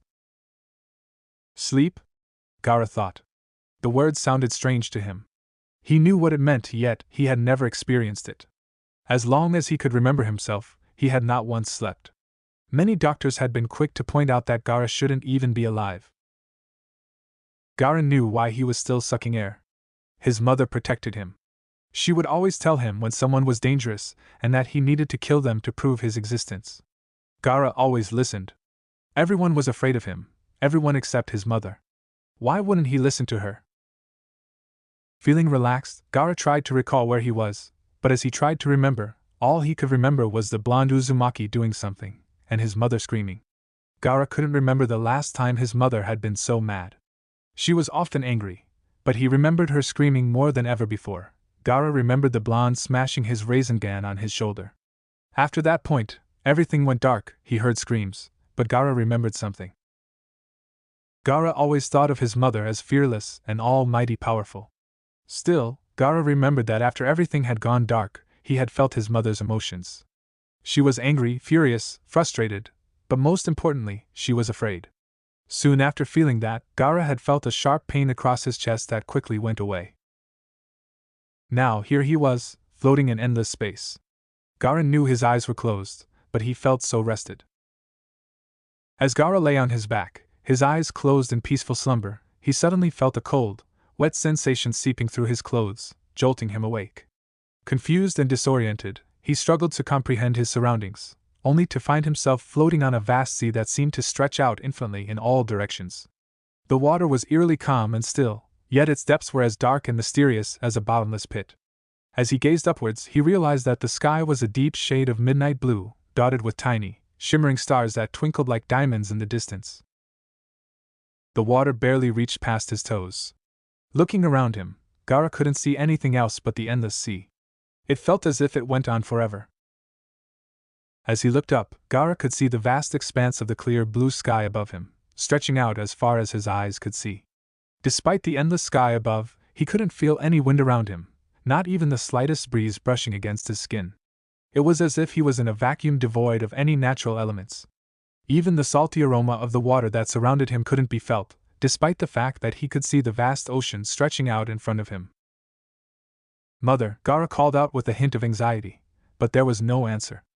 As Gaara stood there gazing out into the vast expanse of blue that stretched out before him, he couldn't help but feel a sense of calm wash over him. The sound of the gentle waves lapping against his toes as he slowly made his way further into the water, the coolness of the water contrasting with the warmth of the sun on his skin, all made for a truly serene experience. Despite the beauty of his surroundings, however, Gaara couldn't shake the feeling of loneliness that crept up on him as he realized that he was but a small speck in this vast ocean. "Titemari," Gaara called out, yet no answer was heard. Looking more around, yet there was nothing around. Gaara's heart was racing as he swallowed the lump in his throat, desperately trying to make sense of what was happening. He looked around, confused and disoriented, and rubbed his eyes to clear his vision. "Am I dreaming?" he asked himself, hoping against hope that he was.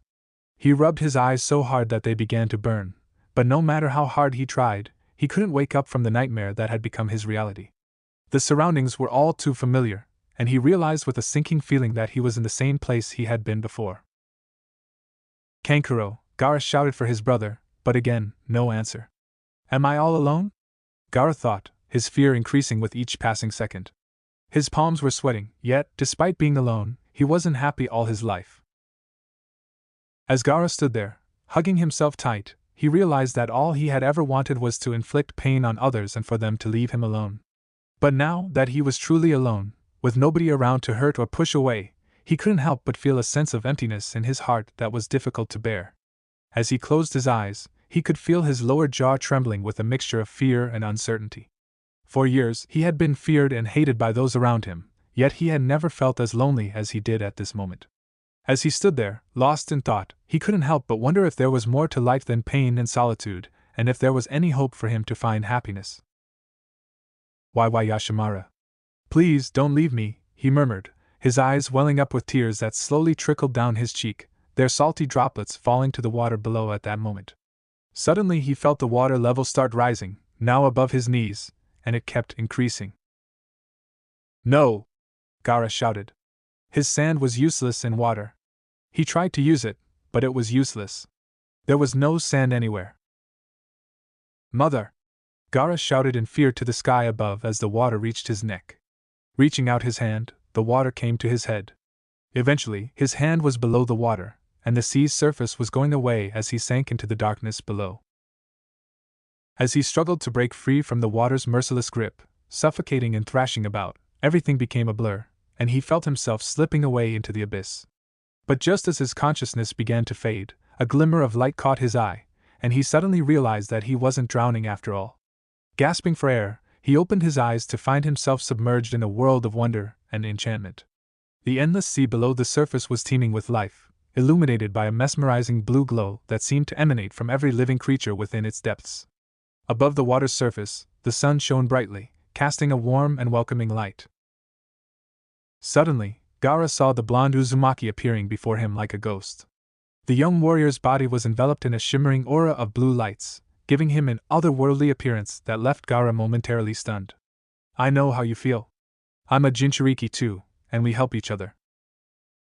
Naruto had told him. Gaara remembered as the water's level started decreasing. With a swift movement, he pulled his head out of the water and gazed around him in confusion. The water continued to lower rapidly until not even his toes were submerged. Gaara looked around. Instead of an endless sea, the place he was in was strange. As he gazed around himself, trying to make sense of his surroundings, it began to dawn on him that he was standing in the middle of a colossal, pitch-black chamber devoid of any discernible features or objects, and not even the faintest glimmer could be perceived, leaving him in a state of utter darkness and uncertainty. Gaara's eyes were immediately drawn to the glossy black-red metal floor.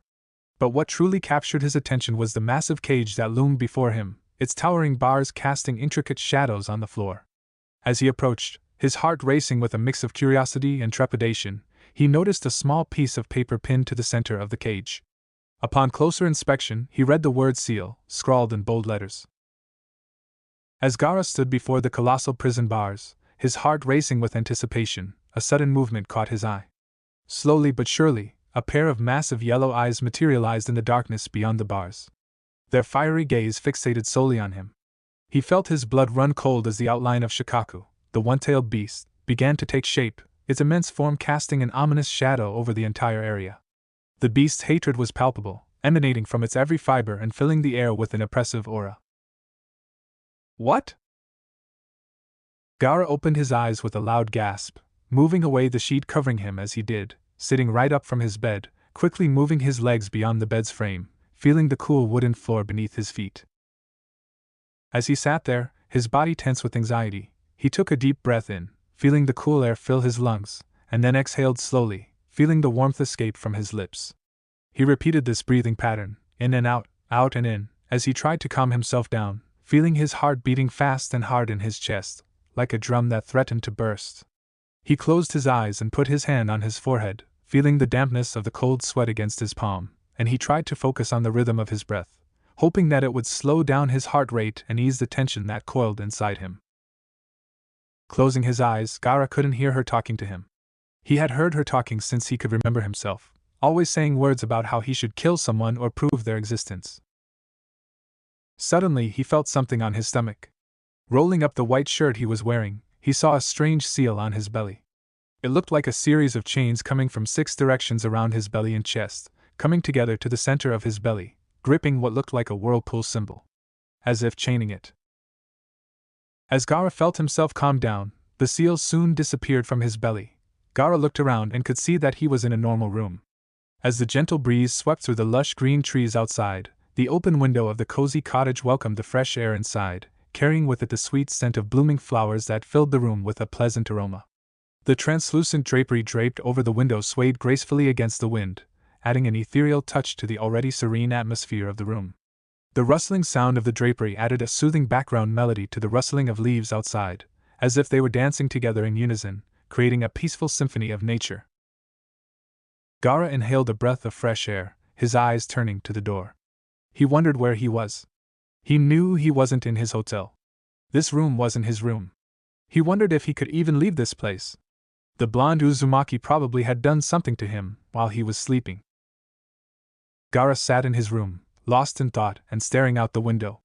He wondered if he could just jump through the glass and escape the place, leaving behind all his problems and worries.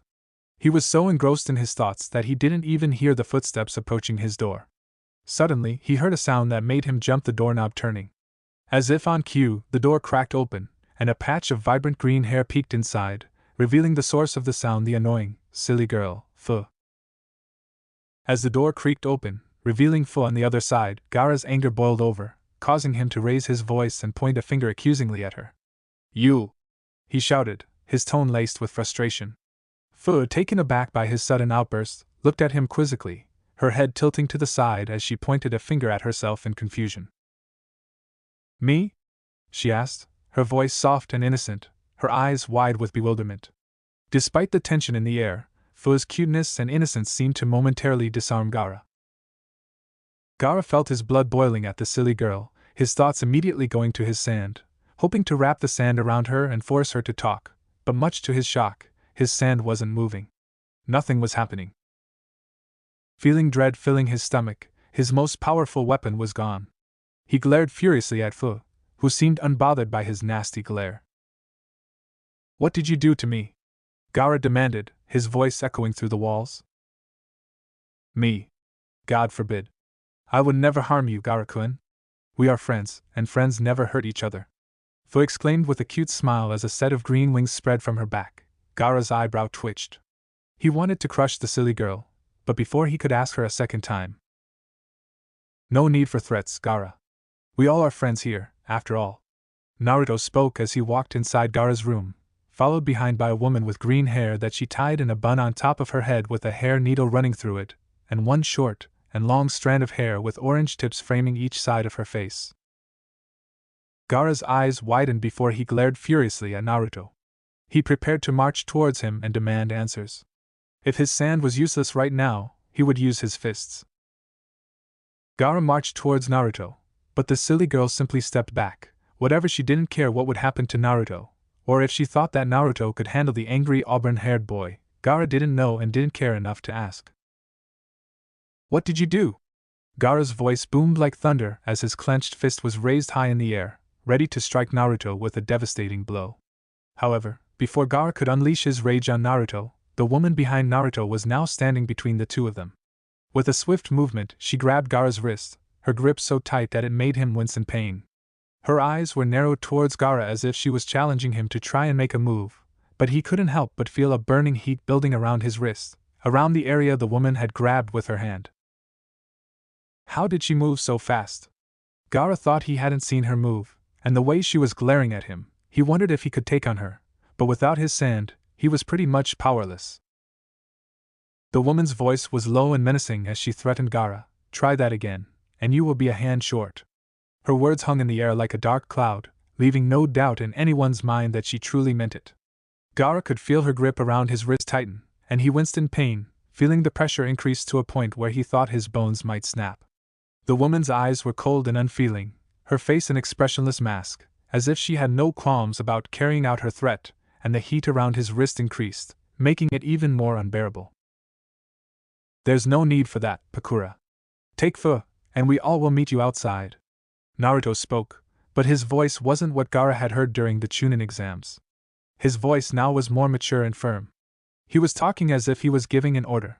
Pakura let go of his wrist right away before motioning for Fu to follow her.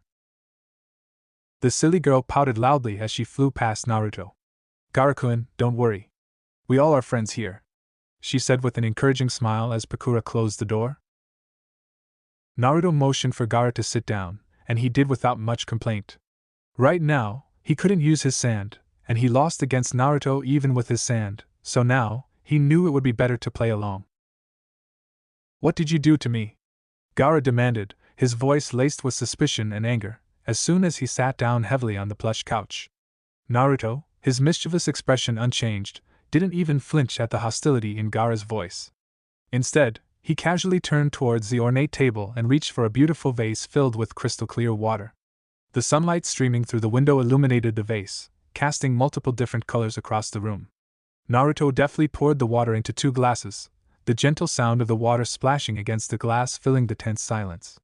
The glasses themselves seemed to glow with ethereal light as if the water inside held some kind of magical power. As Gaara's anger simmered inside him, he found himself unexpectedly parched. His throat felt like sandpaper, a dryness that was almost unbearable. Without a second thought, he snatched the glass of water that was sitting in front of him and took a quick gulp. The cool liquid rushed down his throat, quenching his thirst and providing much-needed relief. As he set the glass back down, he couldn't help but feel a sense of clarity wash over him. The anger that had been consuming him just moments before was now starting to dissipate. With each passing second, he could feel his mind becoming clearer and his emotions become more stable. It was as if the water had not only quenched his thirst but also his anger, leaving him feeling refreshed and renewed. Naruto placed down his now empty glass on the wooden table nearby. "After I defeated Shikaku, I put you in a sealed room. There I put a temporary second seal on you. I removed your old seal. Shikaku couldn't escape because of the second seal I put," Naruto explained as he clenched his hands together, forming a bridge for his chin to rest on. "Sealed room?" Gaara questioned, not understanding what that meant. What the blonde described made sense. He couldn't use his sand anymore, and he couldn't hear his mother talking to him. Yes. If something would go wrong, Shikaka would be stuck inside instead of destroying Konoha. Naruto explained he didn't need to tell him that the room could only keep the bijus that had 5 tails or less. The difference in power between 5 tails and 6 tails was larger than the difference in power between 3 and 5. Due to Naruto's studies and experience, he learned that while the bijus from 1 to 5 tails were strong and had one unique ability, 6 to 9 was where their strength would increase far more.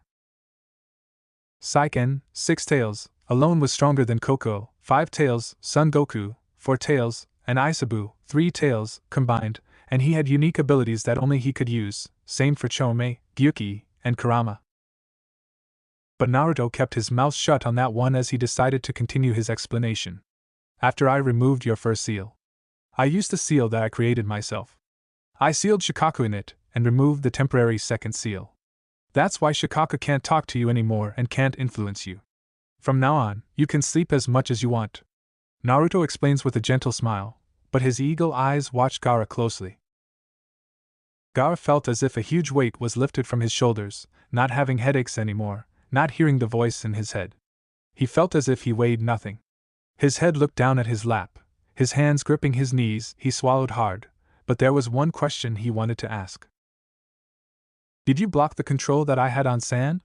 Gaara asked sternly, looking up at Naruto, who shook his head. No. The seal I used allows you to still use Shikaka's abilities, even without his help. I only locked them away for now since you would most likely destroy the house the moment you woke up. Naruto explained before he made a hand seal. The moment he did, Gaara felt his strength returning, feeling as he usually did. Just by thinking the sand moved around his fingertips, Gaara knew his power had returned. Looking back at Naruto, the redhead wasn't sure what to think, grateful, angry, furious. Opening and closing his mouth, his teeth clenched, he wanted to shout at him. Why was he doing this? The last time someone had acted as if he loved him hadn't ended well. Yashimaru had never loved Gaara. He only wanted revenge for Gaara killing his sister by being born. Gaara's emotions were boiling inside him, and with a sudden burst of anger, his face turned red. He couldn't fathom why Naruto was helping him, and his curiosity turned into suspicion. Why are you helping me? What is in for you? He demanded, his voice reverberating throughout the room. His frustration was so intense that he suddenly stood up from the chair, causing it to fall behind him, but he didn't care about it. Naruto, on the other hand, remained calm and collected, unruffled by Gaara's outburst. His demeanor was serene, and his eyes were fixed on Gaara's face, trying to understand the deep-seated emotions that were pulsating through him. Nothing. I helped simply because I wanted to. Fu already told you we are friends, and whether you want to be friends or not is up to you. Naruto said casually as if the answer was obvious. Gaara gripped his hair tightly as if trying to keep himself together. The world around him began to spin, and before he knew it, his legs gave out beneath him, sending him crashing to his knees. He remembered the many times the silly girl had told him they were friends. It was ridiculous. Gaara wasn't a friend to anyone. Even his own brother and sister were afraid of him. Why would anyone ever want to be his friend? He was a monster. The demon of the sand.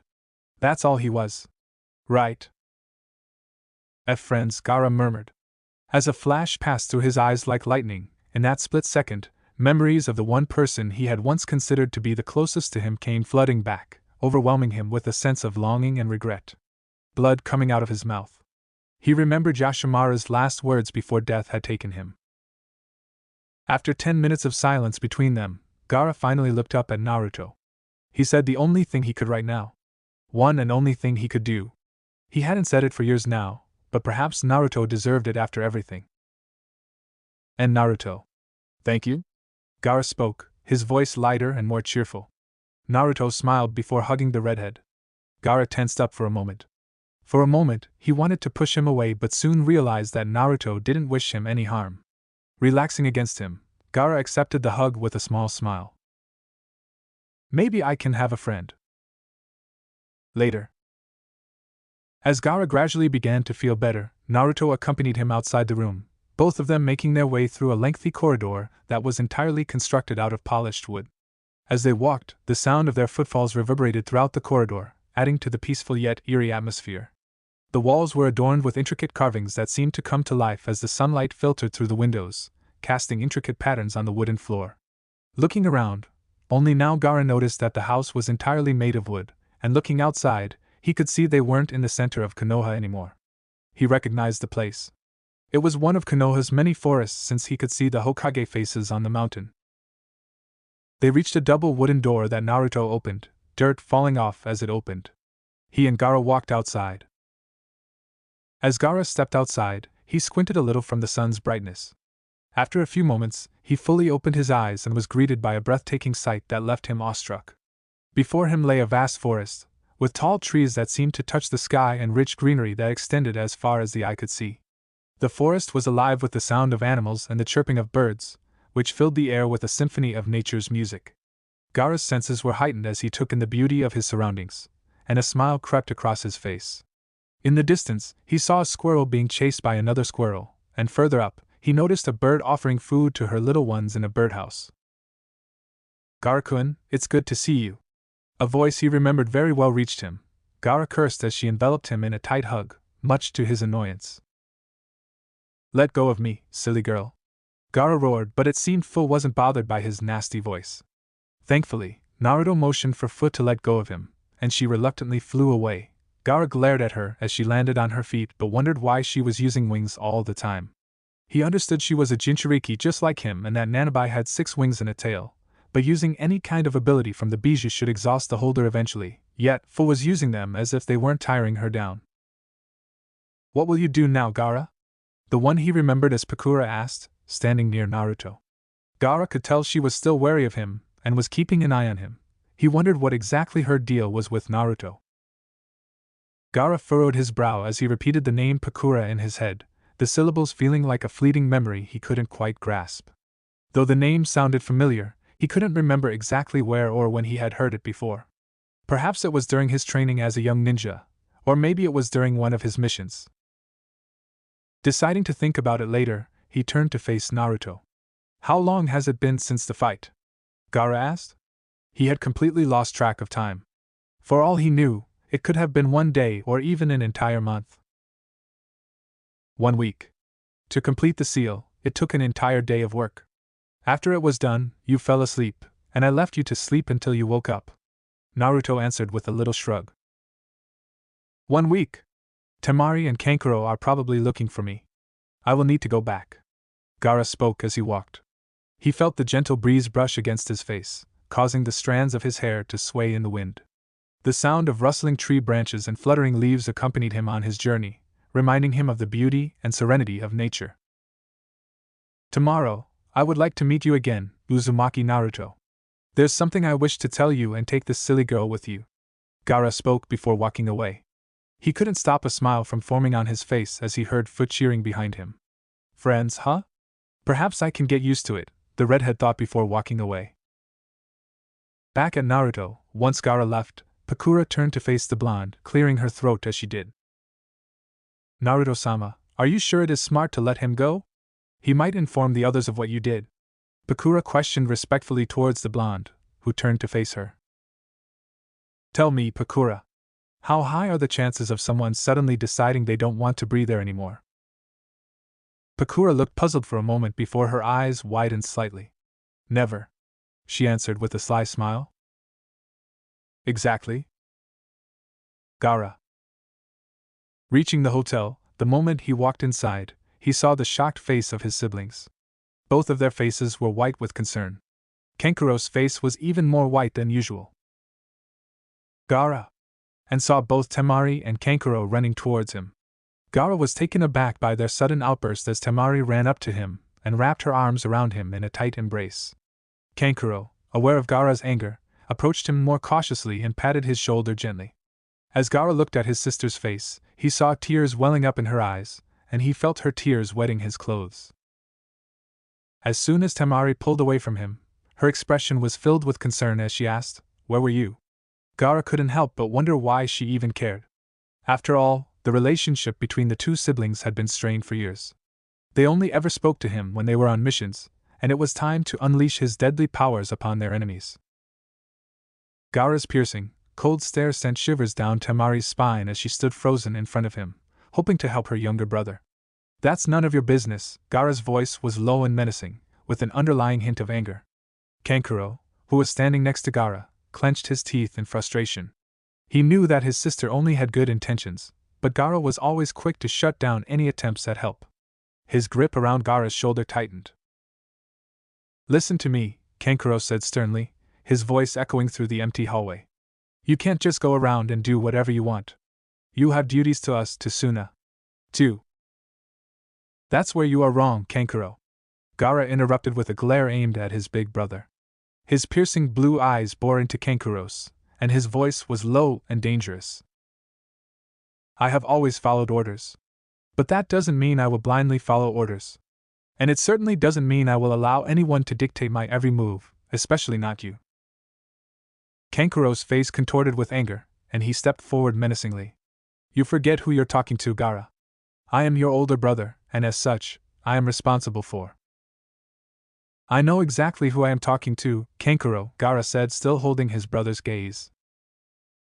"But being older doesn't automatically make you right, nor does it give you the authority to tell me how to live my life. I am Gaara, and I will make my own decisions, and I don't care what you think. I have no duties to any of you, especially to a place like my village. Now get your hands off me, or you will regret it." Gaara threatened Kankuro and the latter, his teeth even more in anger, to the point that he was sure they would break from the pressure, but he did not attempt to move his hand from his brother's shoulder. Gaara narrowed his eyes as sand started forming around his fingertips. Perhaps a more serious threat was needed. With a loud thud, Baki barged into the room, his eyes piercing through the dimly lit space as he demanded in a growling voice, "What's the meaning of this?" The abruptness of his entry caused Gaara to spin around, his sand swirling around him in a protective manner, ready to strike at a moment's notice. Despite the defensive stance, Gaara knew that Baki was not here to be a true sensei but rather to keep him under control. Baki's presence was a constant reminder of the fear and isolation that Gaara had been forced to endure. His so-called sensei was more like a warden, always watching, always waiting for Gaara to slip up or show any signs of weakness.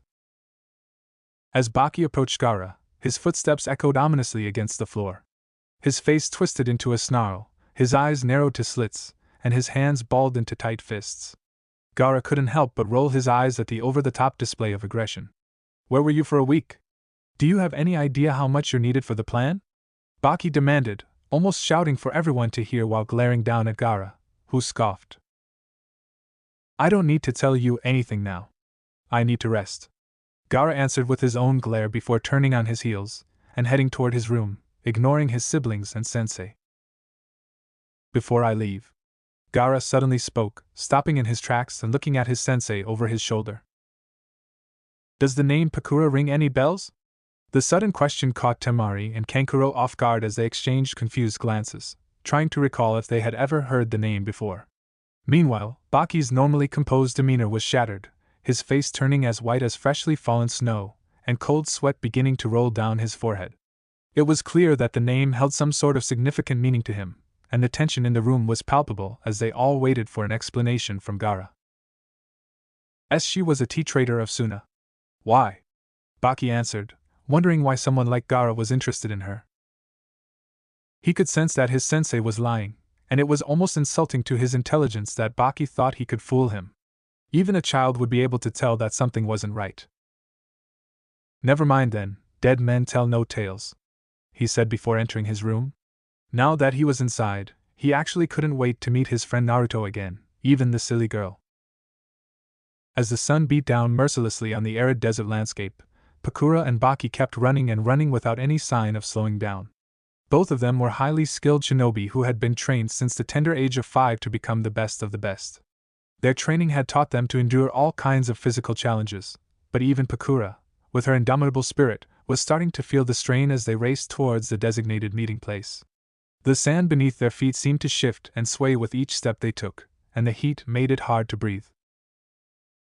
In the midst of a desolate and barren wasteland, with nothing but towering rocks stretching out as far as the eye could see, Pakura and Baki found themselves on the run. Their hearts are pounding with adrenaline as they navigate the treacherous terrain. With each jump, Pakura's sharp eyes scanned their surroundings, searching for any sign of danger or deviation from their planned path.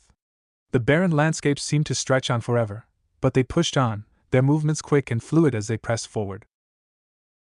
Ever since Pakura embarked on this perilous mission, she had been plagued by an incessant gnawing at the pit of her stomach, a nagging feeling that something was amiss, that the air was fraught with danger. She couldn't shake off the ominous sense of foreboding that had settled in the depths of her soul. As she journeyed towards the land of Iwa, she couldn't help but think about the long-standing enmity between her village of Suna and Iwa, a feud that had claimed countless lives and left a trail of destruction in its wake. However, what made her unease even more palpable was the sudden and unexpected change of heart of the Iwa leaders. They were now advocating for peace, claiming that they wanted to put the past behind them and move towards a brighter future. Pakura couldn't help but be skeptical of their sudden change of heart. She couldn't help but wonder if this was some sort of a trap or a ploy to lull them into a false sense of security. Despite her misgivings, Pakura knew she had a duty to perform, a mission to accomplish. She had to put her fears aside and trust in her training and her instincts for the sake of her village and her people. It made no sense. The Kage of Iwa was still on Oki, so why the sudden change of heart?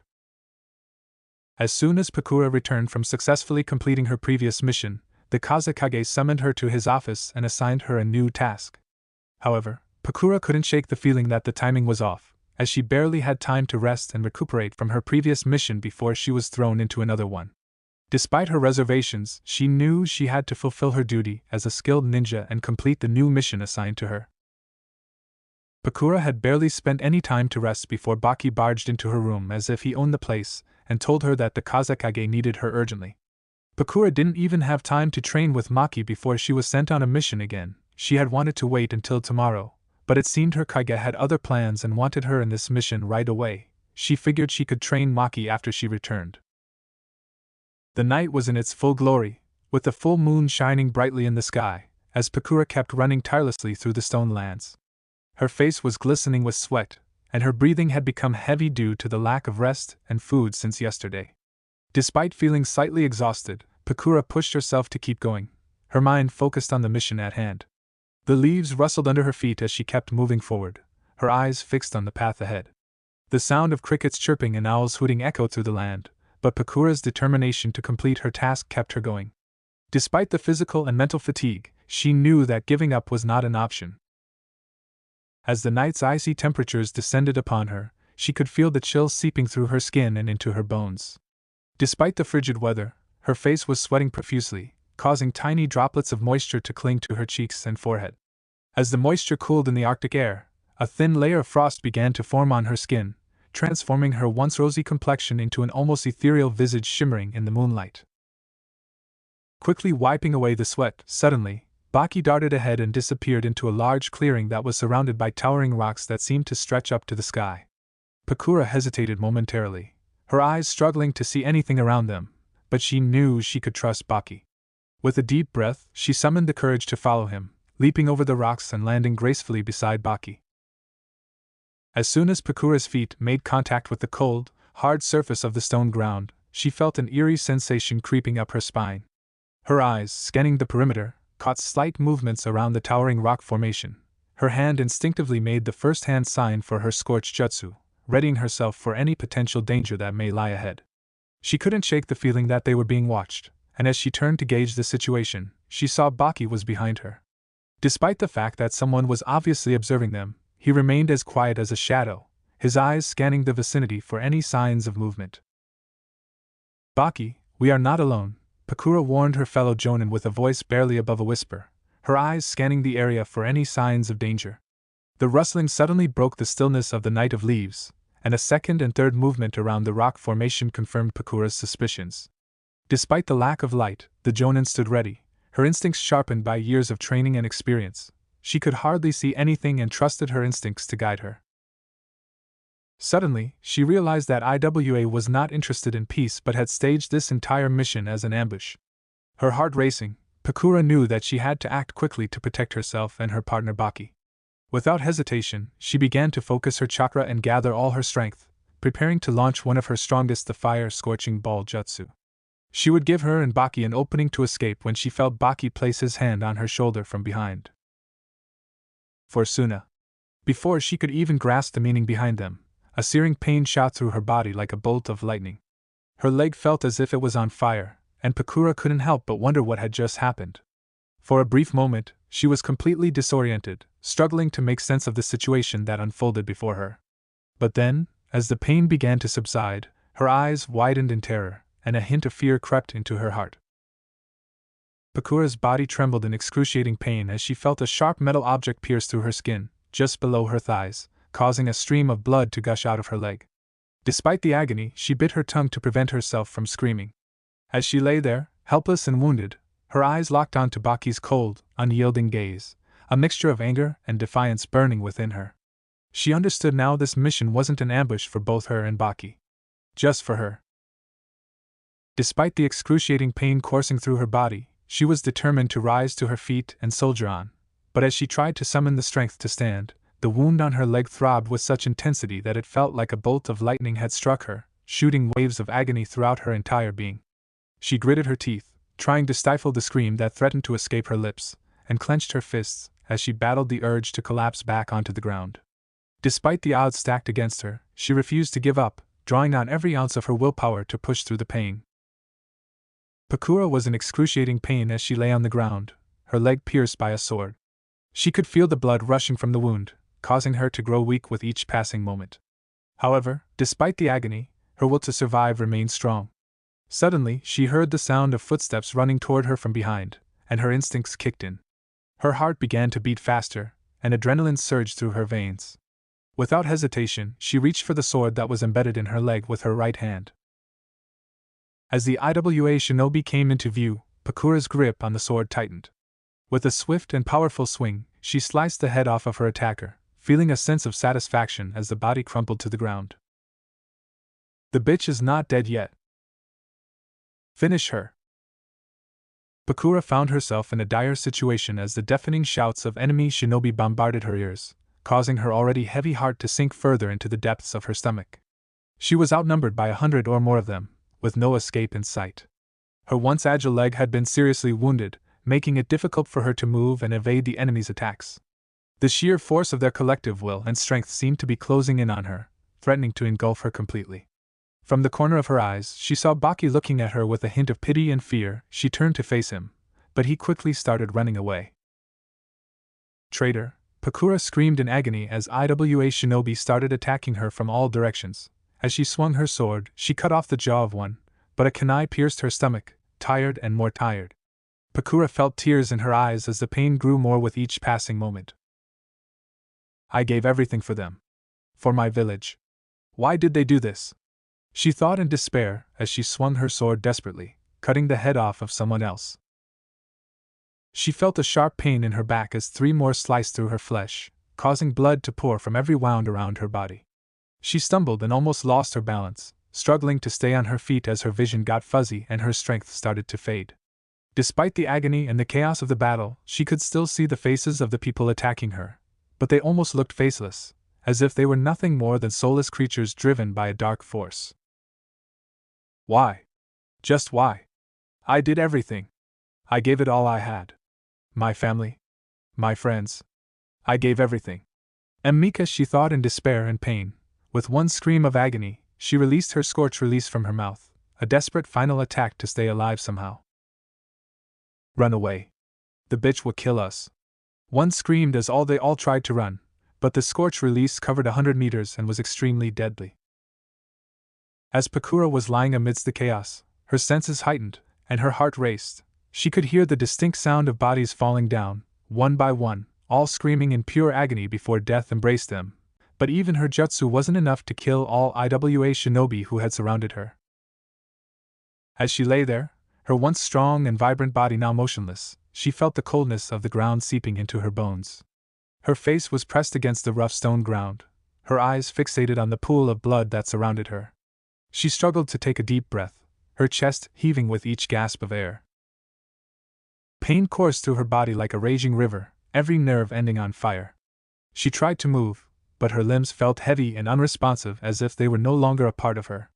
Tears streamed down her face as she realized the severity of her injuries. As she lay there, on the brink of death, her mind raced with questions. Why?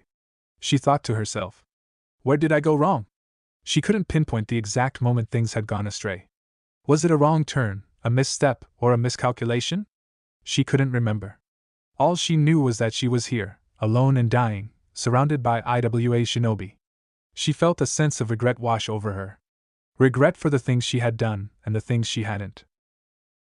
She killed around 83 despite the ambush. Anoki won't be happy. With a disgusted snarl, the IWA Shinobi spat at Pakura's dying form, leaving her to struggle for breath and try to comprehend the meaning behind their words. Screw the old man. Cut her head off. She will be a good trophy for IWA, with a twisted grin on his face. The other shinobis roared with laughter, their eyes gleaming with malice as they eagerly anticipated the brutal execution of their captive. One of them stepped forward, unsheathing his sword with a menacing glint in his eye, determined to claim Pakura's head as a prize for his village. She was exhausted, tired, and bleeding out from multiple wounds, and most of all, she felt very cold. Her eyes, heavy with fatigue, struggled to stay open, but she refused to let them close. With each passing moment, however, it became harder and harder to keep them open, and slowly, her eyes started closing, knowing this was the end of the road for her. Curse you, Suna. I hope you all rot in hell. She thought in rage. As her eyes closed, she suddenly heard a faint sound of footsteps slowly approaching her, quickly followed by the sound of a sharp sword slicing through flesh. The unmistakable sound of men and women screaming in agony filled the air. More and more screams of agony reached her ears, each more chilling than the last. The sound of blood splattering against the cold, hard stone ground echoed throughout the land. What is happening? She managed to ask herself, her eyes still closed as warm hands touched her cheek. Just don't move. You're safe. A voice spoke to her as she felt herself falling asleep. What? As she lay down on her bed, Pakura felt the softness of her pillow as her head sank into it. She felt like she had just run a marathon. Her body was aching, and she felt utterly exhausted. As she tried to relax, her stomach churned, reminding her that it had been hours since she last ate anything. As she gradually opened her eyes, she felt a surge of confusion and disorientation as she tried to place herself in an unfamiliar environment. The first thing that caught her attention was the strange room she was sleeping in, its walls adorned with intricate tapestries and the warm flicker of a solitary candle casting shadows across the room. The gentle flame seemed to dance and sway in the air, casting a warm glow on the unfamiliar surroundings, while a soft breeze blew in through the small window, filling the room with the gentle rustling of leaves outside. Pakura looked around her, trying to make sense of her surroundings, but everything seemed hazy and surreal. Her head was throbbing with an intense pain that felt like 1,000 needles piercing her brain. As she tried to gather enough strength to sit upright, she felt a wave of dizziness wash over her, causing her to lose her balance and fall back on the bed. Tears of frustration and fear filled her eyes as she wondered what had happened to her. Was she dead? Was this the afterlife? The questions swirled around her mind, but she couldn't find any answers. The pain in her head was so intense that it felt like her skull was going to split open. She held her head in agony, hoping that the pain would subside soon. I'm alive? Why? She thought to herself in confusion as she rubbed the top of her head. Eventually the headache wavered, but she still had no idea where she was. With great effort, her hand reached out and removed the white blanket covering her body, revealing a network of white bandages covering her stomach and legs. She couldn't help but gasp in shock when she saw the extent of her injuries, her dark orange eyes widening as she realized the gravity of her situation. Did IWA Shinobi take me to experiment on me? She thought. The fear and dread that started to spread within her were overwhelming, as she knew she was beyond exhausted and in no condition to fight back. She wondered if she could even take on a genin, let alone a jonin or an umbu. The exhaustion she felt was so intense that she could barely keep her eyes open. Despite her weakened state, however, the sound of the wooden door creaking open caught her attention. Pakura looked up from her bed, and a feeling of surprise and confusion immediately struck her as her gaze met that of a vibrant, red-haired woman who was standing at the entrance of her room, holding a large, steaming plate of food and a skin bottle filled with refreshing water. The aroma of the meal wafted towards her, tickling her nostrils and making her stomach rumble, while the woman's bright smile seemed to light up the entire room. She was a fairly tall and light-complexioned woman sporting a curvy figure. She was noticeably beautiful, with purple eyes and a beauty mark under the left side of her lips.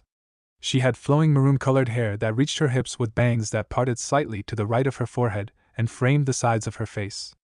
She was dressed in a chipa-like garment. Her wardrobe was rather scantily clad, revealing her shoulders and upper back, while the rest was form-fitting. Her attire was dark pink coloring with a lining of purple, gray, and yellow and matching disconnected arm warmers that reached down to her light purple spandex shorts. She wore a pair of black low-heeled boots that reached her calves. "Who are you?" Pakura demanded with a raspy voice. The red-haired woman approached her slowly as if she was aware of Pakura's vulnerability and didn't want to scare her. Despite her fatigue and the visible wounds on her body, Pakura tried to sound as strong as possible, hoping to intimidate the stranger with her words. However, her exhaustion and still healing wounds made it clear that she couldn't fight at the moment, leaving her at the mercy of the unknown woman. "Take a guess. You have been in a coma for a month now. I thought Naruto-sama was wasting his time with you." She spoke. Her voice was like a soothing balm to Pakura's frayed nerves. It was melodic, kind, and gentle, the kind of voice that could calm even the most restless soul and make anyone want to listen to her. She placed the plate full of food beside her bed. Pakura felt her stomach churning. The sight of food and water made her mouth almost water, but she somehow restrained herself from eating right away. "Where am I? And who is this Naruto you speak of?" Pakura questioned with narrowed eyes, trying to stand up, but she was beyond exhausted. She could hardly sit up from her bed. From the way the woman spoke, Pakura knew that Naruto was someone significant to her but couldn't remember anyone important with that name. The redhead woman furrowed a brow. She looked deep in thought before she eventually decided to humor Pakura. "The food is not poisoned," she claimed confidently, bringing a piece of the freshly roasted bread to her lips and taking a hearty bite.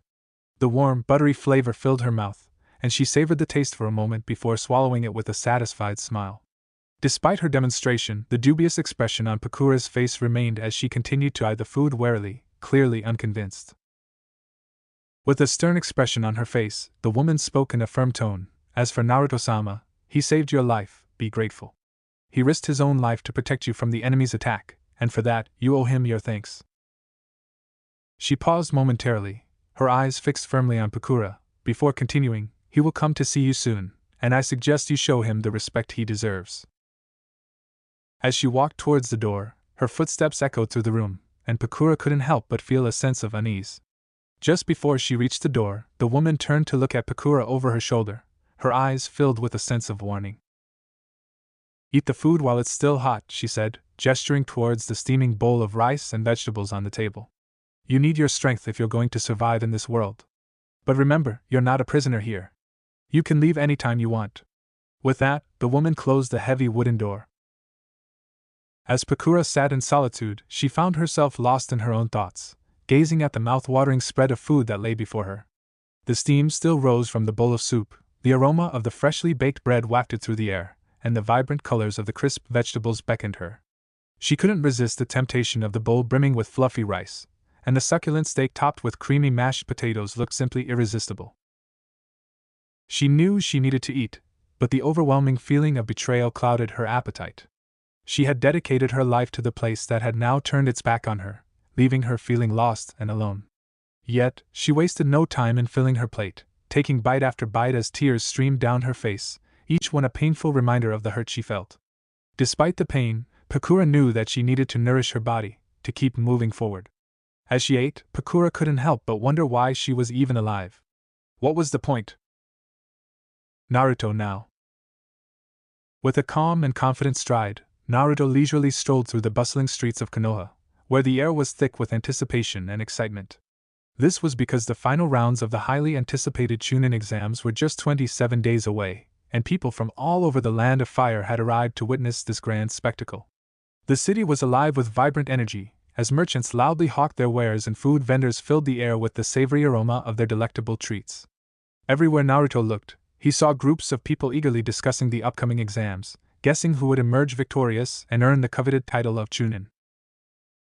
The bets had already started, and the most casual bets were who would defeat who, but the ones that earned the most money were the bets about possible deaths, the type of wounds, and how long the fight might last. The average was around 10 minutes.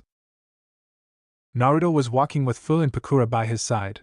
2 days ago, Gaara had left after waking up. Yesterday he informed Naruto that he wanted to talk to him in private, and for this reason, Naruto told him to meet in the Jonin bar, telling him that no one would pay attention to them there.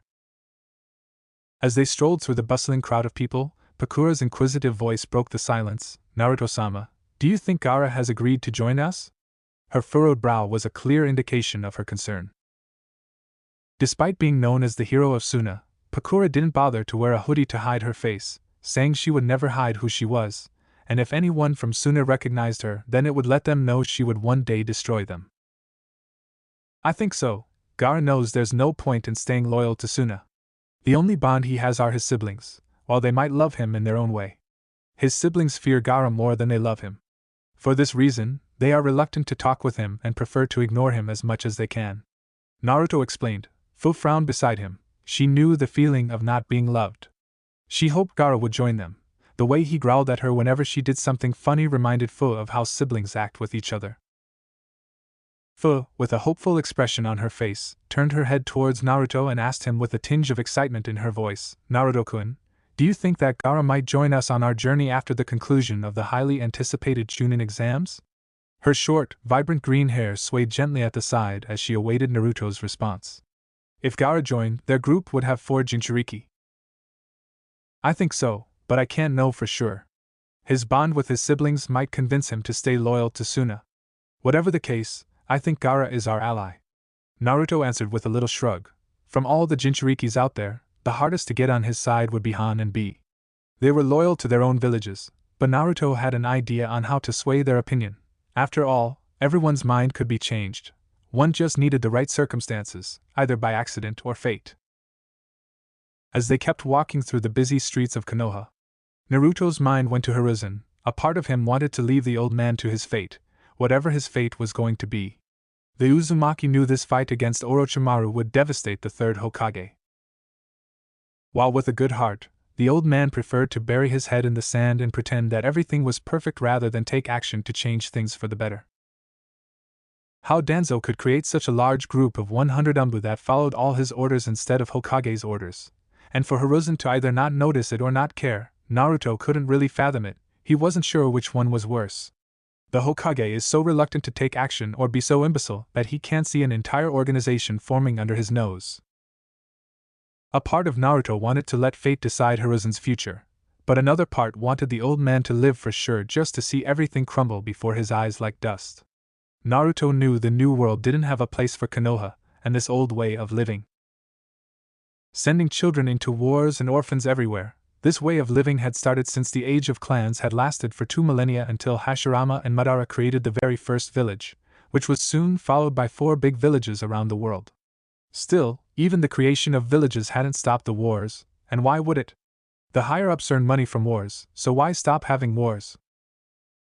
Naruto escaped his thoughts once they reached the bar. Walking inside, Naruto saw the bar was buzzing with jonins who had just completed their missions and wanted to rest. Looking around, he noticed that the bar was packed with jonins who had just returned from completing their missions. They had come to unwind and share their stories of triumph and defeat. But the bar was frequently occupied by chunins who loved to drink and forget about the missions they completed and act as if everything was alright. His gaze fell upon Gaara sitting by himself in front of an empty table, unassumingly clad in a green hoodie. However, Naruto's keen perception allowed him to see right through Gaara's feeble disguise, recognizing him instantly. With a sly grin on his face, Naruto made his way toward Gaara, accompanied by his trusted comrades Pakura and Fu. As they sat across from him, Gaara acknowledged Naruto's presence with a curt nod of his head, his piercing gaze never leaving the blonde ninja's face. Take the hoodie off, Gaara-kun. We are all friends here. Fu encouraged me with a cute smile. Even though Gaara looked slightly annoyed, he decided to listen to Fu's playful and light-hearted request, knowing she meant no harm. As he removed his hoodie, he couldn't help but feel a sense of relief wash over him, as if shedding the outer layer was also shedding the stress and anxiety he had been carrying around with him. It's good to see you, Gaara. How are you feeling? Naruto inquired, breaking the ice as he sat across from his old friend. But before Gaara could even answer, a waitress cleared her throat near their table, interrupting their conversation. The aroma of freshly brewed coffee and baked goods filled the cozy cafe, making Naruto's stomach grumble in anticipation. The waitress, a cheerful young woman with curly hair and a bright smile, took out her notepad and pen and asked if she could take their orders. Naruto, being the enthusiastic one, flashed his charming smile. Sure, Naruto said with a warm, friendly smile that could light up a room. I would love to have 4 steaming cups of jasmine tea, a delicious bowl of rice with perfectly cooked eggs, and a piping hot bowl of ramen to satisfy my appetite. And don't forget to take whatever you want for yourself, my dear waitress. The waitress's eyes widened in surprise and appreciation at Naruto's thoughtful gesture, her face lighting up with a grateful smile before she quickly nodded and walked away, her heart filled with warmth and gratitude. As the waitress scurried away to fetch their order, Gaara leaned in towards his companion and quizzically arched his eyebrows. Jasmine tea? He repeated incredulously, almost as if he were trying to taste the unfamiliar words on his tongue. It is made from jasmine leaf, which can only be found in my homeland, Gaara-kun, Fu answered, resting her cheek against her palm, with her elbow resting against the polished wooden table. You like tea? Pakura asked, slightly curious, leaning back against the bar chair. If Gaara was going to be their ally, she figured she might as well know him a little. Before being betrayed by Suna, she hadn't known much about the Jinchuriki of Shikaku, only that it was sealed inside the Kazekage's youngest son. I used to, that's all, Gaara said with a downcast look, his voice barely a whisper. How are you feeling? Naruto asked as they waited for their orders to arrive. Pakura watched as Chunins were betting on who could drink the most. Much better. I was able to sleep the whole night. Gaara answered with a small smile. The thought of sleeping still sounded strange to him. Fu's face brightened after hearing his words, letting out a joyful sound, much to Pakura and Gaara's amusement. That's good to hear. Have you talked with Shikaku yet? Naruto asked, wanting to know if the Bijou could still talk with Gaara. He was sure it would be possible only if Gaara allowed him to talk, but Naruto wanted to make sure. No, and I don't really want to talk with him right now. I might one day, but not anytime soon. Gaara answered with a hint of anger in his voice. He knew what the Bijou had done to him, while a part of him understood that Shikaku didn't want to be imprisoned and was simply looking for a way to break the seal and be free again. Gaara still couldn't forgive him that easily for so many years of suffering. Yesterday, I noticed that my sand is even better and faster now. Why? Gaara asked curiously, not that he wasn't grateful, but he wanted to know how much stronger he could become. As I said, my seal allows you to use all Shikaku's abilities without his help, Naruto explained. Gaara simply nodded, thinking of ways to utilize his new abilities. Soon the waitress arrived, bringing them their food and drinks. Naruto gave the money and a small tip, knowing the salary of those that work in bars, restaurants, and coffee shops isn't exactly good enough. The waitress winked at Naruto before walking away. Pakura snorted as the waitress walked away, much to Naruto and Fu's amusement. If she thought she was being subtle, she was wrong. Gaara, on the other hand, looked confused, not understanding what Naruto and Fu were finding funny. As they started eating, Gaara talked mainly with Naruto and Fu. It was mostly small talk to get to know each other, a little about their childhood, but mostly about where they were from until Gaara brought up something important. While I'm enjoying the tea and the food, I need to tell you something. Gaara interrupted, his voice suddenly serious, as he leaned over the table before him, looking directly at Naruto. Naruto understood the importance. With a quick movement of his wrist, he made a hand sign, and he activated a silence seal. No one outside of the 2-meter circle couldn't hear them. Naruto motioned for Gaara to continue. Suna has betrayed Konoha. They will launch an attack during the exams. Gaara told them everything he knew, how he was supposed to lose control during the exam, and how his Bijou would be used to launch a devastating blow on Konoha, while the Kazekage and Orochimaru were supposed to kill the Hokage and all those who help him. Naruto had to restrain himself from laughing at the stupidity of this whole invasion. How the higher-ups of Suna hadn't seen the errors was beyond him. Despite being a Bijou, one should remember that Shikaku was simply the weakest one. His strength relied on being in a desert. Shikaku could never fully use his full potential if he wasn't fighting in a desert, and Konoha was surrounded by trees. The nearest desert was over 1,000 kilometers away. Shikaku fighting in the desert was stronger than even the three-tails turtle. Despite all that, Konoha was the strongest out of all 5 villages and had Kyuubi on their hand, the strongest out of all Bijou. Did Suna even think of this for more than a minute before going for it? Hiruzen, despite being old, was still a formidable opponent, same for Danzo, who would never allow Konoha to be entirely destroyed. Konoha still had the likes of Kakashi Hatake, Guy, Jiraiya, and many others who could go against Shikaku and the Kazekage. Before we continue, Naruto-sama, she began, her tone measured and deliberate. You mentioned Baki. Do you know him? Gaara could feel the ki, or killing intent, leaking from Pakura, and he had to admit that this woman was not to be trifled with. Despite his own formidable abilities as a ninja, he recognized that Pakura was stronger than him, and that made her all the more dangerous. He's my sensei, but I think he was chosen just to keep an eye on me since he is one of our strongest jonins, Gaara explained, and he knew the woman's name was Pakura. He remembered what Baki had told him about her 2 days ago. He wondered just how much of what Baki had told him had been a lie, if not everything. Pakura's face was almost red with rage. She had sworn to kill him, and she would do it. She would be there to see him die slowly, his body being scorched by her new powerful jutsu. The blood inside the body would boil, the steam created would eventually be too much for the veins and the arteries to handle, and all of them would burst. Pakura would see that happen to Baki. Suddenly, she felt Naruto's hand on her shoulder. His touch was like a soothing balm that always managed to calm her down, no matter how upset she was. As she turned to face him, she saw Fu standing beside her, her hand on her other shoulder. Pakura felt a sense of relief wash over her as she realized that she wasn't alone. With her anger wavering, she placed her hand on top of Naruto's hand, grateful for the warmth and comfort he provided. Thank you, Naruto-sama. Gaara smiled slightly at the way Naruto was acting toward the people he held dear. It reminded him of how Kankuro and Temari sometimes used to act before that fateful night when he had first lost control. After that night, his siblings were never the same. Gaara could see they were afraid, just like everyone else. As Gaara gazed through the window, his mind wandered to the idea of having siblings who would love him unconditionally. He pondered the possibility of experiencing the warmth of sibling love, a concept that seemed foreign and unattainable to him. The sight of a bird soaring through the sky caught his attention, and he watched it with a sense of wonder and awe. Despite his troubled past, Gaara couldn't help but feel a sense of joy filling him up, his lips stretching into a gentle smile. The thought of having siblings who would offer him love and comfort was a distant dream, yet he found himself hoping that it could become a reality one day. His thoughts were interrupted when Naruto cleared his throat. I'm grateful for your information, Gaara. I must tell you that the one in charge is not your father, Naruto said grimly. The redhead furrowed a brow in confusion. Your father is dead. The one acting like the Kazekage is Orochimaru, the Sannin. Naruto revealed and paid attention to Gaara's reaction. His face barely changed after being told his father was dead. Instead, Gaara looked relieved to know that. After a minute of silence between them, Gaara opened his mouth to speak. I see. What will you do with the information I gave you, Uzumaki Naruto? Gaara questioned. After the Chunin exams, I will leave Konoha.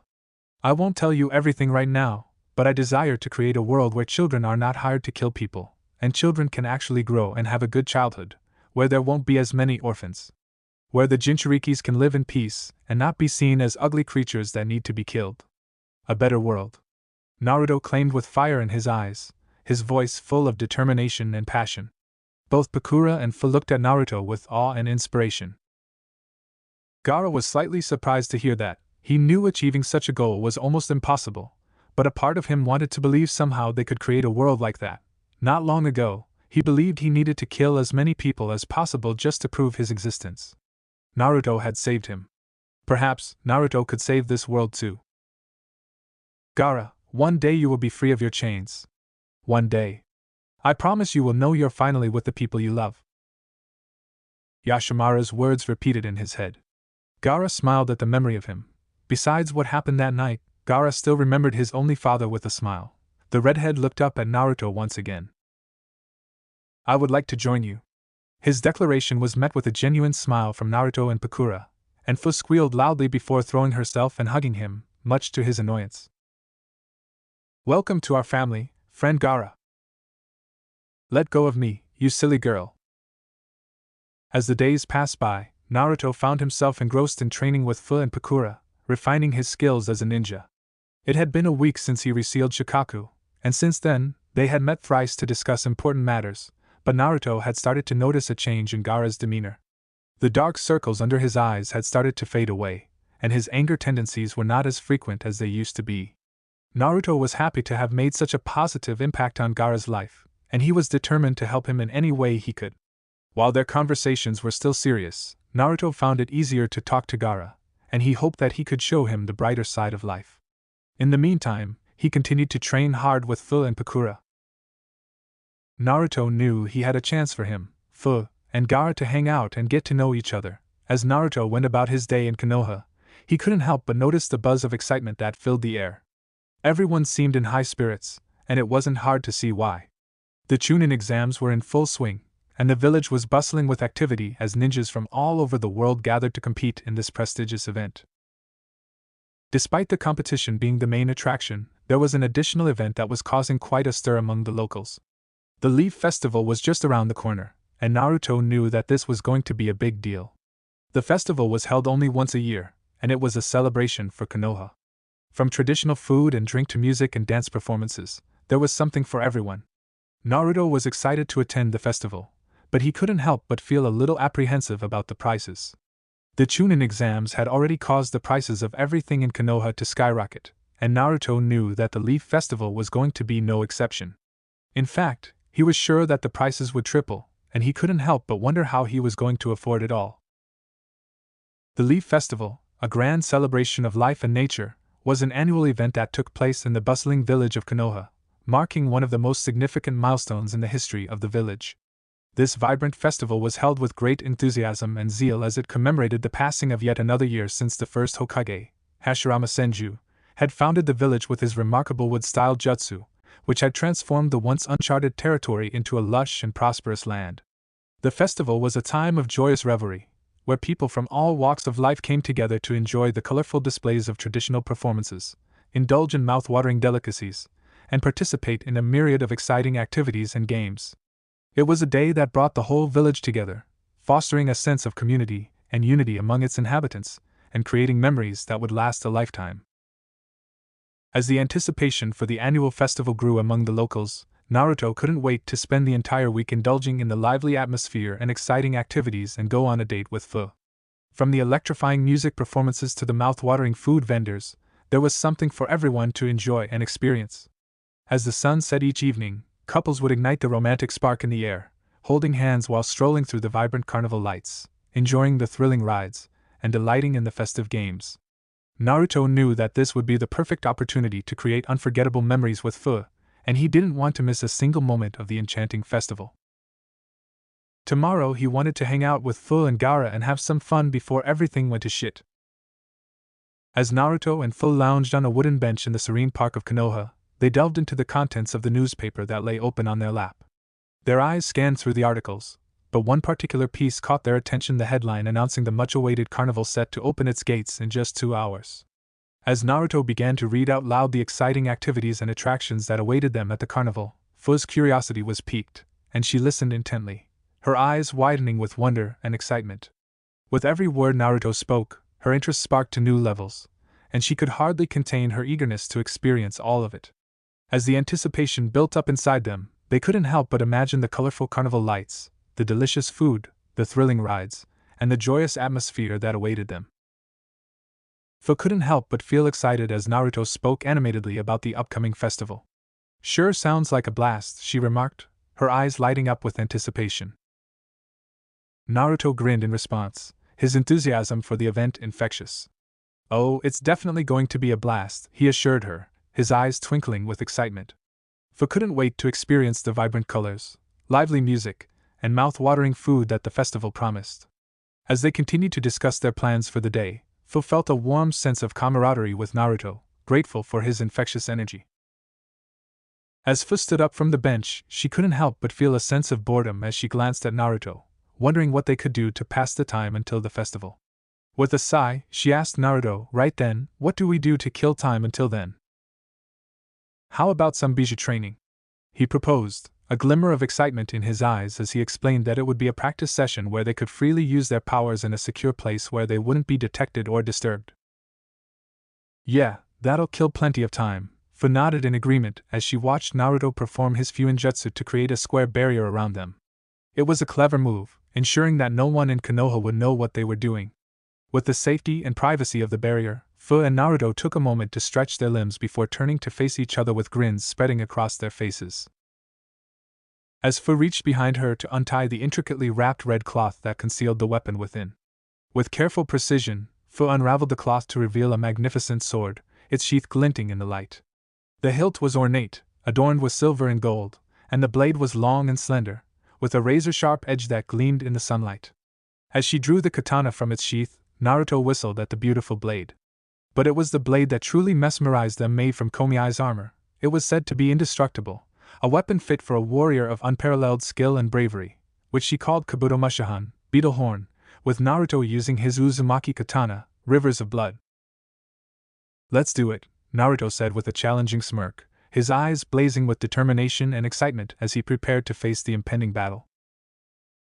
His unwavering confidence and fierce spirit ignited a spark within Fu, who eagerly accepted the challenge with a resounding right. Without hesitation, she activated her partial-tailed beast transformation, and Komiai's magnificent wings unfurled from her back, propelling her into the air with effortless grace. As Naruto followed suit, utilizing his tailed beast cloak to form 3 tails. 2 hours later. The aftermath of their intense battle left a trail of destruction and mayhem that stretched as far as the eye could see. The once serene landscape had been transformed into a barren wasteland, with small craters dotting the ground and smoke billowing from every corner. The lush green grass that once covered the earth had been burnt to a crisp as if it had been set ablaze by the flames of hell itself. Naruto's immense power had obliterated the towering trees that once stood tall and proud, their remains now scattered haphazardly across the scorched earth. Meanwhile, the explosive power of Fu's bombs had decimated the large rocks that once jutted out from the ground, leaving nothing but rubble in their wake. The sheer force of their mini bijou forms had left an indelible mark on the once beautiful landscape, serving as a testament to their immense power. "All right, Fu-chan, let's make this carnival one you won't ever forget," Naruto said with his usual bright smile. "Lead the way," Fu said as she followed Naruto away from the destroyed place. As Naruto and Fu strolled through the vibrant and bustling streets of Konoha, the air was filled with the electrifying buzz of excitement and anticipation.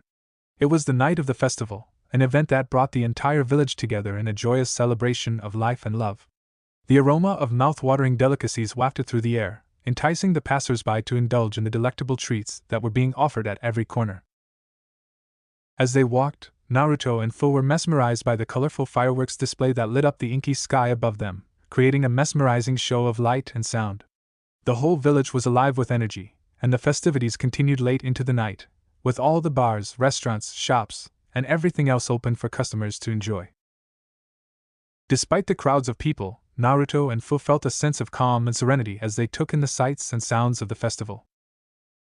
As they entered the amusement park, the bright lights and the sound of children's laughter filled the air. Excitedly, the couple consisting of Fu and Naruto made their way toward the House of Mirrors, a popular attraction known for its wacky and distorted reflections. As they stepped inside the dimly lit room, their eyes were immediately drawn to a deformed mirror at the center.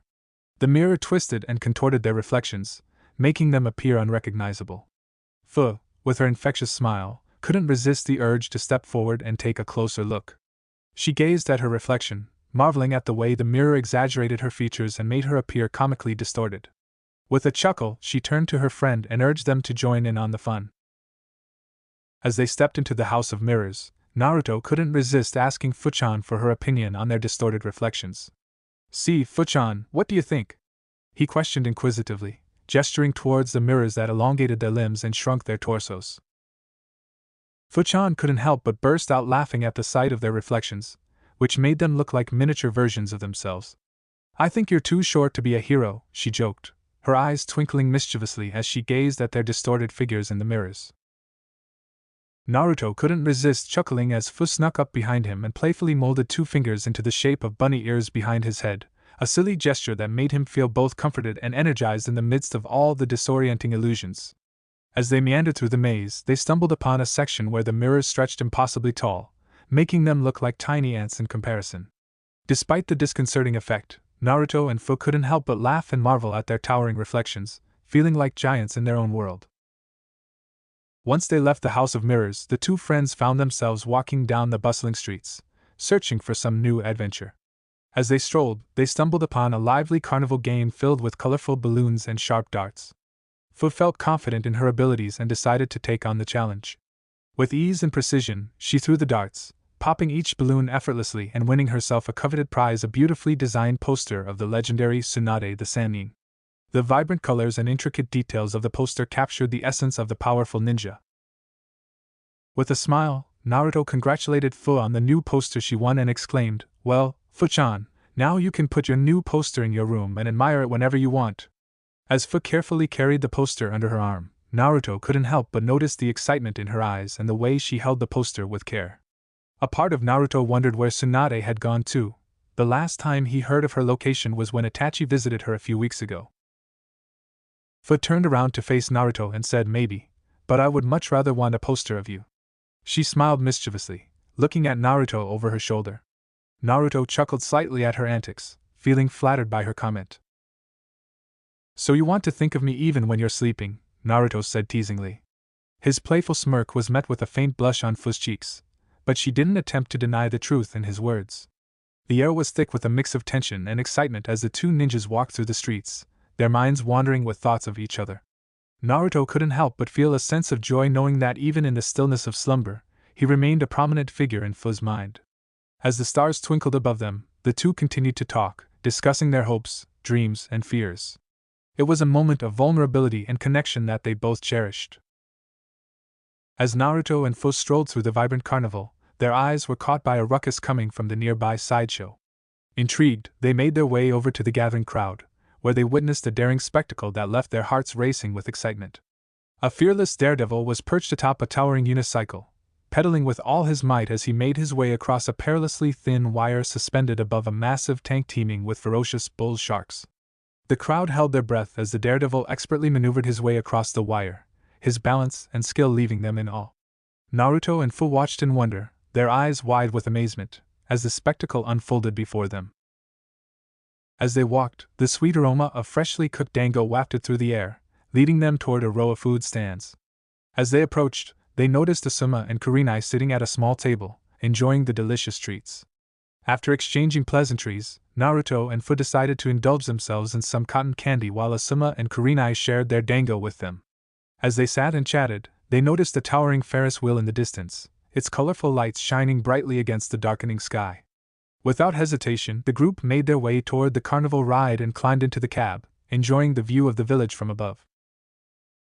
After a thrilling ride on the Ferris wheel, Naruto and Fu finally reached the top, where they could see the entire carnival sprawling beneath them. Naruto's face lit up with a smile, and he turned to Fu, who was biting into the fluffy pink cotton candy they were sharing. "So, Fu-chan," he asked, "how do you like the carnival so far?" The wind tousled his hair, and he couldn't help but feel a sense of freedom and joy as he looked out at the colorful lights and the happy faces of the people below. Fu, still savoring the sweet taste of the cotton candy, smiled back at him. "It's amazing, Naruto-kun," she replied. "I've never seen anything like it before." They both sat there, suspended in the air, enjoying the moment and each other's company. The sound of laughter and the thrill of excitement filled the air as Naruto and Fu sat atop the Ferris wheel, overlooking the bustling amusement park below. Naruto couldn't help but smile as he looked around, taking in the bright lights, the colorful attractions, and the joyous faces of the people around him. "Well, this is one of the best places to have fun," he remarked, nodding in agreement as he turned to Fu. Fu, who had been lost in her own thoughts, looked up and smiled at Naruto. "You said it best, Naruto-kun," she replied, her voice filled with warmth and sincerity. As they sat there, enjoying the view and the company, Naruto suggested that they come back to the park the next day. "We can do this tomorrow if you like," he said, his eyes twinkling with anticipation. Fu's smile grew wider as she nodded eagerly. "I would love that," she said, feeling grateful for the chance to spend more time with Naruto in such a fun and exciting setting. Fu, with a smile on her face, holding a fluffy and colorful cotton candy stick. "Hey, Naruto-kun," she exclaimed, "want something sweet to lift up your spirits?" Naruto, who was lost in thought, looked up and saw the cotton candy in Fu's hand. "Sure!" He opened his mouth expectantly, but before he could even take a bite, Fu teasingly pulled back the cotton candy, causing Naruto to pout playfully.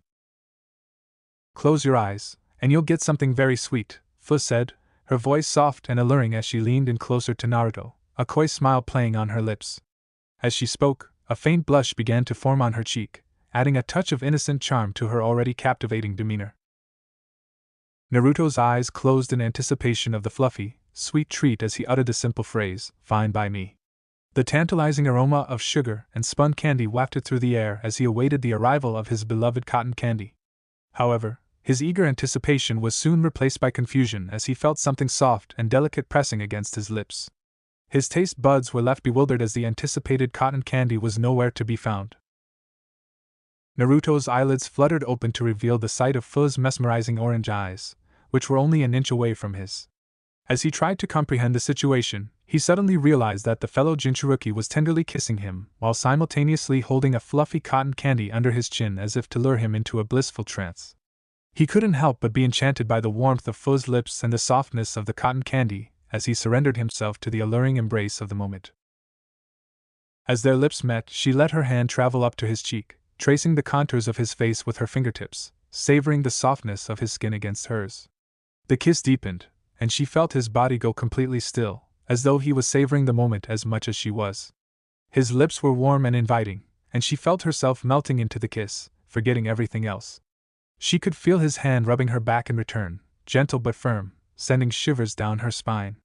For that one moment, nothing else mattered except the two of them, lost in the magic of the kiss. As time ticked by in a palpable silence, the two of them stood there, feeling the weight of their unspoken emotions hanging heavy in the air between them. They stood so close that their breaths mingled, yet their lips remained firmly sealed as if afraid to break the spell that had descended upon them. Finally, after what felt like seconds, they slowly and tentatively parted their lips, allowing their eyes to meet in a tender and almost reverent gaze. It was as though they were communicating with each other without uttering a single word, their shared understanding and affection flowing between them in a silent dance. "That's for bringing me to my first carnival." Fu smiled at Naruto while blushing heavily. Naruto grinned, feeling a sense of pride at being the one to share this experience with her. "Glad to do it, Fu-chan," he replied, noticing her moving closer to him. As the sun began to set behind them, Naruto ran his fingers through Fu's soft and vibrant green hair. The warmth of her embrace made him feel grateful that she had come into his life. With a smile on his lips, he listened to Fu as she spoke, her voice filled with a tenderness that he had come to cherish. "And this," she said softly, "is for everything else since I first came to Konoha because of you." With those words, Naruto felt a rush of emotions wash over him, and he leaned in for another kiss, savoring the sweetness of her lips and the warmth of her embrace. As they pulled away, he looked into Fu's eyes, seeing a reflection of his own happiness and contentment. As they locked lips, a blissful sensation overcame them, and both of them expressed their pleasure with a deep throaty groan. Fu's tongue, like a playful serpent, snaked its way into his mouth, exploring every nook and cranny with a tantalizing touch that left him breathless. Meanwhile, with a gentleness that could only be described as endearing, she caressed his face, her fingertips tracing the contours of his cheekbones and jawline, igniting a fire within him that burned hotter with every passing moment. As Naruto's hands traced gentle circles on Fu's back, their eyes met in a fiery gaze that was enough to ignite the passion between them. The hue of Fu's pumpkin-colored eyes was so alluring that it was hard for Naruto to look away, and as their tongues intertwined in a dance of desire, their bodies pressed closer, their hearts beating as one. The Jinchuruki couple, Naruto and Fu, were wrapped up in each other's embrace as they rode the Ferris wheel, enjoying the beautiful view of the village lights below. The cool breeze blew through their hair as they whispered sweet nothings to each other, lost in their own world of love and affection. As the ride came to an end, they slowly untangled themselves, but Naruto's arm remained draped over Fu's shoulder, relishing in her warmth and closeness. He couldn't help but blush as he still felt the soft touch of her lips on his, and with a gentle smile, he whispered, "Fu-chan, that was sweet." "The cotton candy or the kiss?" Fu asked playfully, a mischievous glint in her eye. Naruto's lips curved into a knowing smile, and without hesitation, he replied, "Definitely the kiss." Fu giggled, feeling a rush of excitement as she took his hand and led him through the buzzing crowds. They continued to explore the carnival, trying their luck at various games and indulging in carnival treats until the sun began to set and the ride slowly came to a halt. "Well, Fu-chan, that was fun," Naruto claimed after they reached her hotel room. "Yup," Fu agreed with a blush on her cheeks as they waited in front of her room. Naruto, with a mischievous glint in his eye, turned to his friend and inquired playfully, "Out of all the exhilarating and fantastical sections that make up this vibrant carnival, tell me, Fu, which one happens to tickle your fancy the most?" As he posed this question, Naruto's finger traced a lazy circle on his cheek, adding to the nonchalant yet curious demeanor he was trying to convey. With a bright smile on her face and her head tilted to the side, Fu asked Naruto a playful question: "Does hanging around you count?" Naruto, who was always ready for a good time, responded with a tender gesture, kissing the top of Fu's forehead, making her heart flutter with joy before he pulled back. With a sudden burst of passion, Fu grabbed hold of Naruto's tunic, drawing him closer to her as she smashed her lips against his. Naruto was caught off guard but quickly returned the kiss, his hand caressing her soft green hair as her tongue entered his mouth, exploring every inch she could. The kiss was intense and electric, filled with the kind of desire that only two young lovers could understand. As the clock ticked on, Naruto and Fu found themselves locked in a passionate embrace, their lips locked in a fiery exchange that seemed to consume them both. The world around them seemed to fade away, leaving only the two of them lost in the moment.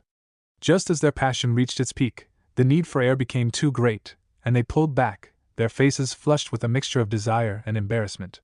Fu's eyes met Naruto's, and she could feel her heart racing as he touched his forehead to hers, their breaths mingling in the air between them. Tomorrow.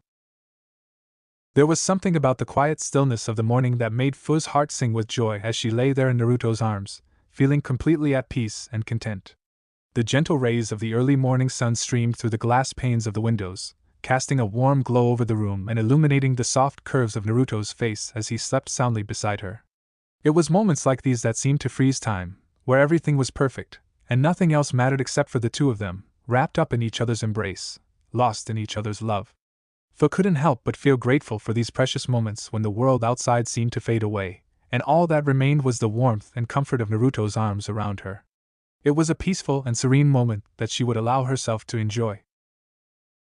The night had been uneventful, save for the gentle, fleeting kisses that had been exchanged between them. As the night wore on and the world outside grew dark, the two lovers found themselves contentedly wrapped up in each other's arms, snuggled together in a warm embrace that felt like home. She couldn't help but smile as she noticed him stirring, his soft grumbles indicating he was slowly waking up. With a gentle touch, she ran her fingers through his hair, careful not to disturb the strands that were stuck to his forehead with sweat. "Good morning, Naruto," she whispered, feeling the warmth of his body as he pulled her closer and tightened his grip around her waist.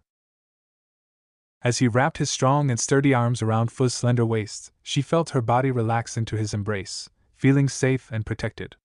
His touch was firm yet gentle, as if he was holding on to something precious. Looking up into his kind eyes, she felt her heart skip a beat as he whispered, "You're my favorite person, you know." It was a simple statement, yet it carried so much weight and meaning. Fu blushed slightly and looked away. She always got so embarrassed when he said things so seriously like that. It took her off guard. Raising her orange eyes back up to meet his bright blue ones, she smiled. "I'm glad about that. You're my favorite person, too." Naruto slowly leaned down, drawing nearer to Fu's mesmerizing lips, which were as soft and delicate as rose petals. As their lips met, Naruto's hands tenderly grasped Fu's hips, pulling her closer, while Fu's own hands found their way to Naruto's broad shoulders, relishing in the feeling of his muscular build beneath her fingertips. The world around them faded away, leaving only the two of them lost in a passionate and tender exchange of affection, their kisses deepening with each passing moment. Thanks a ton for watching, Shinobi Squad.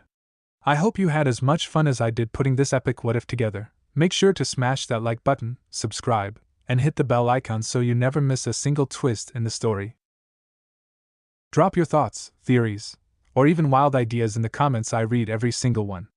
And hey, if you're craving more awesome Naruto content, go check out the other videos on the channel. I've got plenty of heat waiting for you.